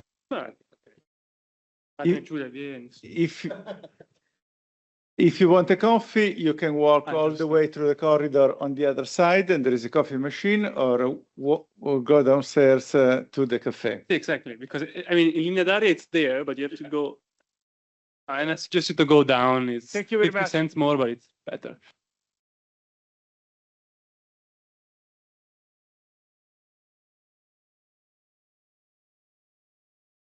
We move now to the section on inequality, more bad news on a macro dynamics, that we hope to be constructive in providing tools for understanding what happens. In this session, we have first Michele Raitano from Sapienza Università di Roma, Professor of Economic Policy. He has long worked on a variety of topics related to inequality, wages, labor markets, welfare states, including pensions, and has done extensive empirical work on income inequality and wages inequality. And then we have Salvatore Morelli, who is a professor of Scienze delle Finanze, or Public Economics at the University of Roma Tre, and has also extensively worked on inequality, has been in New York for a long time, and he has been focusing on wealth inequality and also on the policies that can address it. We have been, a number of our colleagues, postdocs here have also, and myself, also have worked a lot on inequality. So this is an important topic on which there is a critical mass of research. So I welcome Michele and Salvatore's presentation. I think we can take a few clarification questions after each, and then have a more general debate at the end of both presentations. Also during the presentation, some clarification might be. Michele, you have the floor. Thanks, Mario. Thanks also to Guillermo for having organized this very nice spring school. As you might notice from the title is over talking about the mechanism of income inequality. I consider that, especially because the class is made by students from various disciplines, also to clarify what we are talking when we talk about income inequality, because as you will see, also to understand the trends, but also the policy mechanism, it is very clear to have in mind what we are getting when with a certain measure, with a certain, when we are looking at a certain phenomenon, and what we are not looking at. So in my presentation, I will try to be as much as possible brief in the issues. First of all, I will focus only on income inequality, even if in a couple of slides I will refer to other dimensions, but I will focus on income. as the dimension, but it is important to anyway to preliminary to discuss inequality of what, also with respect to income, because what does income capture? To give you an insight about that, if you had, for instance, a country which cut consumption taxes on luxury goods, and to finance that, cut health care for poor individuals, you do not find any effect on standard data. So also to understand what are the drivers, what are the policy drivers, this is something that should be taken clearly in mind. And what is also important from my point of view is that apart from measuring a phenomenon, measuring the trend, it is important to look at the processes. The processes from 2 points of view. First of all, trying to understand which are the mechanisms which are creating why some individuals is more paid than another individual, because of abilities, because of network, because of non-competitive markets. But on the other hand, also understanding the processes, the mechanisms, because if we consider that the proxy of well-being of the individuals is the household income after taxes and transfer, what Mario showed you this morning, we need to understand what happens in each step to understand how fair or unfair is the process. And so I will also show, to give you some insights, some data for OECD countries and some further insights about Italy, not because we want to talk about the Italian case, but to understand what we are more in detail, what we are talking about. And at the end, I will give some insights about the drivers, the standard common drivers, the conventional wisdom, and also what are maybe the most important drivers, also considering some policy implications about that. So about the concept, I use that slide for an advertisement for a recent book that I wrote with Maurizio Frenzini recently, that is called Cliché About Inequality, that is Eguaglianza oltre i luoghi comuni in Italian, because it is important remembering that the focus on inequality, why we should focus about inequality. Many times we argue that inequality is not a problem because the problem is poverty, the problem is equality of opportunity, or inequality is good for economic growth. In our view, what is important is to discuss inequality mechanism, the process, and whatsoever. It is important, first of all, because we have some ethical judgments about what is the distribution, of course. Of course, so from that point of view, it is important that we have clear in mind that we have ethical judgments about individual economic well-being, a part of what we can measure through income. So income might be a proxy, but it is important. But it's also really important to understand the process that is shaping inequality. If we have, as for instance, it seems happening in Italy, that inequality does not increase because the youngsters cannot afford to live alone. They are low-paid individuals, but they remain in the origin household because of that. Is it a fair process or is it an unfair process? Or if you have certain inequality that is high because those individuals who have the same opportunity to study, some to study more, earns more, or with respect to a country that is full of nepotistic behaviors or undeserved outcomes by the individuals, the processes are completely different. And so we need to understand the process in some terms to understand how much acceptable might be a certain distribution. And of course, we are also interested in the second part of the analysis that has been also dealt with in this day, the consequences of a certain inequality level. The consequences in terms, of course, of economic growth, but also in terms of democracy, in terms of the climate change, the environmental issues, and so on. So I will not focus on the 5 cliches that we notice in our book, but mostly I will focus on the first one, that is, many times we heard someone, especially in the policy debate, arguing inequality is not a problem because if you look at the data, also today, this morning, new data about Italy has been published by the Italian Statistical Office, inequality is not rising. So why still focusing about inequality if it is not rising? Other issues is inequality is good for growth. I will skip that part because it is clearly at odds. All these cliches are completely at odds, but I will not, for reason of time, I will have no time to discuss that, but it is a standard wisdom arguing about the so-called trickle-down hypothesis. The richer are the rich, the more they trickle down to the other individuals, independently of considering alternative, maybe possible distribution, which might create a trickle up from the bottom also to the other individuals. There is a standard, very, very old-fashioned argument that individuals are paid according to their merits, but no markets might pay individuals according to the merit, at most according to the endowments of the individuals that are completely different from the merits. Another type of argument that is done is that we should not focus on inequality. We should focus on what are the serious issues about distribution: poverty, the bottom tail of the distribution, or equality of opportunity, the fact that individual outcomes do not depend on social background of individuals, on the origin of individuals, on the circumstances. But clearly there are manifests of inequality.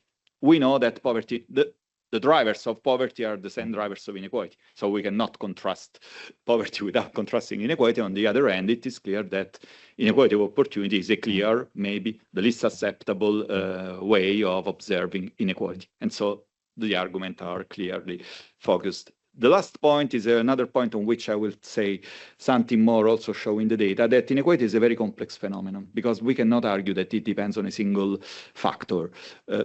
Those of you who work on microdata, for instance, know that if you run a micro regression and you consider a single factor, as much as possible important it is, the gender, the race, the education, you look that the R square is very, very small, 3–4%. It means that we have a lot of inequality within groups, being the same characteristics of the individuals. And this is also important to inform the policy. We do not have simple recipes, but we can try to understand the strategies with respect to the policy implications.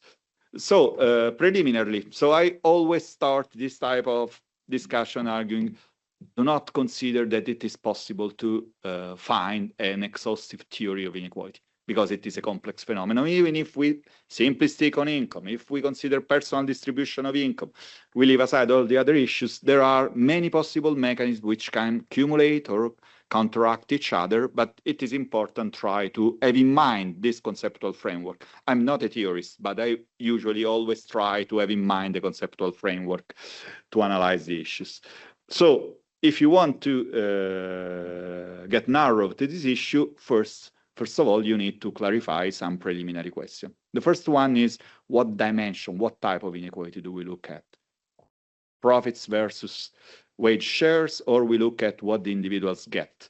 The second issue is, what are pros and cons of income, which are important to understand actually what is happening, according to what I will say you later. Also, what is important is that because of data limits, usually we refer to annual data, to monthly data to analyze inequality, but it's also important to look at what happens from a longitudinal perspective. The same distribution might become also in terms of policy reactions by the individuals, in terms of perceptions, completely different if inequality is a persistent rather than a temporary phenomenon. The stepping stone hypothesis that you start being a precarious worker and then you have a very happy career is completely different from a society where differences among individuals are frozen over time. And we have a lot of data, recent data that allow that show that in all countries inequality is highly persistent.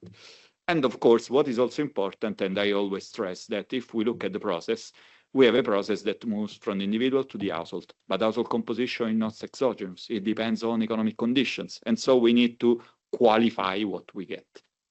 Data is a starting point. It's not the final outcome of our research. We need to interpret what happens with the data. I will focus on personal inequality, not because factor shares are not important. Factor shares are very important also because they capture a major mechanism driving inequality. If we think to the Piketty R versus G equation, it is referring to factor shares. But for instance, what happens in recent economies is that we observe a steep increase of within sources inequality, within workers inequality. Okay, we can consider that CEOs are not workers, even if they receive their starting wage anyway from work. Then they save a lot and they become much richer. But also what observe is that it's not so simple to link in current societies. For instance, there is here Roberto that is working on this difference across the households, capital income and labor income, especially capital income to the households. And so what is the link, especially if profits are stored in the firms that are not observed in personal distribution? There is also one issue that, as I told you, it is really important to consider what happens to the individual and what happens to the household. If we look at factor shares, we are looking in a certain way to mean wages independent of household composition. And so household composition might augment, amplify, or reduce this issue. And finally, redistribution is important, but not only redistribution, private pensions is important. In private pension, what is private pension? Capital income? Is it market income? Inheritances? Salvatore will talk afterwards about wealth, and he will talk about that, but we need to consider that the picture is very complex, and we need to be aware of this complexity, standing that anyway, the power, as Mario also said this morning, the power relationship between capital and labor is one clear main driver about that, independently of that. As I already told you, we are interested in equality not because, as economists, we look that income is the dimension of everything, but we are having in mind an idea of socioeconomic well-being of the individuals. And if we have in mind an idea of socioeconomic well-being, there are other possible measures which might be composite, will be also non-monetary dimension. But if we consider income, the question is income an exhaustive proxy of individuals' economic well-being? Is income both in levels and especially in trends, in changes over time, and able to capture what is happening? And this is, as we will say afterwards, is clearly in relationship with the idea, can we argue that inequality is not an issue if it is constant?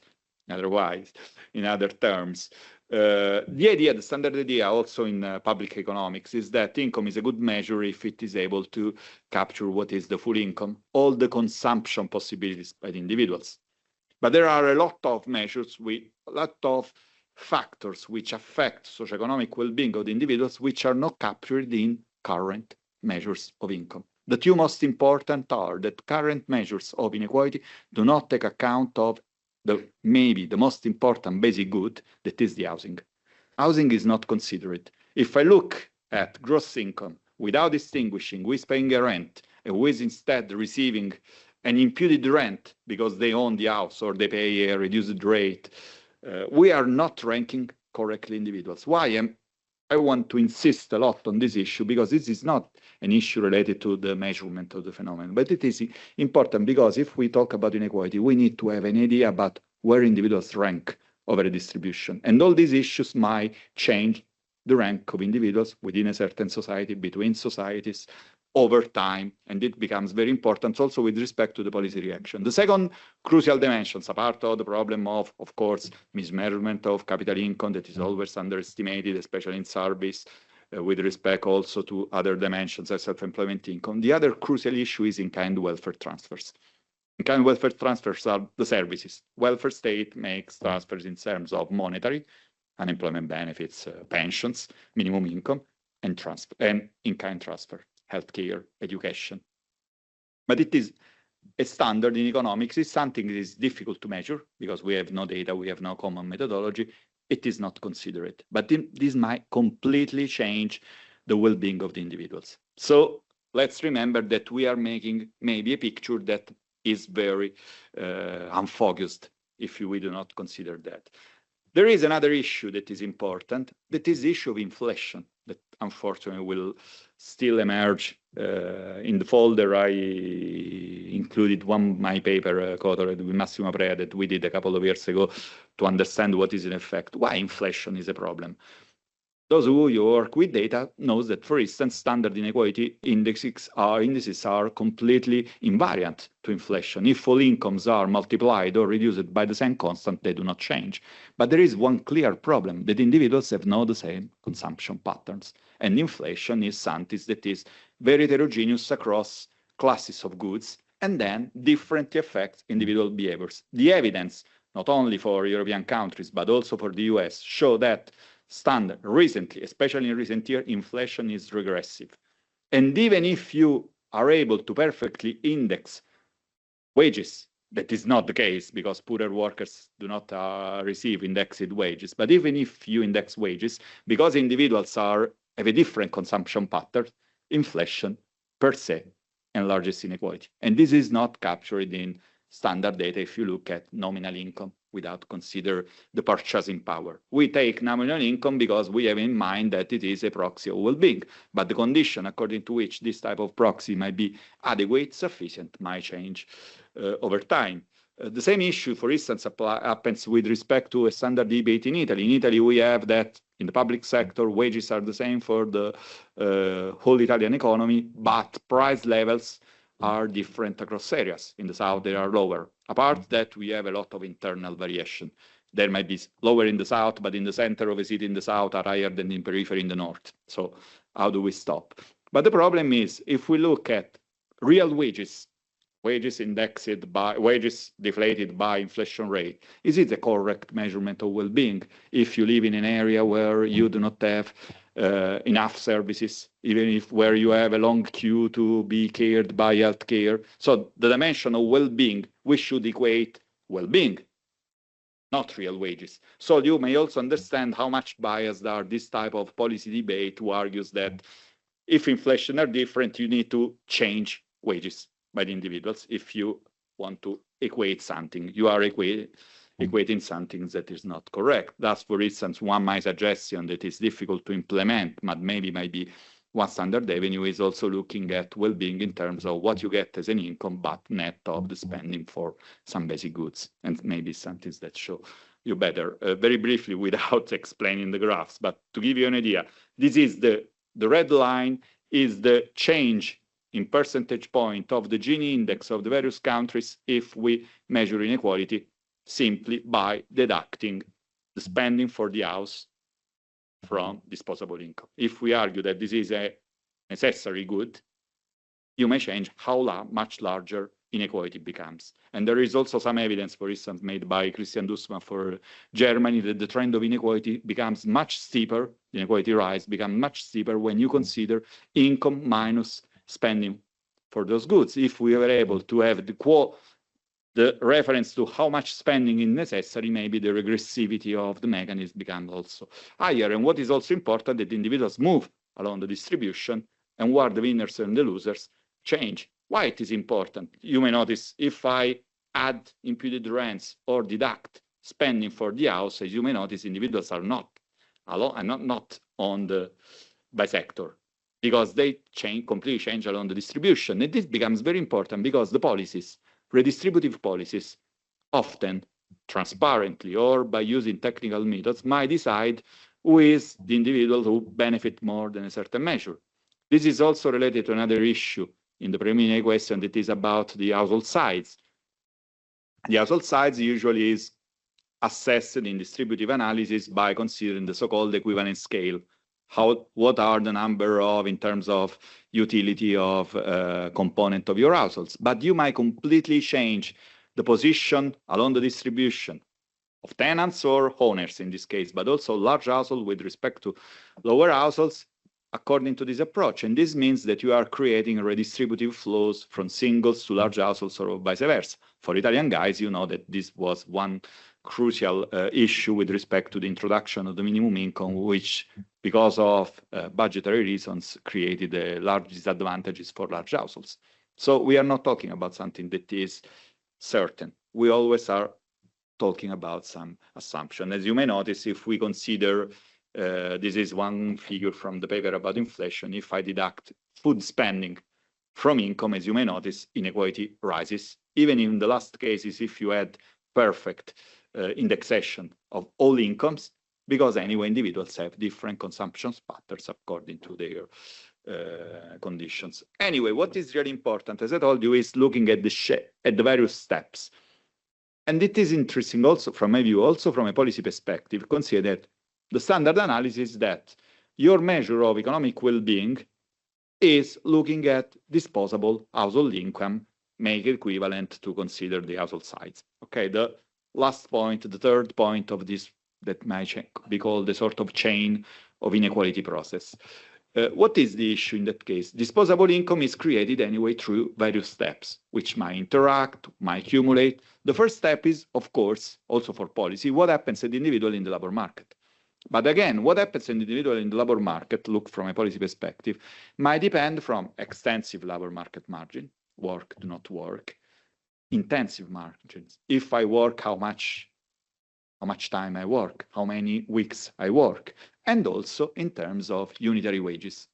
Economists, our colleagues, usually only focus on unitary wages because they have in mind the standard textbook where individuals are paid according to productivity and the hours depend on individual choices and so on. But it is not the case, and it might create very large inequality. And as you can understand, the policies might, for instance, intervene on all these dimensions: unitary wages, to minimum wages, but also on working times, on contractual arrangements, flexibilizing or regulating the labor market.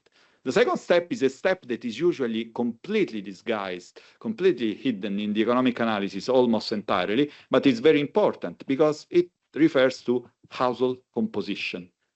For instance, what is found in most countries is that, especially in the first phase of development, fostering female participation rates is inequality enhancing, because there is a selection of those who start working. So for instance, again, a simple idea may be, okay, increase the number of workers, but if you increase the number of workers favoring those who are already richer, you obtain that. And the same is if you increase the participation to capital income, because the participation to capital income favors those households who are relatively richer. And so what happens on the whole in the markets, because of marriage homogamy, because of this type of mechanism, is important. And the society where we live is a society that, because of many mechanisms, favors intergenerational transmission of advantages also through marriage homogamy. Similar matches with similar. The third step is through standard redistribution, taxes and transfers. Okay, of course, we should consider any type of taxes, any type of transfer. Standard data do not consider indirect taxes. Standard data do not consider in-kind transfers, so they are losing half of the spending and the revenues that you have in the budget. But what is really important is that be also careful that, for instance, Mario showed a graph that I will also show the comparison between market Gini and disposable Gini. But be careful that in that moment, there are pensions. What is a pension? It depends on institutions that you have in a country.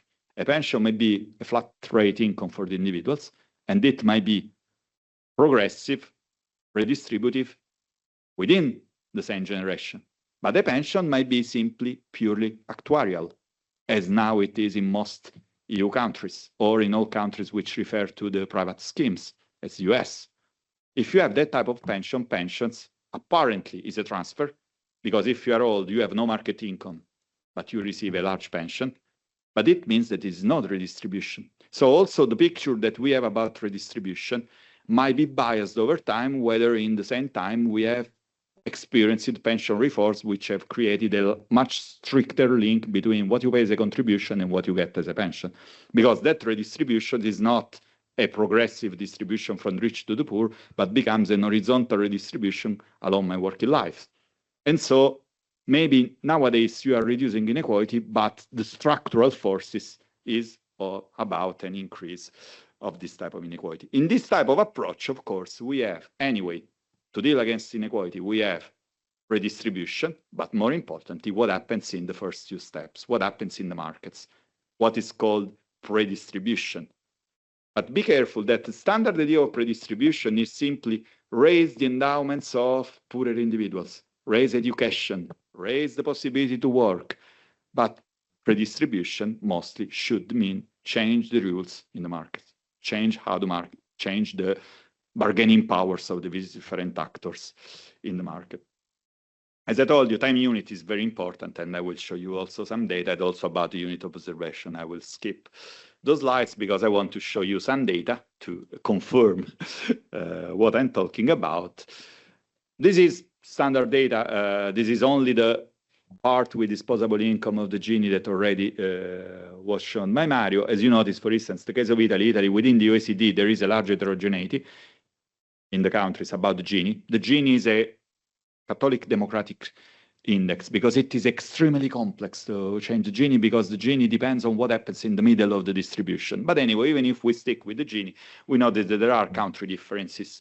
But anyway, what is important is that if you look at a longer time trend for 6 major countries, and sorry, because I didn't find the original source of this graph, I have 3 graphs with the labels in Italian, but I guess they're understandable. We refer to equalized disposable income, Gini. And in this case, we notice that even if with different time trends in all countries, we experience an increase in inequality. There is a sort of convergence because inequality, the Gini rose especially in Denmark and in Sweden, but country differences are very large. But in Italy, incredibly, we know that in Italy, we all talk about a rise in inequality. From the middle of the 90s, the pattern, the trend seems flattened. It is not. Thanks for the observation. These are data from the OECD. It means the data more or less close to that period. because not all countries have the same survey in the same year. But anyway, if you look at the pandemic period, paradoxically, in Italy, inequality has reduced because of the effect of social spending. Exactly. But if you look at a longer time trend, taking data from the Bank of Italy survey, it seems that in the last 25 years, nothing has changed. And so we might corroborate the idea of those who argue inequality is not rising. Why is it a problem? I make the example about Italy, but the same type of example matters for all countries. Because, first of all, can we be optimistic? I had, for instance, one debate, one very frank and interesting debate, one with the most important economists in Italy maybe working on these issues, Andrea Brandolini, that argues, anyway, income inequality is not rising. So the problem is maybe about wealth or is maybe about other dimensions. So maybe we optimists. First of all, if we take EU 27 countries, Italy is among the countries with the highest level. So I cannot worry only about the trend without discussing the levels. But about from that, before concluding that we have a gap between the perceptions and the reality with respect to inequality, be careful to two aspects. Can we completely trust about the data? And the second issue, can we completely trust that the data, that the income dimension that we have perfectly capture the economic well-being of the individuals?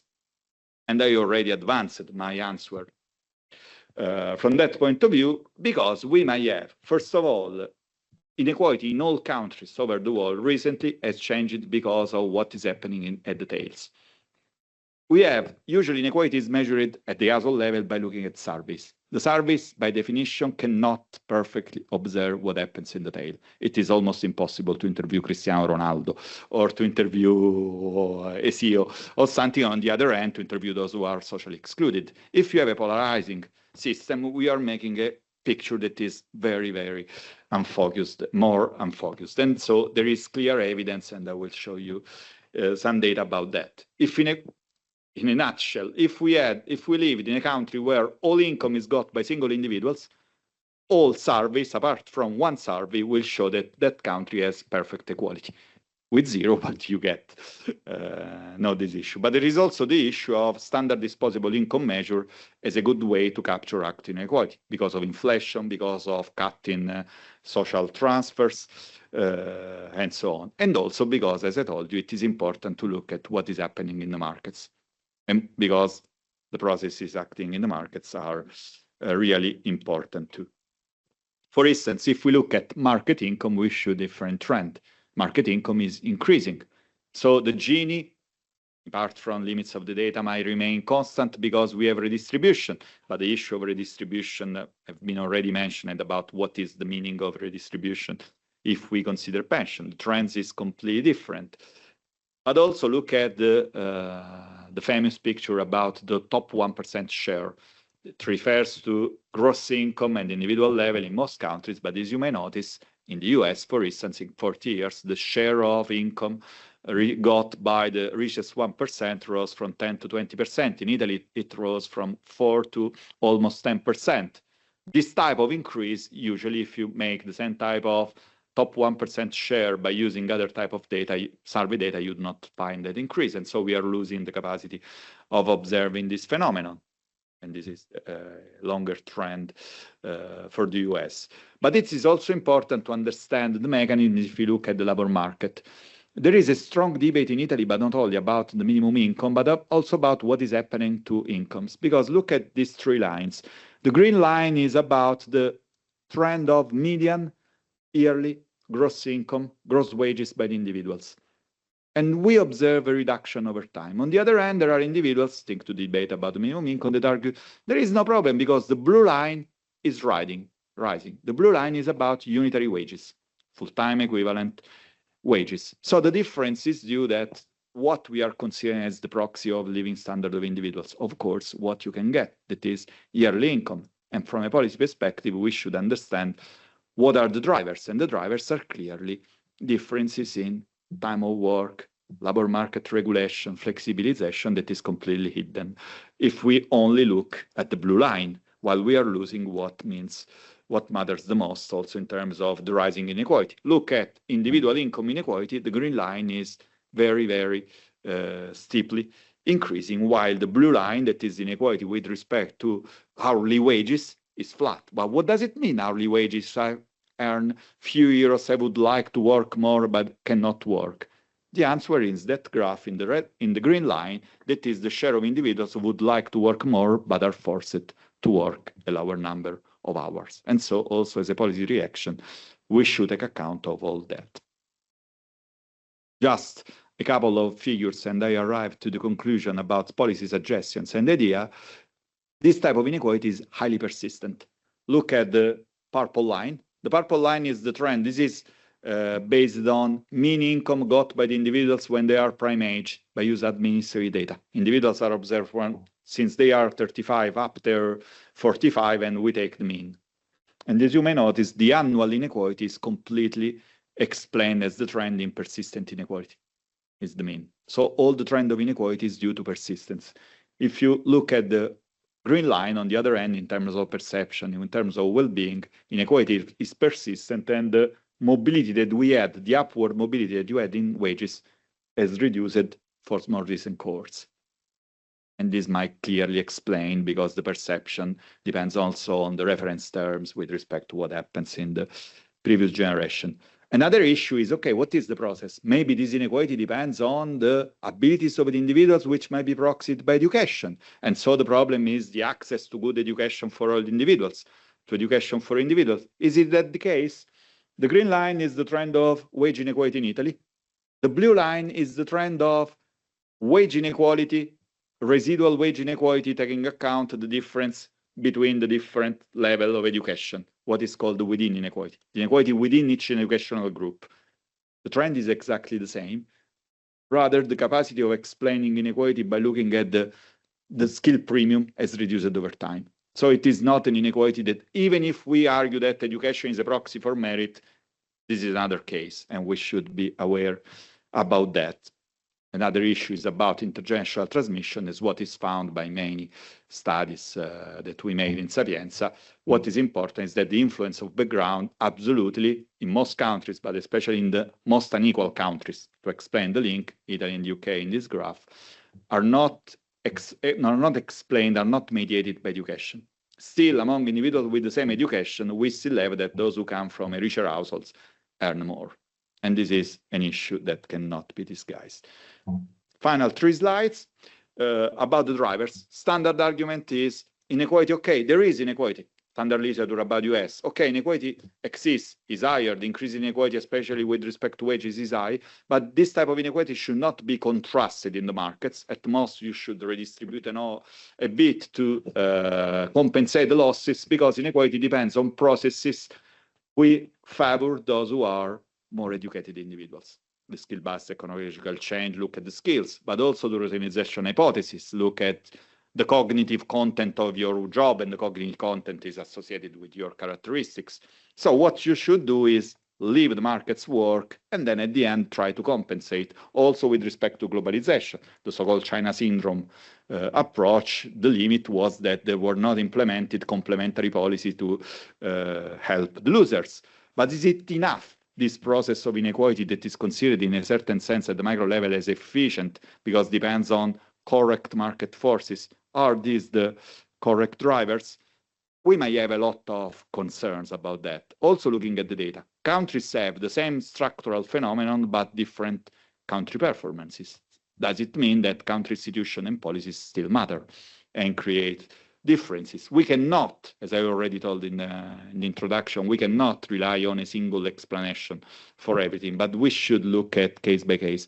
Another issue is that inequality, the most prominent trend in most countries, is rising in the top 1%, top 0.1% share. But what is important is those individuals earn income, at least initially, from labor. So they are top earners first. And there are standard theories argue that top earners are those, the winner takes all, who take all because they exploit the technology. But there is a lot of evidence that top earnings depend on power again. And so top earners depend on how the markets work. But again, inequality, there is clear evidence that the inequality only in a limited way depends on abilities independently of equality of opportunity.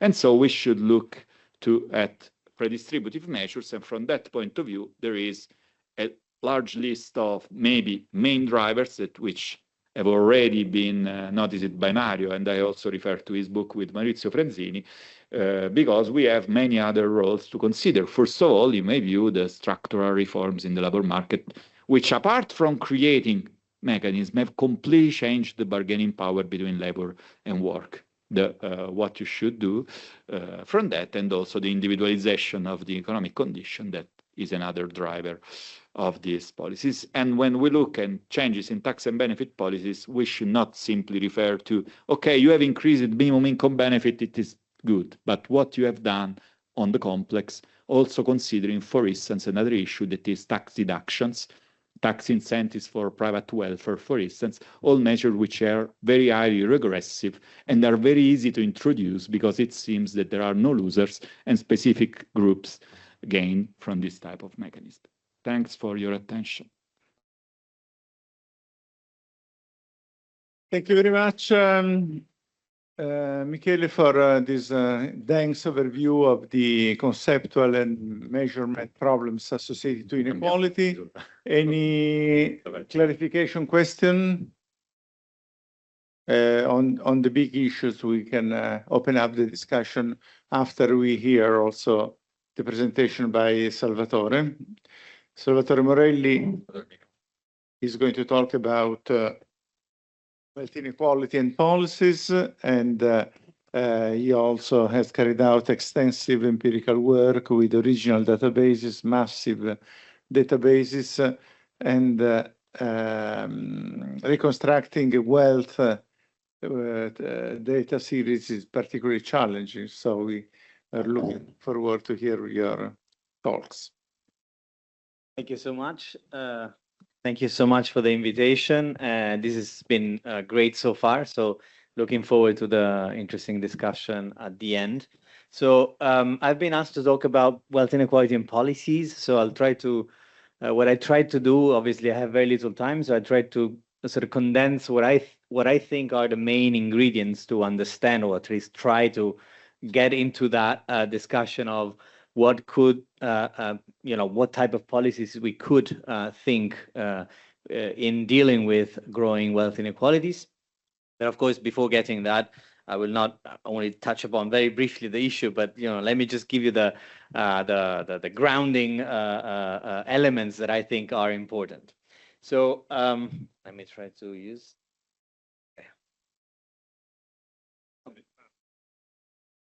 Okay, so first of all, let me say that wealth has been attracting a great amount of attention, a tremendous attention over the past decades for a variety of reasons, and it's been back on the agenda. And there's been considerable amount of developments in research, in policy making, in empirical and theoretical methods to understand better the issues of distribution of wealth. And there has been two main impetus to this change. First of all, the Great Recession acted as a natural catalyst of attention.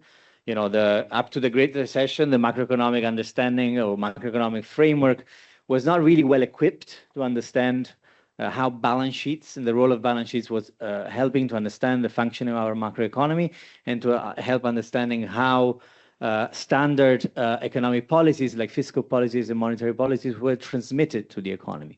And in fact, after that, there's been a great, tremendous development in understanding how the heterogeneity of wealth holdings and indebtedness shaped our understanding of economy. After all, the Great Depression was the result of a debt-financed boom in consumption and housing bubble, which then ended up to be burst. And so the distribution of debts and liabilities was fundamental to understand how the crisis played out. And then, of course, we had the landmark book by Thomas Piketty, who helped us understanding more the long-run trajectory of the growing importance of wealth and household wealth and inheritances in understanding how our economies and capitalist economies are being transformed into what he called patrimonial capitalist societies, where parental wealth is playing a bigger and bigger role in influencing the lifestyle and chances of individuals. But even before the Great Recession and before Piketty, there has been a growing interest in this topic, and the global structural transformation of capitalist societies were such that there has been already a lot of interest in the topic. Let me just give you a quotation from a fellow citizen, Mario Draghi, who at the time was not the governor of the Central Bank of Europe, but was the governor of the Italian Central Bank.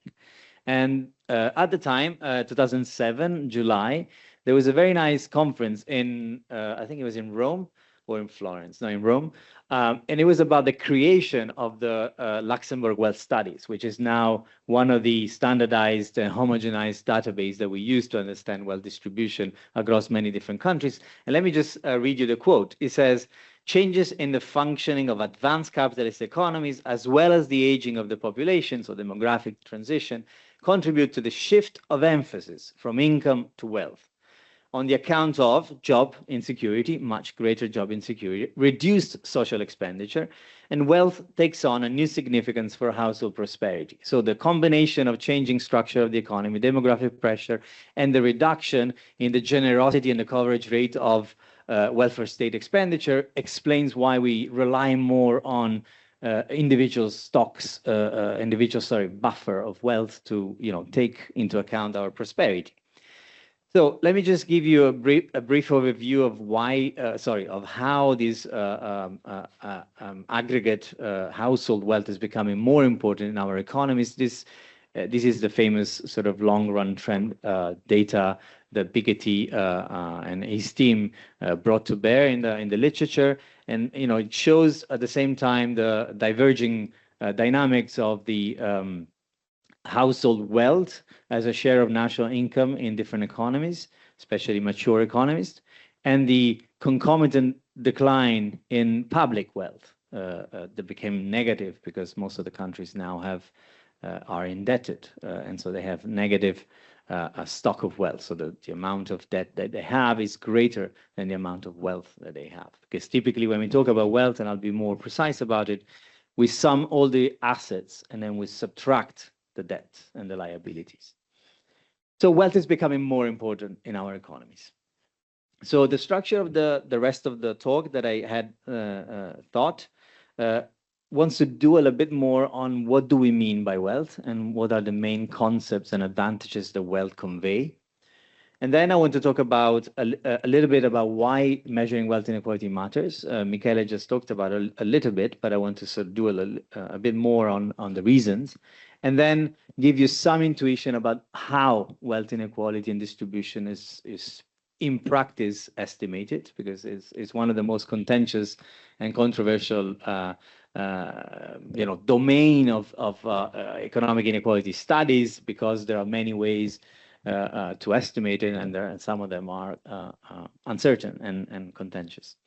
And then I want to talk about the determinants of wealth accumulation, because when we think about policies, we need to think about what has been driving those trends that we analyze. So the determinants become very, very important in understanding the framing and the narratives that we're dealing with. And then in particular, I want to stress a domain that has not been attracted a lot of attention over the past decades, which is the role of inheritance and the taxation of those inheritances and wealth transfers, which I believe is one of the aspects where we know very little at the moment, and we are increasingly accumulating knowledge and information on that. So let me start with the meaning and advantages conveyed by wealth. So wealth is a multidimensional concept, and it's quite complicated in the sense that all the past and present and future and distant futures matters when we talk about wealth, and that's why it's so complicated even conceptually, and that's also why it means different things to different people. But let me start with a simple definition. So if I were to ask you to reveal your wealth or your assets and your possessions, you most probably will start from a simple inventory of all the tangible possessions that you have, so all the what we call the real assets. You'll start disclosing information and value of the stock of assets that you possess in terms of houses, non-residential dwellings, the land, the tool and machineries, and the softwares, and then the valuables, the arts, collectibles, and so on and so forth. the car, the boats, all the planes you have parked in your gardens, and so on and so forth, the durables and furniture and so on. But then apart from these tangible possessions, there is a list of financial claims. The claims that you have against the government, which is government bonds and cash. The claims you have against financial institutions, which is the savings, the current accounts, the postal accounts, and so on and so forth. The claims you have against corporations, because you might have claims when you hold a government, a corporation bonds. But you might have a claim against the government if you hold a pension right, and most of us in our countries do have pension rights. And this is an important element of wealth, which, again, this is another contentious aspect of wealth measurement. Not everything that I'm listing here is typically measured when we talk about wealth inequality, and a lot of the debate and the current controversies about the dynamics of wealth inequality, ultimately, it sort of boils down to what asset we are considering and what asset we are measuring and how we are measuring and valuing those assets. And in particular, just to give you some takeaway here, just to, if you want to focus your research on these topics, the most controversial aspect as of now in the literature is whether or not we should account for government pension rights and the public pension. And, to some extent, it may be considered an asset because, after all, it influences our well-being, and counting on future streams of income, it's somehow an asset, but it's not a typical asset. I cannot sell my rights to pension in the market. I cannot take loans. I cannot collateralize that asset. So it's a very peculiar type of assets, and depending on the concept and the type of objective you have in your research, you might or you might not want to include pension rights into the equation. So the advantages of wealth and the meanings of wealth. First of all, the neoclassical approach is very simple. It takes into account the wealth as a store of value, right? So it's an asset is essentially the B side of income. It's the same thing. You can cash in, you can sell it on the market, you can collateralize it, you can use it as if it was income to appease your consumption desire today and in the future. So if you have some planned or unplanned expenditures because you get sick, you have planned to have a baby, you plan to move to a house, you want to have a vacation, you know that you have some store of value, some cushion, some stocks of resources that you can transform into cash. Very simple. The implication of this vision of what wealth is that essentially the composition of wealth does not matter. If you hold a business, or if you hold a housing stock, or if you have everything in cash, it's the same thing according to these models, at least on the face value. And so this is what Tony Atkinson, together with his new sort of dimension of wealth, calls the right to income. So wealth is the same thing as income, was more or less associated to income flows. And beyond the store of value, there is a story that wealth allows you to access opportunity, expands the spectrum of opportunities and freedom that you have. So it allows you to plan ahead, to circumvent your capital constraints, make decisions, take on risk, open a business, and so on and so forth. When you take those concept of store of value into account, I made a simple exercise looking at survey data in Italy, and I did this exercise when COVID crisis hit the country and the globe, just to understand and ask a very simple question. I wanted to understand how much liquid savings, how much liquid assets Italian households and individuals in this case have to face income shock, because that's one of the most important role of small type of assets holdings, is to cushion against unexpected shock. So I wanted to know how much that liquid saving was. And the graph is telling you how much that is, correcting for underreporting. This is the final result, is that essentially half of the population of individual adults, these are not households, but adults, have a median liquid saving, which is the sum of savings, valuables, and credit to others, things that you can easily transform into cash. They have less than 2,000 or 2,500, half of the population, half of the adult population. By the way, this is not a typical chart that is true only for Italy. If you do the same exercise for France, Spain, Germany, I would bet that it's not going to be very different than this. Now, of course, to the other spectrum, you have what I call the neo-Caldorian view, which is wealth, of course, is not just a source of income and a store of value, is also a source of power, and a source of a particular type of power to influence productive resources, the allocation of productive resources, and the power to influence the use of environmental resources. And after all, power to influence other people's life. Think about the relationship that exists between creditors and indebtors, between renters and landowners, between employers and employee. I mean, these are power relations after all. In this case, wealth in and of itself, it's important. So the accumulation of wealth in and of itself is important. From the economic theory point of view, wealth becomes part of the utility function. So it's not the consumption in and of itself that matters, so how much wealth can be turned into income, but it's the wealth itself, what you didn't consume that matters. There are some quotation there from Weber's or from Keynes, the spirit of capitalism, love of money as a possession, or the virtue of the cake, the saving, was that it was never to be consumed. So that's a virtue, that's a utility, that's a well-being, is that you accumulate for the accumulation's sake. And of course, the implication of that is that suddenly the composition of asset matters. So it's the fact that you have business wealth that matters more than other type of wealth. So as you can see, the implications are very different. So before dwelling more on, how much time do I have? Just to understand whether I'm timing myself.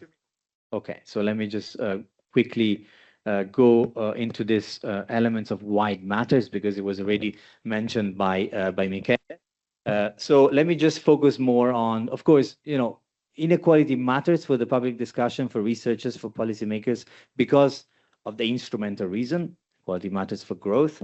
Okay. It matters for social justice concerns. Inequality in itself is important to people. Okay. But even if you don't care about instrumental reason, if you don't care about social justice concern, you may still care about the implications that inequality has been, so the implications for society. Either it could be negative or positive. Most of the evidence that we've been accumulated suggests that is turning into negative externality. So the negative consequences of growing extreme wealth inequalities. And some of these externalities might be linked to the transmission of unfair advantages. So the fact that wealth crystallizes over time, I can transmit unfair economic advantages from one generation to the other. And so today's inequality transform into tomorrow's inequality of opportunities. And in that sense, this dichotomy between inequality of outcome and inequality of opportunity becomes less relevant, because today's inequality are going to inform tomorrow's inequality of opportunities. This is this is the quotation from Atkinson that I wanted to stress on. Today, ex post outcome shape tomorrow's ex ante playing field. And so this connection between the two. But also we have quintessential externality problems such as environmental issues. So we know that inequalities to some extent are fueling climate crisis, and climate adaptation policies are slowed down by the rising level of inequality. And this can be also another reason why we might be concerned by this dynamics. This is a graph that I'm doing with co-authors, an analysis that I'm doing with co-authors, understanding how inequality of CO2 emissions are actually distributed across individuals and households in Italy, across incomes and wealth percentiles. And as you can see, although we know what the average is, in Italy, 17 tons per household per year, but the distribution is quite unequal. So we know that the people at the very top emits much more than the people at the bottom of the distribution. The billionaires in particular emits almost 20,000 more than the average. And this may be, according to some researchers and policymakers, one of the reasons why you want to focus on distribution. Inequality trends. So what do we know? As I said at the beginning, wealth inequality is a controversial topic for a variety of reasons. And what we know empirically has been informed by a variety of estimates. Some of them are quite controversial for a variety of reasons. Just focus on the only series for the US. This is a top 10% share of total wealth in the US. The only series that is flat in the recent years. You can see there is one line on the bottom that goes flat. That is the only series that stands out. And the reason why it's flat, and this is how the controversy and the debate has been framed, that line is shaping the entire controversy of the debate and the dynamics of wealth distribution in the US. And the reason is because that line includes public pensions. So that's, again, how important it is to consider conceptually how you're measuring inequality, why you want to include public pension, and, for instance, not other streams of flows of income that are generated by other sources of government interventions and claims to future streams of government expenditures, such as education, healthcare, and others. So if you only include public pension, you have a flat line, which is an important result, and is important to know because pensions shape well-being of households. If I can count on pension in the future or not, for me, it's super important, but it's not the whole story. So if you want to focus on inequality of power, then that's not relevant. So again, if you're focusing on that in your research, it's important to clarify what's the research question you have in mind. So why is it controversial? Because there are a variety of sources of data that can be used to inform us on the dynamics of wealth inequality. Some of them come from taxation of wealth itself.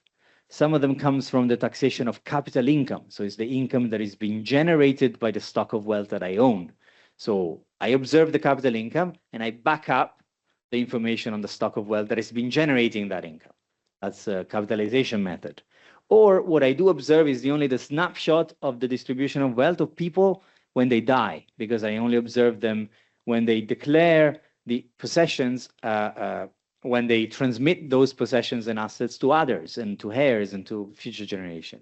That's the inheritance tax story, and this is what we call the mortality multiplier method. Or I simply ask households to reveal their possession, survey data. Or I rely on a very tippy top of the distribution, which is the journalistic type of understanding of how billionaires are shaping our society, Rich List, Forbes, and others. What happens in practice is that typically these windows of observation of data has been mixed up in different ways, creative ways, to come up with estimates of wealth inequality. I don't have time to go into technical details, but if you want, we can talk about it in the Q&A. So we can average out all the information that we have for different countries. We can average out by even considering whether or not you are relying your information on households or on individuals, and tease out average dynamics of wealth inequality and try to understand what happens in the world. Is overall wealth inequality been increasing around the world or decreasing?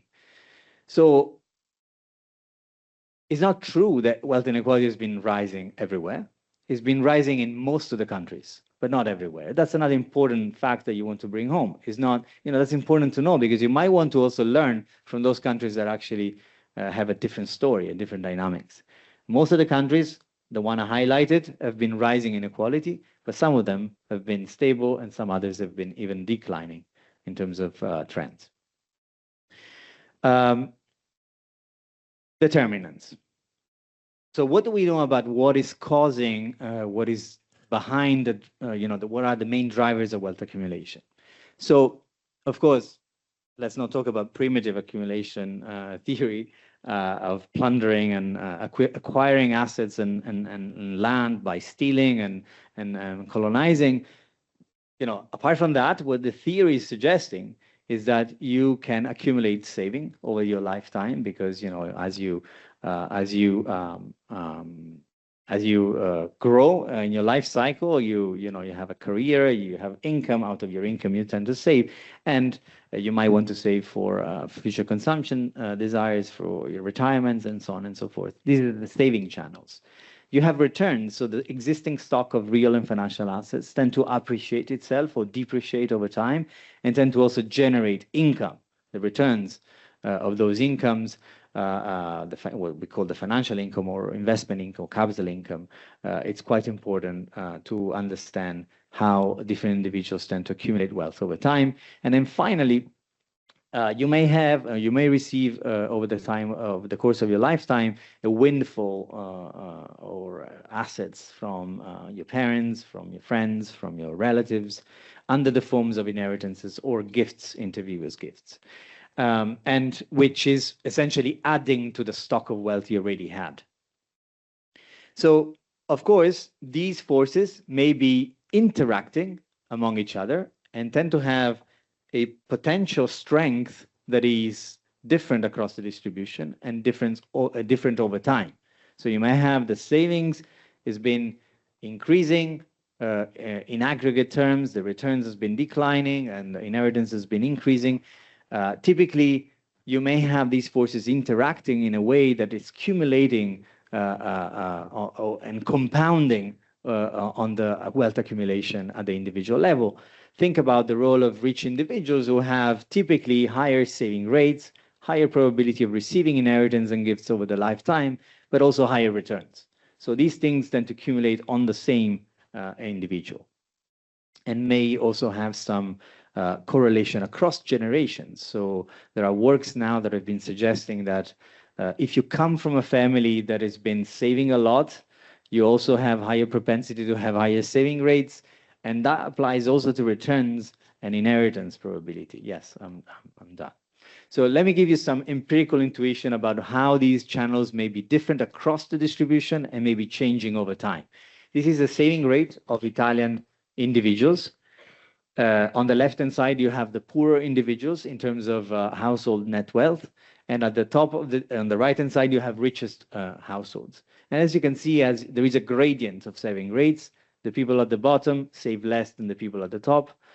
And there are two lines. One is blue and one is red. The blue line is the average in 2000, 2006. That was higher for every group. So the saving rates was higher in the country. At the time, we had one of the highest saving rates in the world. In the 1995, Italy had the highest saving rates, second only to China, 16%. Now we have a saving rate which is lower than 4%. So it declined for every group, but it still remains very different for different groups. So it's still much more powerful at the top than at the bottom. So as I said, I promised a focus on the inheritance channel and taxation channel in the last 2 minutes. Let me just give you a hint of what is happening here. How is this channel changing over time? Well, when it comes to saving, the line that is going down, as I mentioned before, is actually decreasing the importance. The relative importance in the line that is, the black line that is growing is the inheritance plus gift as a share of national income. Actually, here is the household disposable income. And that has been doubling over the past decades. That's the Italian case. We've been working also for different countries in the world and been estimating these trends across different countries in the world. And we're able now to see that this trend actually applies to the entire world. So we are now able to see that there is a growing role of inheritance in different parts of the world, not everywhere. So if, that's not true for Africa, that's not true for the Middle East, but most of the countries in the world have a rising role in, if we sum the flows of inheritances and gifts, so the amount of wealth that is passing from hands to hands, from one generation to the other every year, that has been rising dramatically from 7% to 11% in national income in the entire world. At the same time, there is this growing tax base that is sort of remaining untapped because the average effective tax rate is declining. These are the effective flows of returns, of tax returns, estimated by official statistics, divided by this growing tax base. That's the average tax rate. And that's been declining from 3.5% to 1.5%. Inheritance is not bad in and of itself. Is not, I'm not claiming that. The problem with inheritance is that it's changing the nature of accumulation. So it is distancing the current accumulation of wealth and distribution of wealth from a reasonable approximation of merit. We've been talking about meritocracy. Obviously, if more and more of our wealth is the result of wealth coming from the past and has been actively accumulating, we're changing the way we're accumulating wealth, and we're changing the justification that we can apply to the current distribution of wealth. And part of the reason why it matters is because wealth is very unequally distributed. So the probability of inheriting is sort of rising across the income and wealth distribution. The probability of receiving large transfers is rising across the income and wealth distribution. And the result is that the top of the wealth and income distribution commands a large share of total transfers in the economy. Lastly, what can we do? Just to give you some intuition, if we were to change the taxation rules in different countries in the world to mimic, let's say, what happens in today's countries that currently have a taxation of wealth transfer and inheritances and gift. Just to guide you on the graph, the top line is the amount of inheritance flows that occur every year in the world, and we can estimate it around 10 trillion US dollars, so 10,000 billion US dollars of flows of inheritance and gift that happens every year around the world, which means that this is the kind of the great wealth transfer story that you hear sometimes in the news. If you accumulate that over the course of 10 years, you get closer to this amount of 100 trillions of US dollars is going to be transferred in the next 10 years around the world. Out of those flows, you get the bottom line, which is the actual inheritance tax revenue. You measure on the left-hand side of the scale, which is around 140 billion in the world. So out of these $10 trillion transferred every year, we, as a world, collectively obtain 140 billion dollars in revenue. If every country in the world starts adopting a inheritance taxation at the level of the current average tax rate of 1.5%, we would get up to almost 200 billion. If that's a simple simulation. If every country in the world starts to adopt a average tax rate that was present in our world in 1995, which is 3.5% that I showed you before. So if that reduction in tax rate did not happen, we would get up to 370 billion. If everybody starts taxing like France, we would get 600 billion. This is just a simple simulation, just to allow you to see the potential of these. I'm going to leave you the conclusion remarks on the screen. Thank you.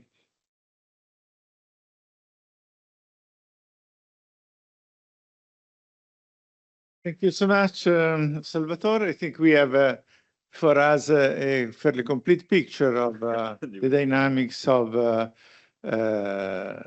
inequality in income and wealth. Clearly, the last graph is a clear evidence of what neoliberalism has been achieving, and is an interesting starting point to think about. So, question, comments, and we have, sorry, Michele. We have two comments by Michele and by Roberto. So, please come here.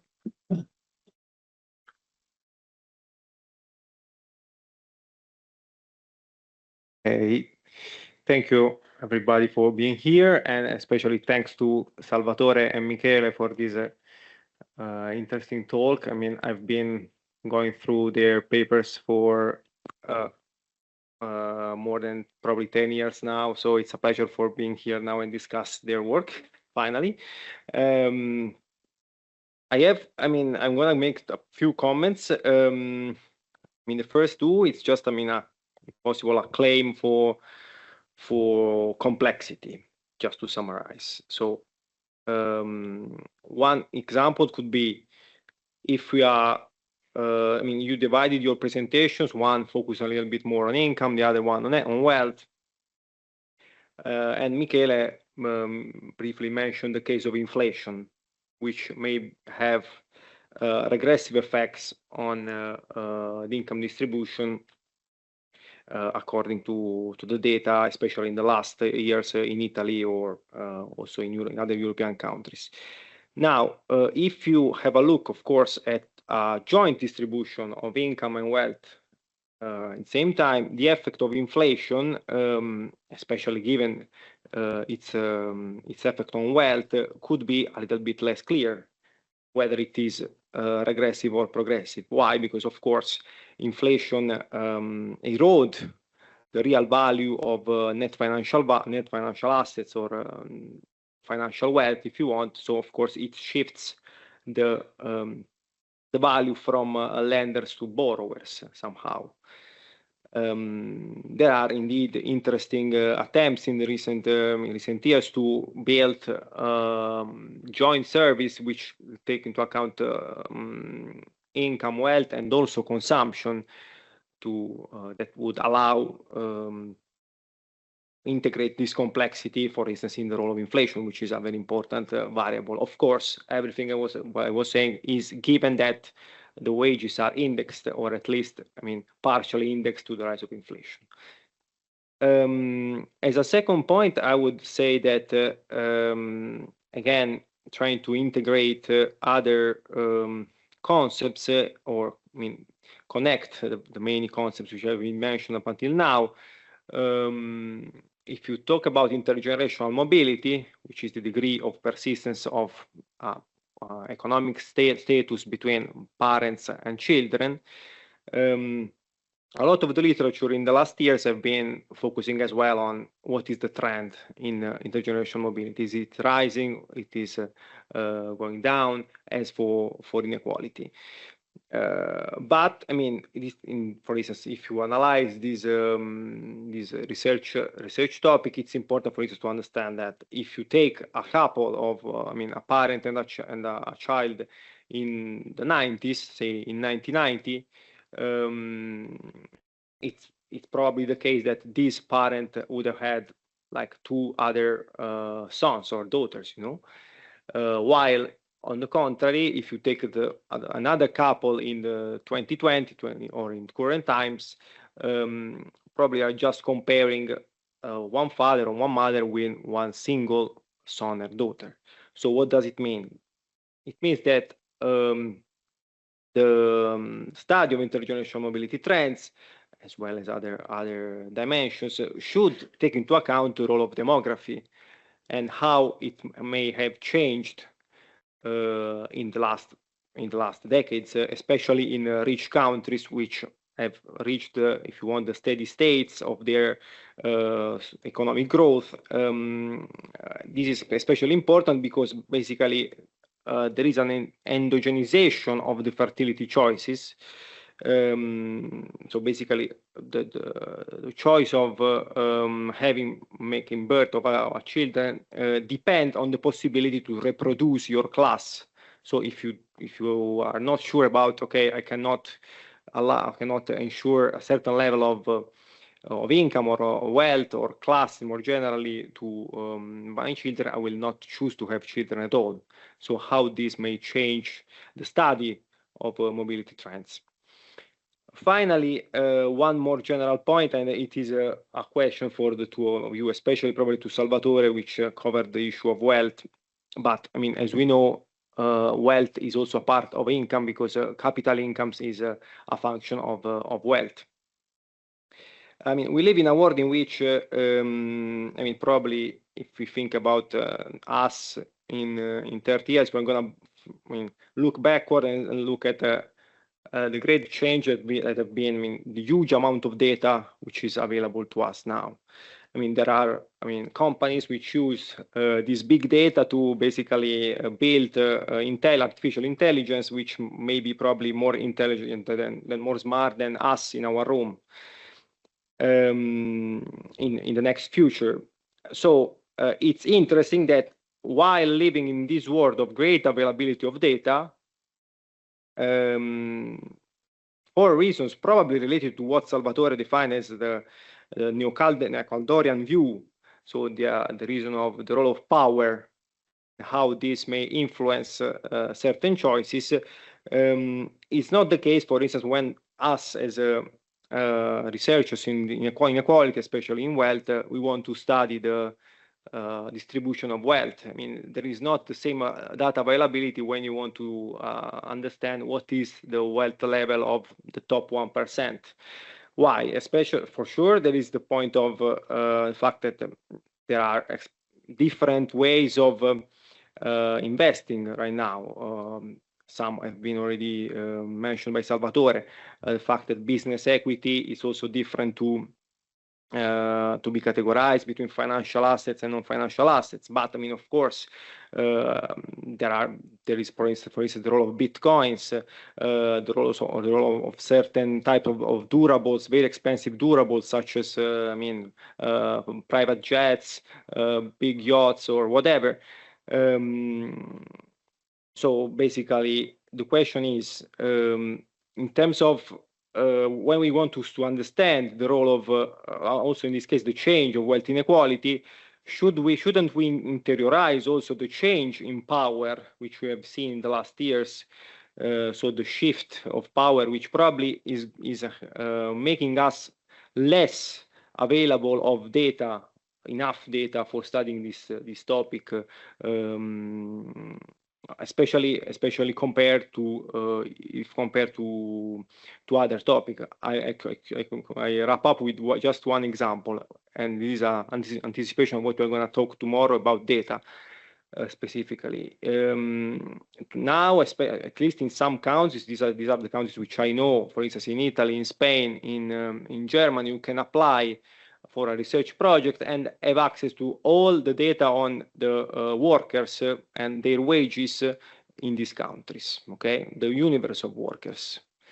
Why is it not case for or the other side? So the owners, you can call them capitalists, you can call them whatever you want, but there is absolutely not the same counterpart for these other group, or social group, or social block, as you want to define it. Thank you, Michele. Michele is a postdoc researcher here with us at the Scuola Normale, and now we have a guest star discussant, Roberto Iacono from the University of Trondheim. Yes, so, okay, hi everybody. Thanks to Salvatore and Michele for very nice presentations. I enjoyed very much. And thanks to Mario for being able to ask them a couple of questions. They're also very good friends of mine, and if I ask them these questions privately, they will not take me seriously. But now in front of you, they're forced to answer seriously. So jokes aside. On Michele's presentation first, very briefly, Michele looked at income inequality and had a very nice overview of all the topics in the field, or almost.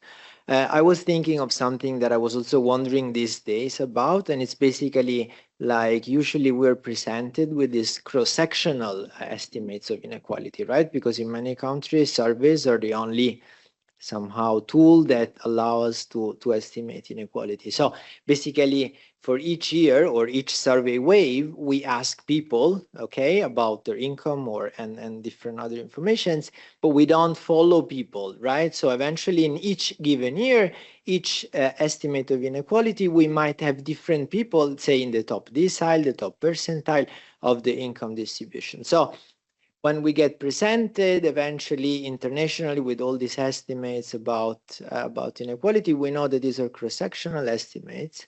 So we're not sure eventually. So these estimates are invariant to who is actually in the different positions in the income distribution. Now, Michele was showing, especially with respect to earnings, that there are ways of eventually dissecting this into the mobility effect and the persistent inequality, which is eventually what we care about at the end of the day, right? Because re-ranking might actually be something that we want in our society. We want people to go up and down. So mobility might be something that we value in our societies. But persistent inequality and concentration, after we dissect for the mobility effect, is something that we might not want in our society. So I wanted to ask to Michele how much he thinks that somehow the inequality public debate suffers from, say, this issue being present, because people know that this issue is there, that the estimates that we have and that usually are in public debate suffer from this problem. A question for Salvatore. I think also Salvatore's presentation was very, very interesting. Something that Salvatore didn't have much time to talk about was eventually the way we somehow limit wealth inequality, which is wealth taxation. I work in Norway, Norwegian University of Science and Technology, and Norway is a country that taxes wealth directly, okay? So if you have net wealth above a certain threshold, you have to pay, in Italian it's called patrimoniale, you have to pay some taxes on your wealth, just for the fact that you own different assets. Now, the question would be, because this is a normative question, right? I mean, should we tax only the returns that are generated from our assets, or should we tax wealth directly? This is not an easy question to answer. In Italy, for instance, the political debate about taxing wealth directly is a very difficult debate. In the country where I work and live, it's socially accepted to tax wealth. Wealth tax has been there for, say, 120 years. Nobody really challenges this anymore, and people are used to the wealth tax being there. So the question would be, to Salvatore, would be, imagine we are in a situation in which we somehow manage to tax all the income that is generated from our assets, okay? So we close the loopholes, because we know that people are, not people in general, but some people are good at somehow hiding their capital incomes into their firms or the different ways of doing it. But imagine that we close all the loopholes and that we tax all the capital income that is generated from our assets. Would one still be in favor, and what are the arguments for still being in favor of then taxing wealth directly, or should we then leave wealth untaxed as long as it doesn't generate any income? So, thanks. Thank you so much. Interesting question. Let me just add 2 points. So one, I think we have to contextualize our societies. We are societies with declining overall dynamics, stable income, very slow growth, and therefore the context in which we are discussing inequality and also the relation between flows and stocks is rather different than in the context of high growth and rapid change in economic structural change, jobs, and income. So what happens looking at the universe of employees in Italy is that the only significant change in wages is in the top 1%. And what happens at the bottom is what you already showed, which has to do with the lack of adequate number of hours worked. So, as a matter of fact, I tend to see the complexity in a much more simple way. We are in a society where the top 1% gets everything. The other are lucky if they keep their nominal wages and lose in real terms. And the bottom 20% gets poorer because of structural aspects, labor market conditions, precarious work, and so on, and also because they are used as temporary workers, filling the gaps. So this is a much simpler description of the complexity, and of course is also an interesting implication for policy actions. In parallel, what is generating the increase of asset? The book by Jonathan Levy Ages of American Capitalism. He was visiting here a couple of years ago.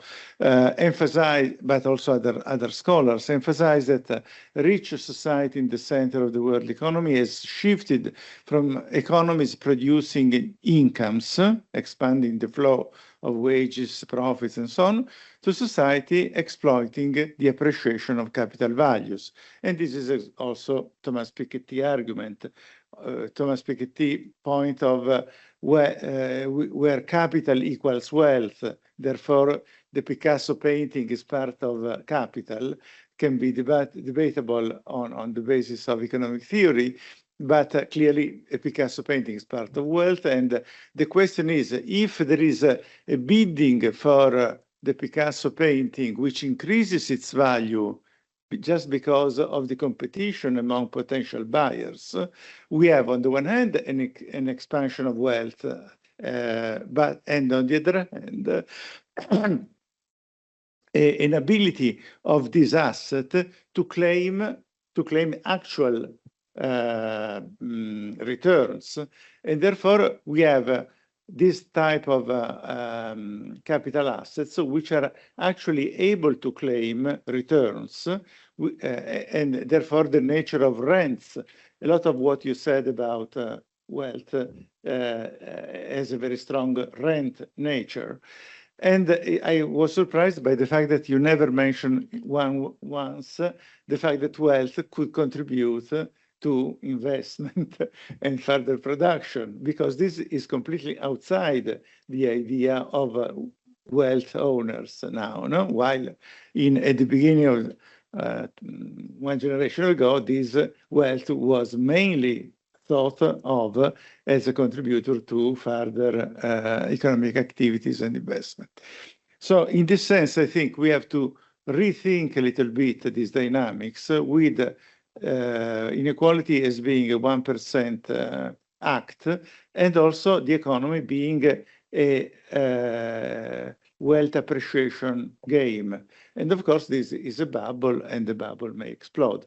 But taxing wealth from your point could be an interesting counterbalance to these tendencies.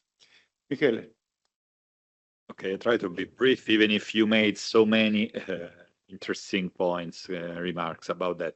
First of all, about the issues mentioned by Michele. First of all, it is complex. The complexity might also open policy strategy, many community strategy, because if you have many possible ways to deal with the issue, that might be fine. Michele just said that inflation might have different effects on income inequality and wealth inequality. What I mentioned already is that be careful that even if we had contract renewals, it is not needed that inequality in well-being reduces, because inequality in well-being, while anyway, what I have in mind, I have not empirical evidence on that, but also with respect to wealth, we cannot consider that return on wealth among the owners, a sort of price effect, is equally spread among the individuals. The richer are also able to better have a portfolio distribution, better mentioned. So it might also be increasing inequality among wealth owners. Then we need to analyze what is the total effect, but this is to understand how complex it is.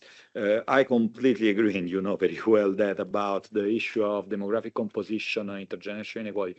But what I want to stress is that in that type of picture, the composition of the household becomes endogenous and becomes a possibility for the richest. So you have another menu, another dimension that might alter the menu of the individuals. This is also interesting. For instance, recently in Italy, there has been that debate about inequality has reduced, income has reduced if assessed at the household level, with the standard, what we call in Italy, the average chicken by Trilussa. I eat two chicken, you 0 chicken, and we have 8. Then 1 chicken each. Because the problem is that you now notice that you have a reducing living standard of the household, which cannot increase employment rates, while the few households where employment rates increase stay better, but stay better in terms of income. What happens in terms of their well-being if they are forced to work more for a low wage, or if you have to compensate, if you need to buy on the market services that you cannot afford internally within the household? So things are complex, and so the idea is try always to understand in terms of power, well-being of the different groups of individuals with respect. So also having the possibility of increasing the number of children becomes something that is class-based, we may argue. Another issue that is related also to that is about, as I told you, there are different trends which might be not observed in the data, but have been changed with respect to the top class. But for instance, about what you were mentioning about the wealth also, from that point of view, I always quote one paper by Gabriele and colleagues who take the list of the rich for Norway, a country with low inequality, and they notice that there is an increase of the top 1% share in terms of income by 20% because of the Mossack Fonseca and Panama Papers, if I'm not wrong. So they are so extremely high. What we are not seeing in the data, the differences might be very high. One issue that I would, if I were the dictator of Italy, if I were a policymaker, I would introduce in Italy, for instance, we do not have an information, a distribution of jointly of household income and wealth. While we have in Italy, for Italian, in Italy, we have the ISE, that is an indicator, a joint indicators computed by considering jointly income and wealth. This might also create a lot of problems for designing the policies from that point of view. But for instance, now we have a minimum flat rate benefit for children that is based, whose amount is based on this. If all individuals were obliged to fill this, we would improve a lot. This is a zero cost reform that is efficient also to, but also to better design the policies. 2 points about Roberto. Roberto, yeah, you were completely right about what happens if we consider the dynamics. The dynamics is what I said at the beginning. We cannot simply refer to an index. We need to analyze the process, the mechanism, and whatsoever. It is completely different if we have such persistence, and such persistence is extremely increasing. So the persistence is increasing in the picture that I show very briefly, but also in a project that I'm carrying out with Francesca Subioli by using data about workers, we notice that persistence is extremely, all the trend of inequality is explained by persistence and not by mobility, which is instead reducing, but also the picture is worsening for more recent cohorts. So in the stagnancy cycle, as Mario said, we have also this mechanism, and there is not attention to the issue of persistency, also because there is always the idea that problems are related to some phases of the life of individuals, the entry in the labor market. It is similar to the idea that raised retirement age and precariousness will disappear because you are precarious once you are young, but when you will be 75, you have a lot of employers that want that you work for them. And so the importance also to frame correctly the issues is really important, but we also have a problem that because of limits of the data, with information, again, at disposal, we have no information. We have very good, as Mario said, information about what happens to the workers, but not to the household, and it is also crucial to understand what Michele was saying. As concerned Mario, of course, he captured very well the differences in the trends. Why Italy has that pattern? Because it is true that we had observed an increase in employment rates, even if Italy still is behind the other country, but employment rates has increased. But because of structural phenomena, so we cannot distinguish what happens to the distribution with structural phenomenon, because of the type of incentives that which have been created by the policies, by the regulation and so on, all the increase in employment was in services or in specific sectors of services where the low intensity work for the individuals is much higher. Riders, platform workers, but not only. Things all the work in supermarkets, in the tourism activities. On the other hand, there is the idea, the cliche that I told at the beginning, that the rich deserve their wage. And so if a private individual, a private employer is paying extremely top 1% wages, this is because they are deserved. In a previous book that we wrote when I was much younger with Maurizio Frenzini and Elena Granaglia, we studied various cases of top earners, noticing that top earners always are based on market failures. Thanks, Mario. Thank you for the questions. Okay, let me start from Michele. So the issues of data availability and how these are potentially related to power dynamics. Let me just, I mean, to some extent, you're right, and the issues of wealth inequality are even more subject to that problem because estimating more precisely the ownership of different assets and how they're distributed across the population, it's a very sensitive matter. There is a quote that I found in a magazine by Tony Atkinson, who was one of the greatest scholars who worked on income and wealth inequality, and he was saying that estimates of wealth inequality are as sensitive as an issue as the balance of payments or unemployment figures. At the time, those measures were quite important for the economies and the macroeconomy. And he was saying that, the quote was continuing saying that, and therefore we need to firmly assess how we measure that, and we need to assess very firmly the assumption that we are using to estimate those theories. Just to say that they're politically relevant, they're politically sensitive, and therefore we need to put extra effort in estimating it. Having said that, there is a struggle, and the struggle is that often institutions block our access to this information. The most recent developments of the European Central Bank Household Finance Consumption Survey was to some extent a story also of political clash, because at the beginning that project, which is I don't know if you know that project, is the European Central Bank now runs on the EU countries survey data on income and wealth ownership of households. Is revolution, and for the European Union, sort of to mimic what the US is also doing for the survey consumer finance, but at the EU level. And at the beginning, there was, a political struggle. It was blocked. I mean, there were different forces that was trying to push back. Then it managed to pass, and now the European Central Bank is also publishing distribution of wealth accounts, which are some innovative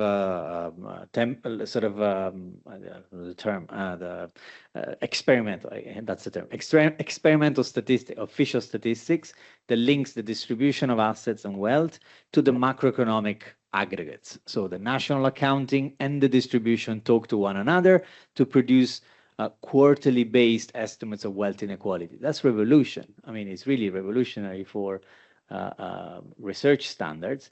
What is the problem? The problem is that the official estimates, great estimates, they try to account for limitations of the data, under coverage of details, missing assets, and so on and so forth, but they stop at the top 5% of the distribution.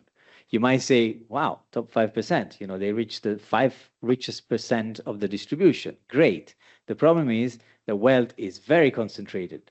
Wealth at the very top, you really have to go inside the 1% or the 0.1% to really try to understand how the wealth is distributed. In fact, if you stop at the 5%, you are essentially stopping your knowledge to how the 50% of the distribution is distributed, because the top 5% in any European countries is more or less 50% of total wealth. So you essentially have a blackout information on the 50% of the distribution. And that's a problem. And it's also a political issue, because if you stop at the 5%, you have households and individuals who really look like us.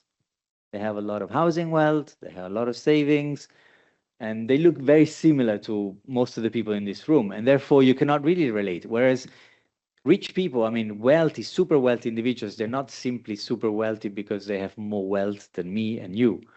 They have different type of wealth. They have, most of the wealth is stocks, business assets, and financial assets. And this is what really differentiate them from us. And unless you go into the top 0.1% and above, you do not get to that information. And that's I understand, and I agree with you, it's a tricky issue. But we need very sophisticated information to get to that point. Mario also makes an excellent point on the role of rents and how I would turn their argument in productive wealth. Is what we observing in aggregate share of or aggregate importance of wealth, is this really making us more productive? Joe Stiglitz has a nice paper on that. It says, no, most of this wealth rising is actually unproductive wealth, is actually the result of the rentification of our economy, as you were saying, the fact that, and he makes a couple of examples. One of the examples was, if I if the regulation in our country, if our regulatory authority just point blank sort of protects the financial industries and the banking industry from failing, and obviously the result was in the aftermath of the Great Recession, then obviously I'm protecting a sector. Protecting a sector means that in the future streams of profits and the income flows that are generated by that sector are going to be capitalized in the share and the values of those stocks of those sectors. So the banking stocks are going to be appreciating in the stock market, and that's what we see.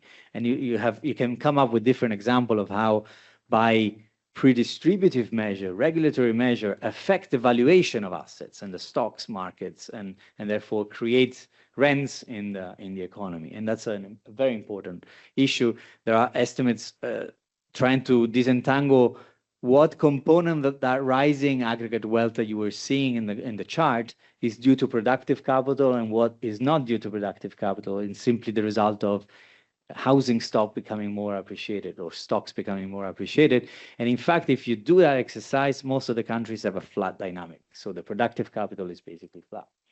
So you're right. And after all, maybe this is actually for research students, a PhD community, this is something that I've never seen explored, but I've been more and more thinking about it. To what extent these wealth dynamics can be linked to the productivity in the labor market? Because if it's true that this growing relevance of wealth is not turning our capital, our productive sectors more productive, so they're not making more productive because we're not investing more in productive capital, then firms are becoming less productive, and then perhaps the wage dynamics are also part of the result of that.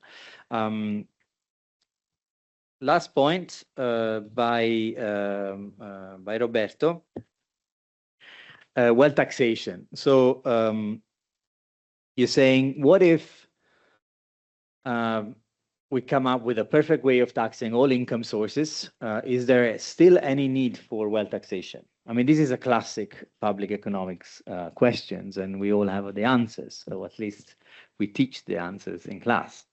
The answer is very simple, and is yes, we have plenty of reason why you still want to tax the wealth.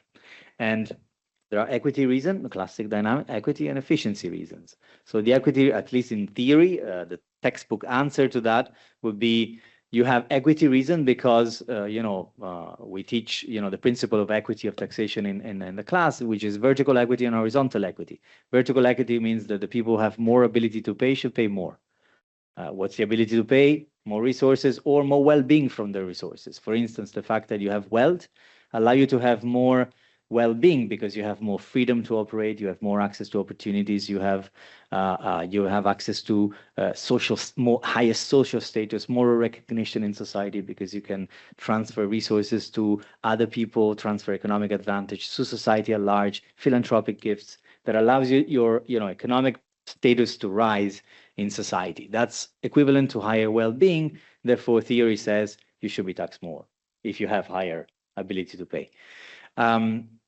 But also the benefit principle, which is if there is some public expenditure and you have more benefit from it, you should be taxed more. And for instance, if I build a park and a university and a railway station and a subway station under your house, I'm pretty sure the value of your house goes up. So in that sense, there are arguments that suggest that even based on the benefit principle, there are arguments suggesting that additional appreciation should be part of the tax base. Efficiency reason, the classic textbook response would be that if you tax income, capital income, you're effectively taxing the returns from the stock of wealth. If you're taxing wealth, you're taxing the possession. And so there are potential tension here for efficiency because if you're taxing the returns, you're also taxing more those people who have more returns. And if having more returns means that you are more able to use the wealth in a better way because you're more capable of using that assets to have higher returns, then you are effectively penalizing individuals who have higher returns, who are more able to use effectively that capital. If you're taxing the stock of wealth, you are making a more efficient use of those taxation resources because you're taxing less the more productive people. So from the capitalistic accounting, that should, but of course, on the practical ground, you have to prove that higher returns means also being more capable and more. And interesting also when you tax inheritances, there are, is one of those form of taxation, is one of the most ancient form of taxation, often predates income taxation itself. Even the liberal, classic liberal thinkers were very supportive of progressive taxation on inheritance, even though they were very antagonists to progressive taxation on income. And the reason is very simple, because, I'm taxing unproductive transfer of wealth, which tend to crystallize a socioeconomic position over time, tend to increase inequality of opportunities, decrease socioeconomic mobilities, and stifle economic efficiency. Why? Because classic paradigm of capitalist functioning says that, capitalist society works if productive capital are allocated in the most efficient way. And if a growing role, a growing share of capital is being transferred via dynastic mechanism, you are reducing the probability of allocating capital in the most effective way, which means you are making the economy less efficient and less productive, which is, again, a strong reason why you want to tax inheritances, even before you start discussing the role of inequality of opportunity, the equity issues, the inequality issues, and so on and so forth. This is a very interesting debate. Thanks for the question. Thank you, Salvatore. We are all tired, but if you have specific interest, which may also concern your research agendas or policy questions, we have some more time for questions.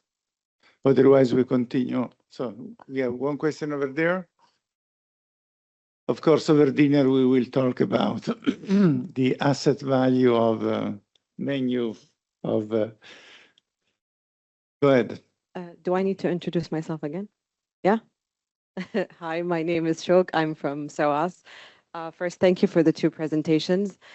Second of all, I'm so glad I learned how to pronounce both of your names, because I've been butchering your names for the past couple of years, and I'm so sorry for that.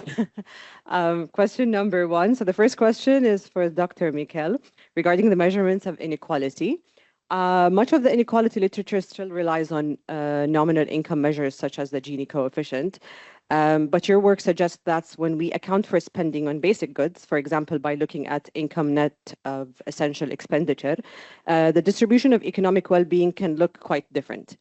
Do you think that standard income-based measures may systematically underestimate inequality, particularly during periods of high inflation or price shocks when the cost of basic goods increase? And related to that, I was wondering how this perspective might apply to labor markets that are institutionally segmented.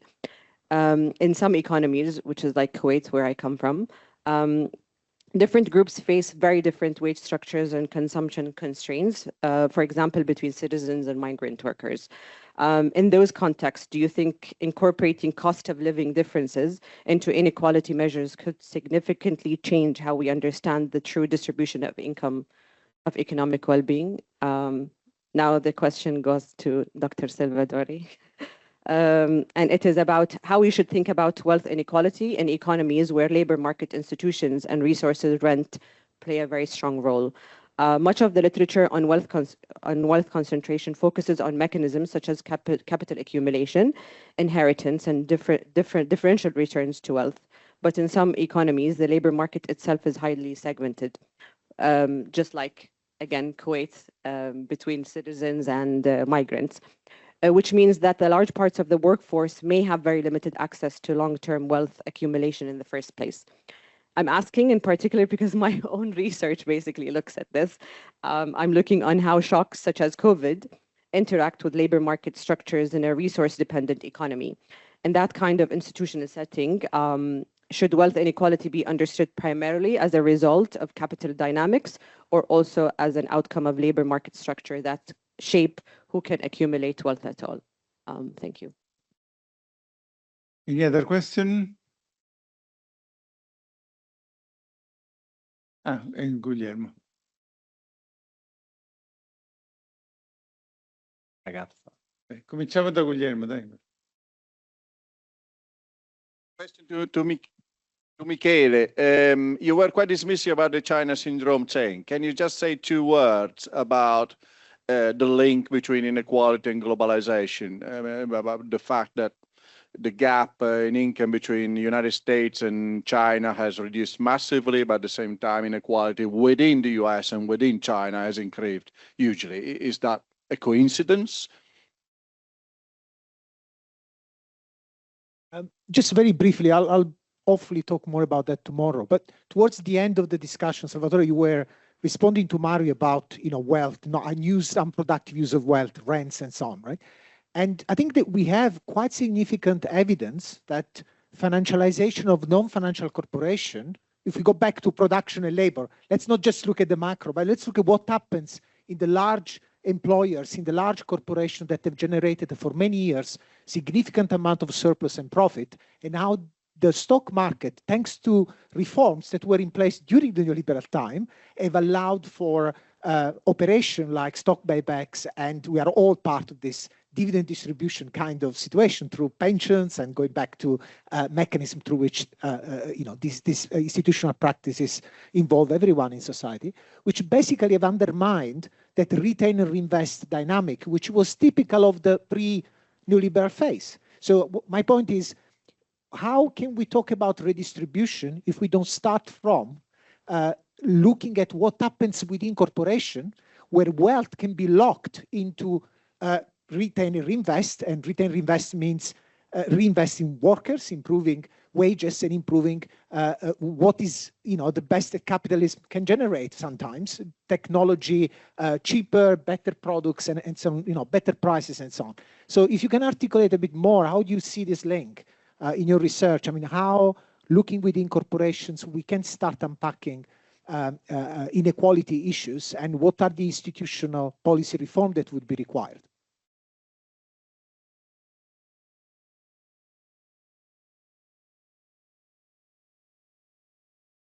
Yes, Nicola again, Delft University. I just have a question that builds upon a bit that angle, because I'm studying functional specialization in global value chains and functional income distribution. And the financialization argument also is complementary to this, like firms, especially in offshoring economies, have changed to specialize in functions that are more related to pre-production or post-production activities. So it seems to me that there is a direct link, and this is what we're writing on, between what you specialize, R&D activities or marketing and sales, and let's say accumulation of specific types of capital, intangible assets, and how this relate to functional income distribution. So you could elaborate a bit on that, please.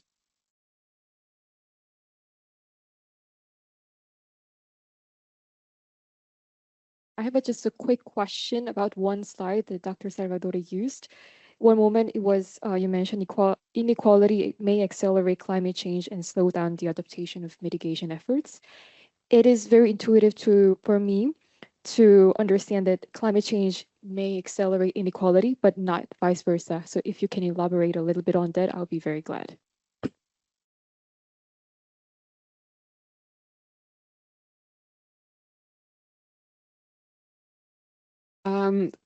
So I'm from Turkey, but I participate from Canada. So my question's about CEO pays, and I think that you kind of mentioned a little bit about the top earners.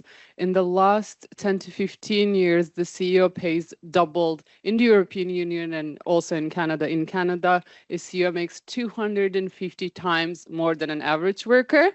Shopify's CEO is making $200 million a year. This is a wage. I mean, of course, it's in stocks and shares, but it is a wage at the end of the day. And also in the European Union, I think the average is like $4 million. So my question is, how can we have this data? It's a phenomena. How can we integrate this when we talk about income inequality, and then how we treat that? And the second question is, of course, there is a lot of public policy discussion about taxing this income. So how can this be different from, how the discussion do you think can be different from taxing inheritance, versus taxing CEO pay, which is again conceptualized in the public opinion as a wage, compensation? That's it.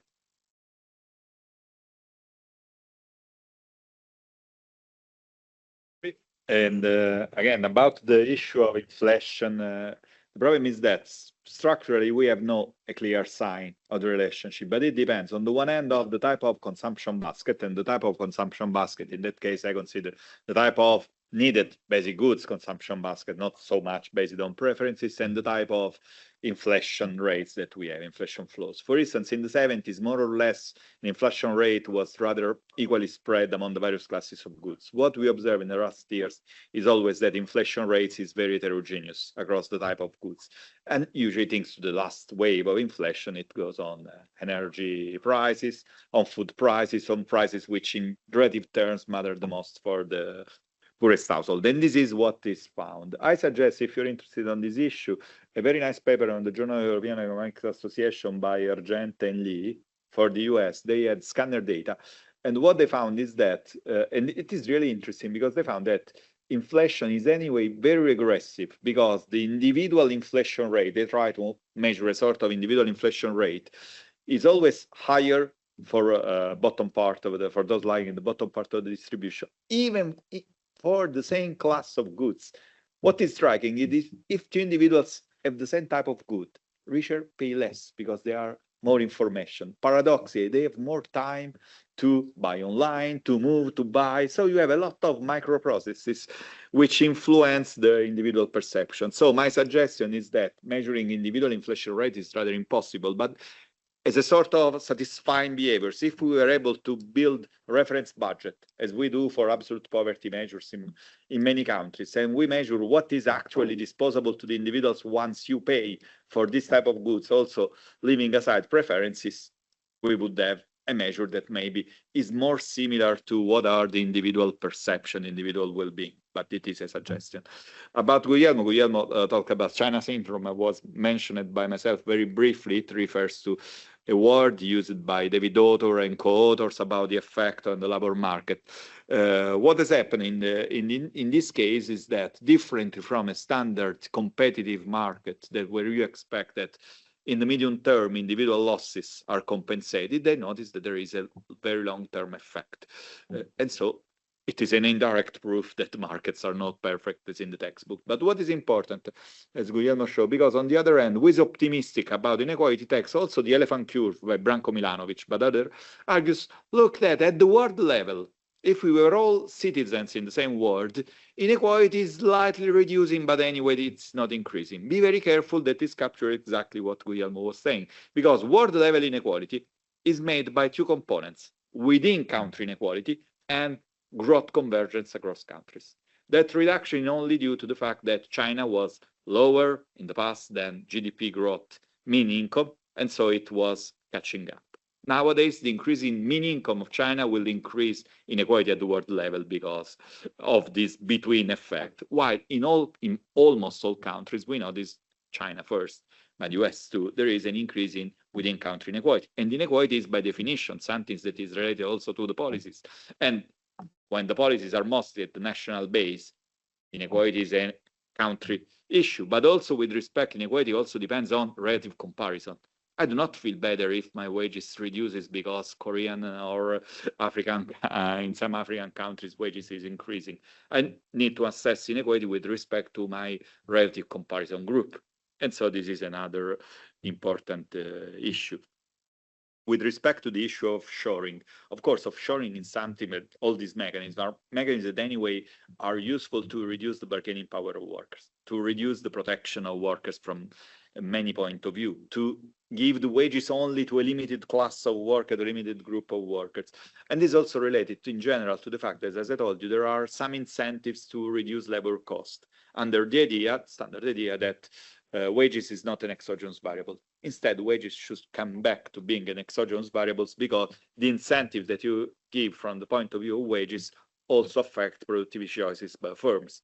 I don't know if the result is increasing or decreasing in relative terms the functional distribution, because it depends what is the total effect on productivity, but mainly the living standard of the individuals would increase. As concerns the CEOs, it is very important. We need to have more information about CEOs. In some countries, you have information. For instance, in Italy, we have information about pays for listed company workers.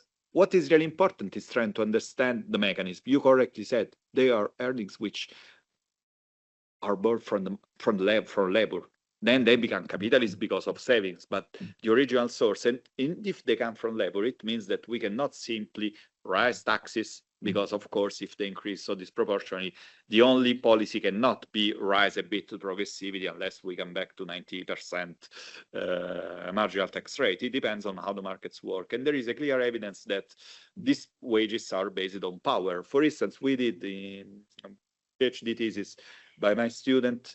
We made a simple correlation between wages of CEOs on the one hand and firm performance. There is a correlation, but not so high. But on the other hand, we notice wage compensation with respect to the wage that the CEOs take from the other companies when they are in the board. That should be negative. On the other hand, we find that the higher the wage that you get from the other companies, the higher the association with the wage that the other company, another company pays to you. And it means that it depends on network. And again, it is something that is also bad in terms of efficiency and becomes a rent, as Mario said.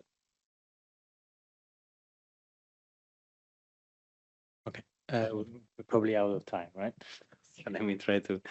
I'll start with the inequality and climate crisis question. You're right. I was rather quick on that. It's not a statement as if like there is a certainty evidence on that. It's a research question, and I stated a bit more quickly, but let me elaborate a bit more.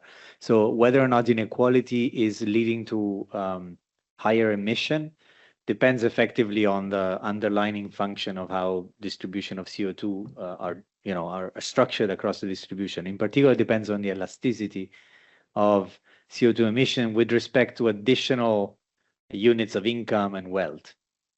So if, as it's mostly analyzed and assessed in the data, it's true that poorer households tend to consume a bigger portion of their total expenditure into dirty consumption, let's say energy heavy consumption basket. Then it's true that higher inequality may actually lower inequality may lead to higher emissions in the aggregate. But new research is also showing that emissions are not simply driven by direct emissions of how much energy and heating and cars, petrols I use, is linked to my overall consumption baskets, and that depends on how my consumption is affected by the productive structure of the country and how much I import from other countries, which tend to be producing with heavy industries and energy intensive materials and so on and so forth. So it's a bit more complicated. So once I start introducing overall consumption patterns, and on top of that, I start to incorporating the investment patterns. So the role of emissions that are linked directly to investments of firms in productive capital, then I start to switching the sort of negative gradient of elasticity with respect to income and wealth, and that becomes positive. And in that sense, increasing inequality may lead to higher emission, not lower emission. And that's what we see in the data. So so let me just group together the questions which are more or less all linked to labor market and labor institutions. The first question from Shok, did I get Shok? Has to do with what happens in labor markets which are segmented and fragmented. Like, you have no access to possibilities of accumulation because perhaps you don't have a job, or you are forced into a job that forces you into poverty. Well, I mean, if you remember my conceptual framework of what are the main accumulation channels and determinants, effectively is as if you are shutting off the savings and returns channel. Like, you have very little income, therefore you have very little chance to save, and therefore you have very little chance to accumulate incomes from those wealth that you've been accumulating. And so in order to overcome that limitation, you need to have a very strong inheritance channel. And that obviously does not happen because we know that the probability of receiving inheritance is going to be lower for those people who are shut off from the market. So in a sense, that would be a compounding effect that is very compatible with, let me give you an example. In Italy, you have an average worker who's probably the average wage is around 23,000 euro, the average worker in Italy. The minimum wealth to get into the top 1% of the wealth distribution in Italy is 1.5 million euro. If you follow that person, the average worker, for 45 years, okay, 45 years, you would get to an average amount of income flows that is more or less equal to 1 million, out of which that person have to be paying 400,000 euro in terms of income tax and social contribution tax. So you would have 600,000 net of tax. Obviously, out of those amount of money, you need to consume, you need to live. So it's very hard to accumulate 1.5 million out of job income, okay? Antonio's point on the financialization of non-financial corporation and the role of stock payback, and you know which institution setting can allow us to go back and to roll back to a setting in which we have. I would frame the answer into what type of pre-distributive measures we need. I'm actually very much in favor in talking more and more and more about pre-distribution and less about redistribution, although these categories, pretty much like Bruno was talking before, they are fixed because they are helping us to understand a concept, but they're not fixed at all, because obviously pre-distribution is not very separate from redistribution, because if with redistribution I'm financing education and healthcare, those are fundamental pre-distributive measures. Redistribution means that every one of us has endowments of rights and participation rights and financial resources, capabilities, education, with which we enter the market, we operate in the market, and in the institutions are operating in the market, the firms. And these interaction among institutions and agents allow the generation of income distribution that we look at, and in the functional sense and in the personal distributional sense. So the pre-distribution is fundamental, and one way I would address your point would be we need more economic democracy within the firms. So we need less shareholder focus and more stakeholder focus, including the role of workers, which means that the workers needs to have, from the pre-distribution sense, a higher stake in the participation. There has to be more, they have to have a bigger role in influencing the strategic decision of firms and how the firms invest the resources. And obviously, if you can imagine that if workers have a higher voice, a bigger voice, then you have probably at the margin less emphasis on the stock buybacks, because that only affects the value of shareholders, right? And then on top of that, obviously, if you exempt different form of capital income from taxation, you are incentivizing that form. And that's why pre-distribution and redistribution policies should work together in that sense to disincentivize that unproductive use of investments. And this is pretty much linked to the question of taxation of workers and CEOs and inheritance. I mean, a good tax mix would consider them all, in the sense that you want to, first of all, the CEO may not necessarily inherit, and so the person who's paying an inheritance tax is not necessarily the CEO; it may be someone else.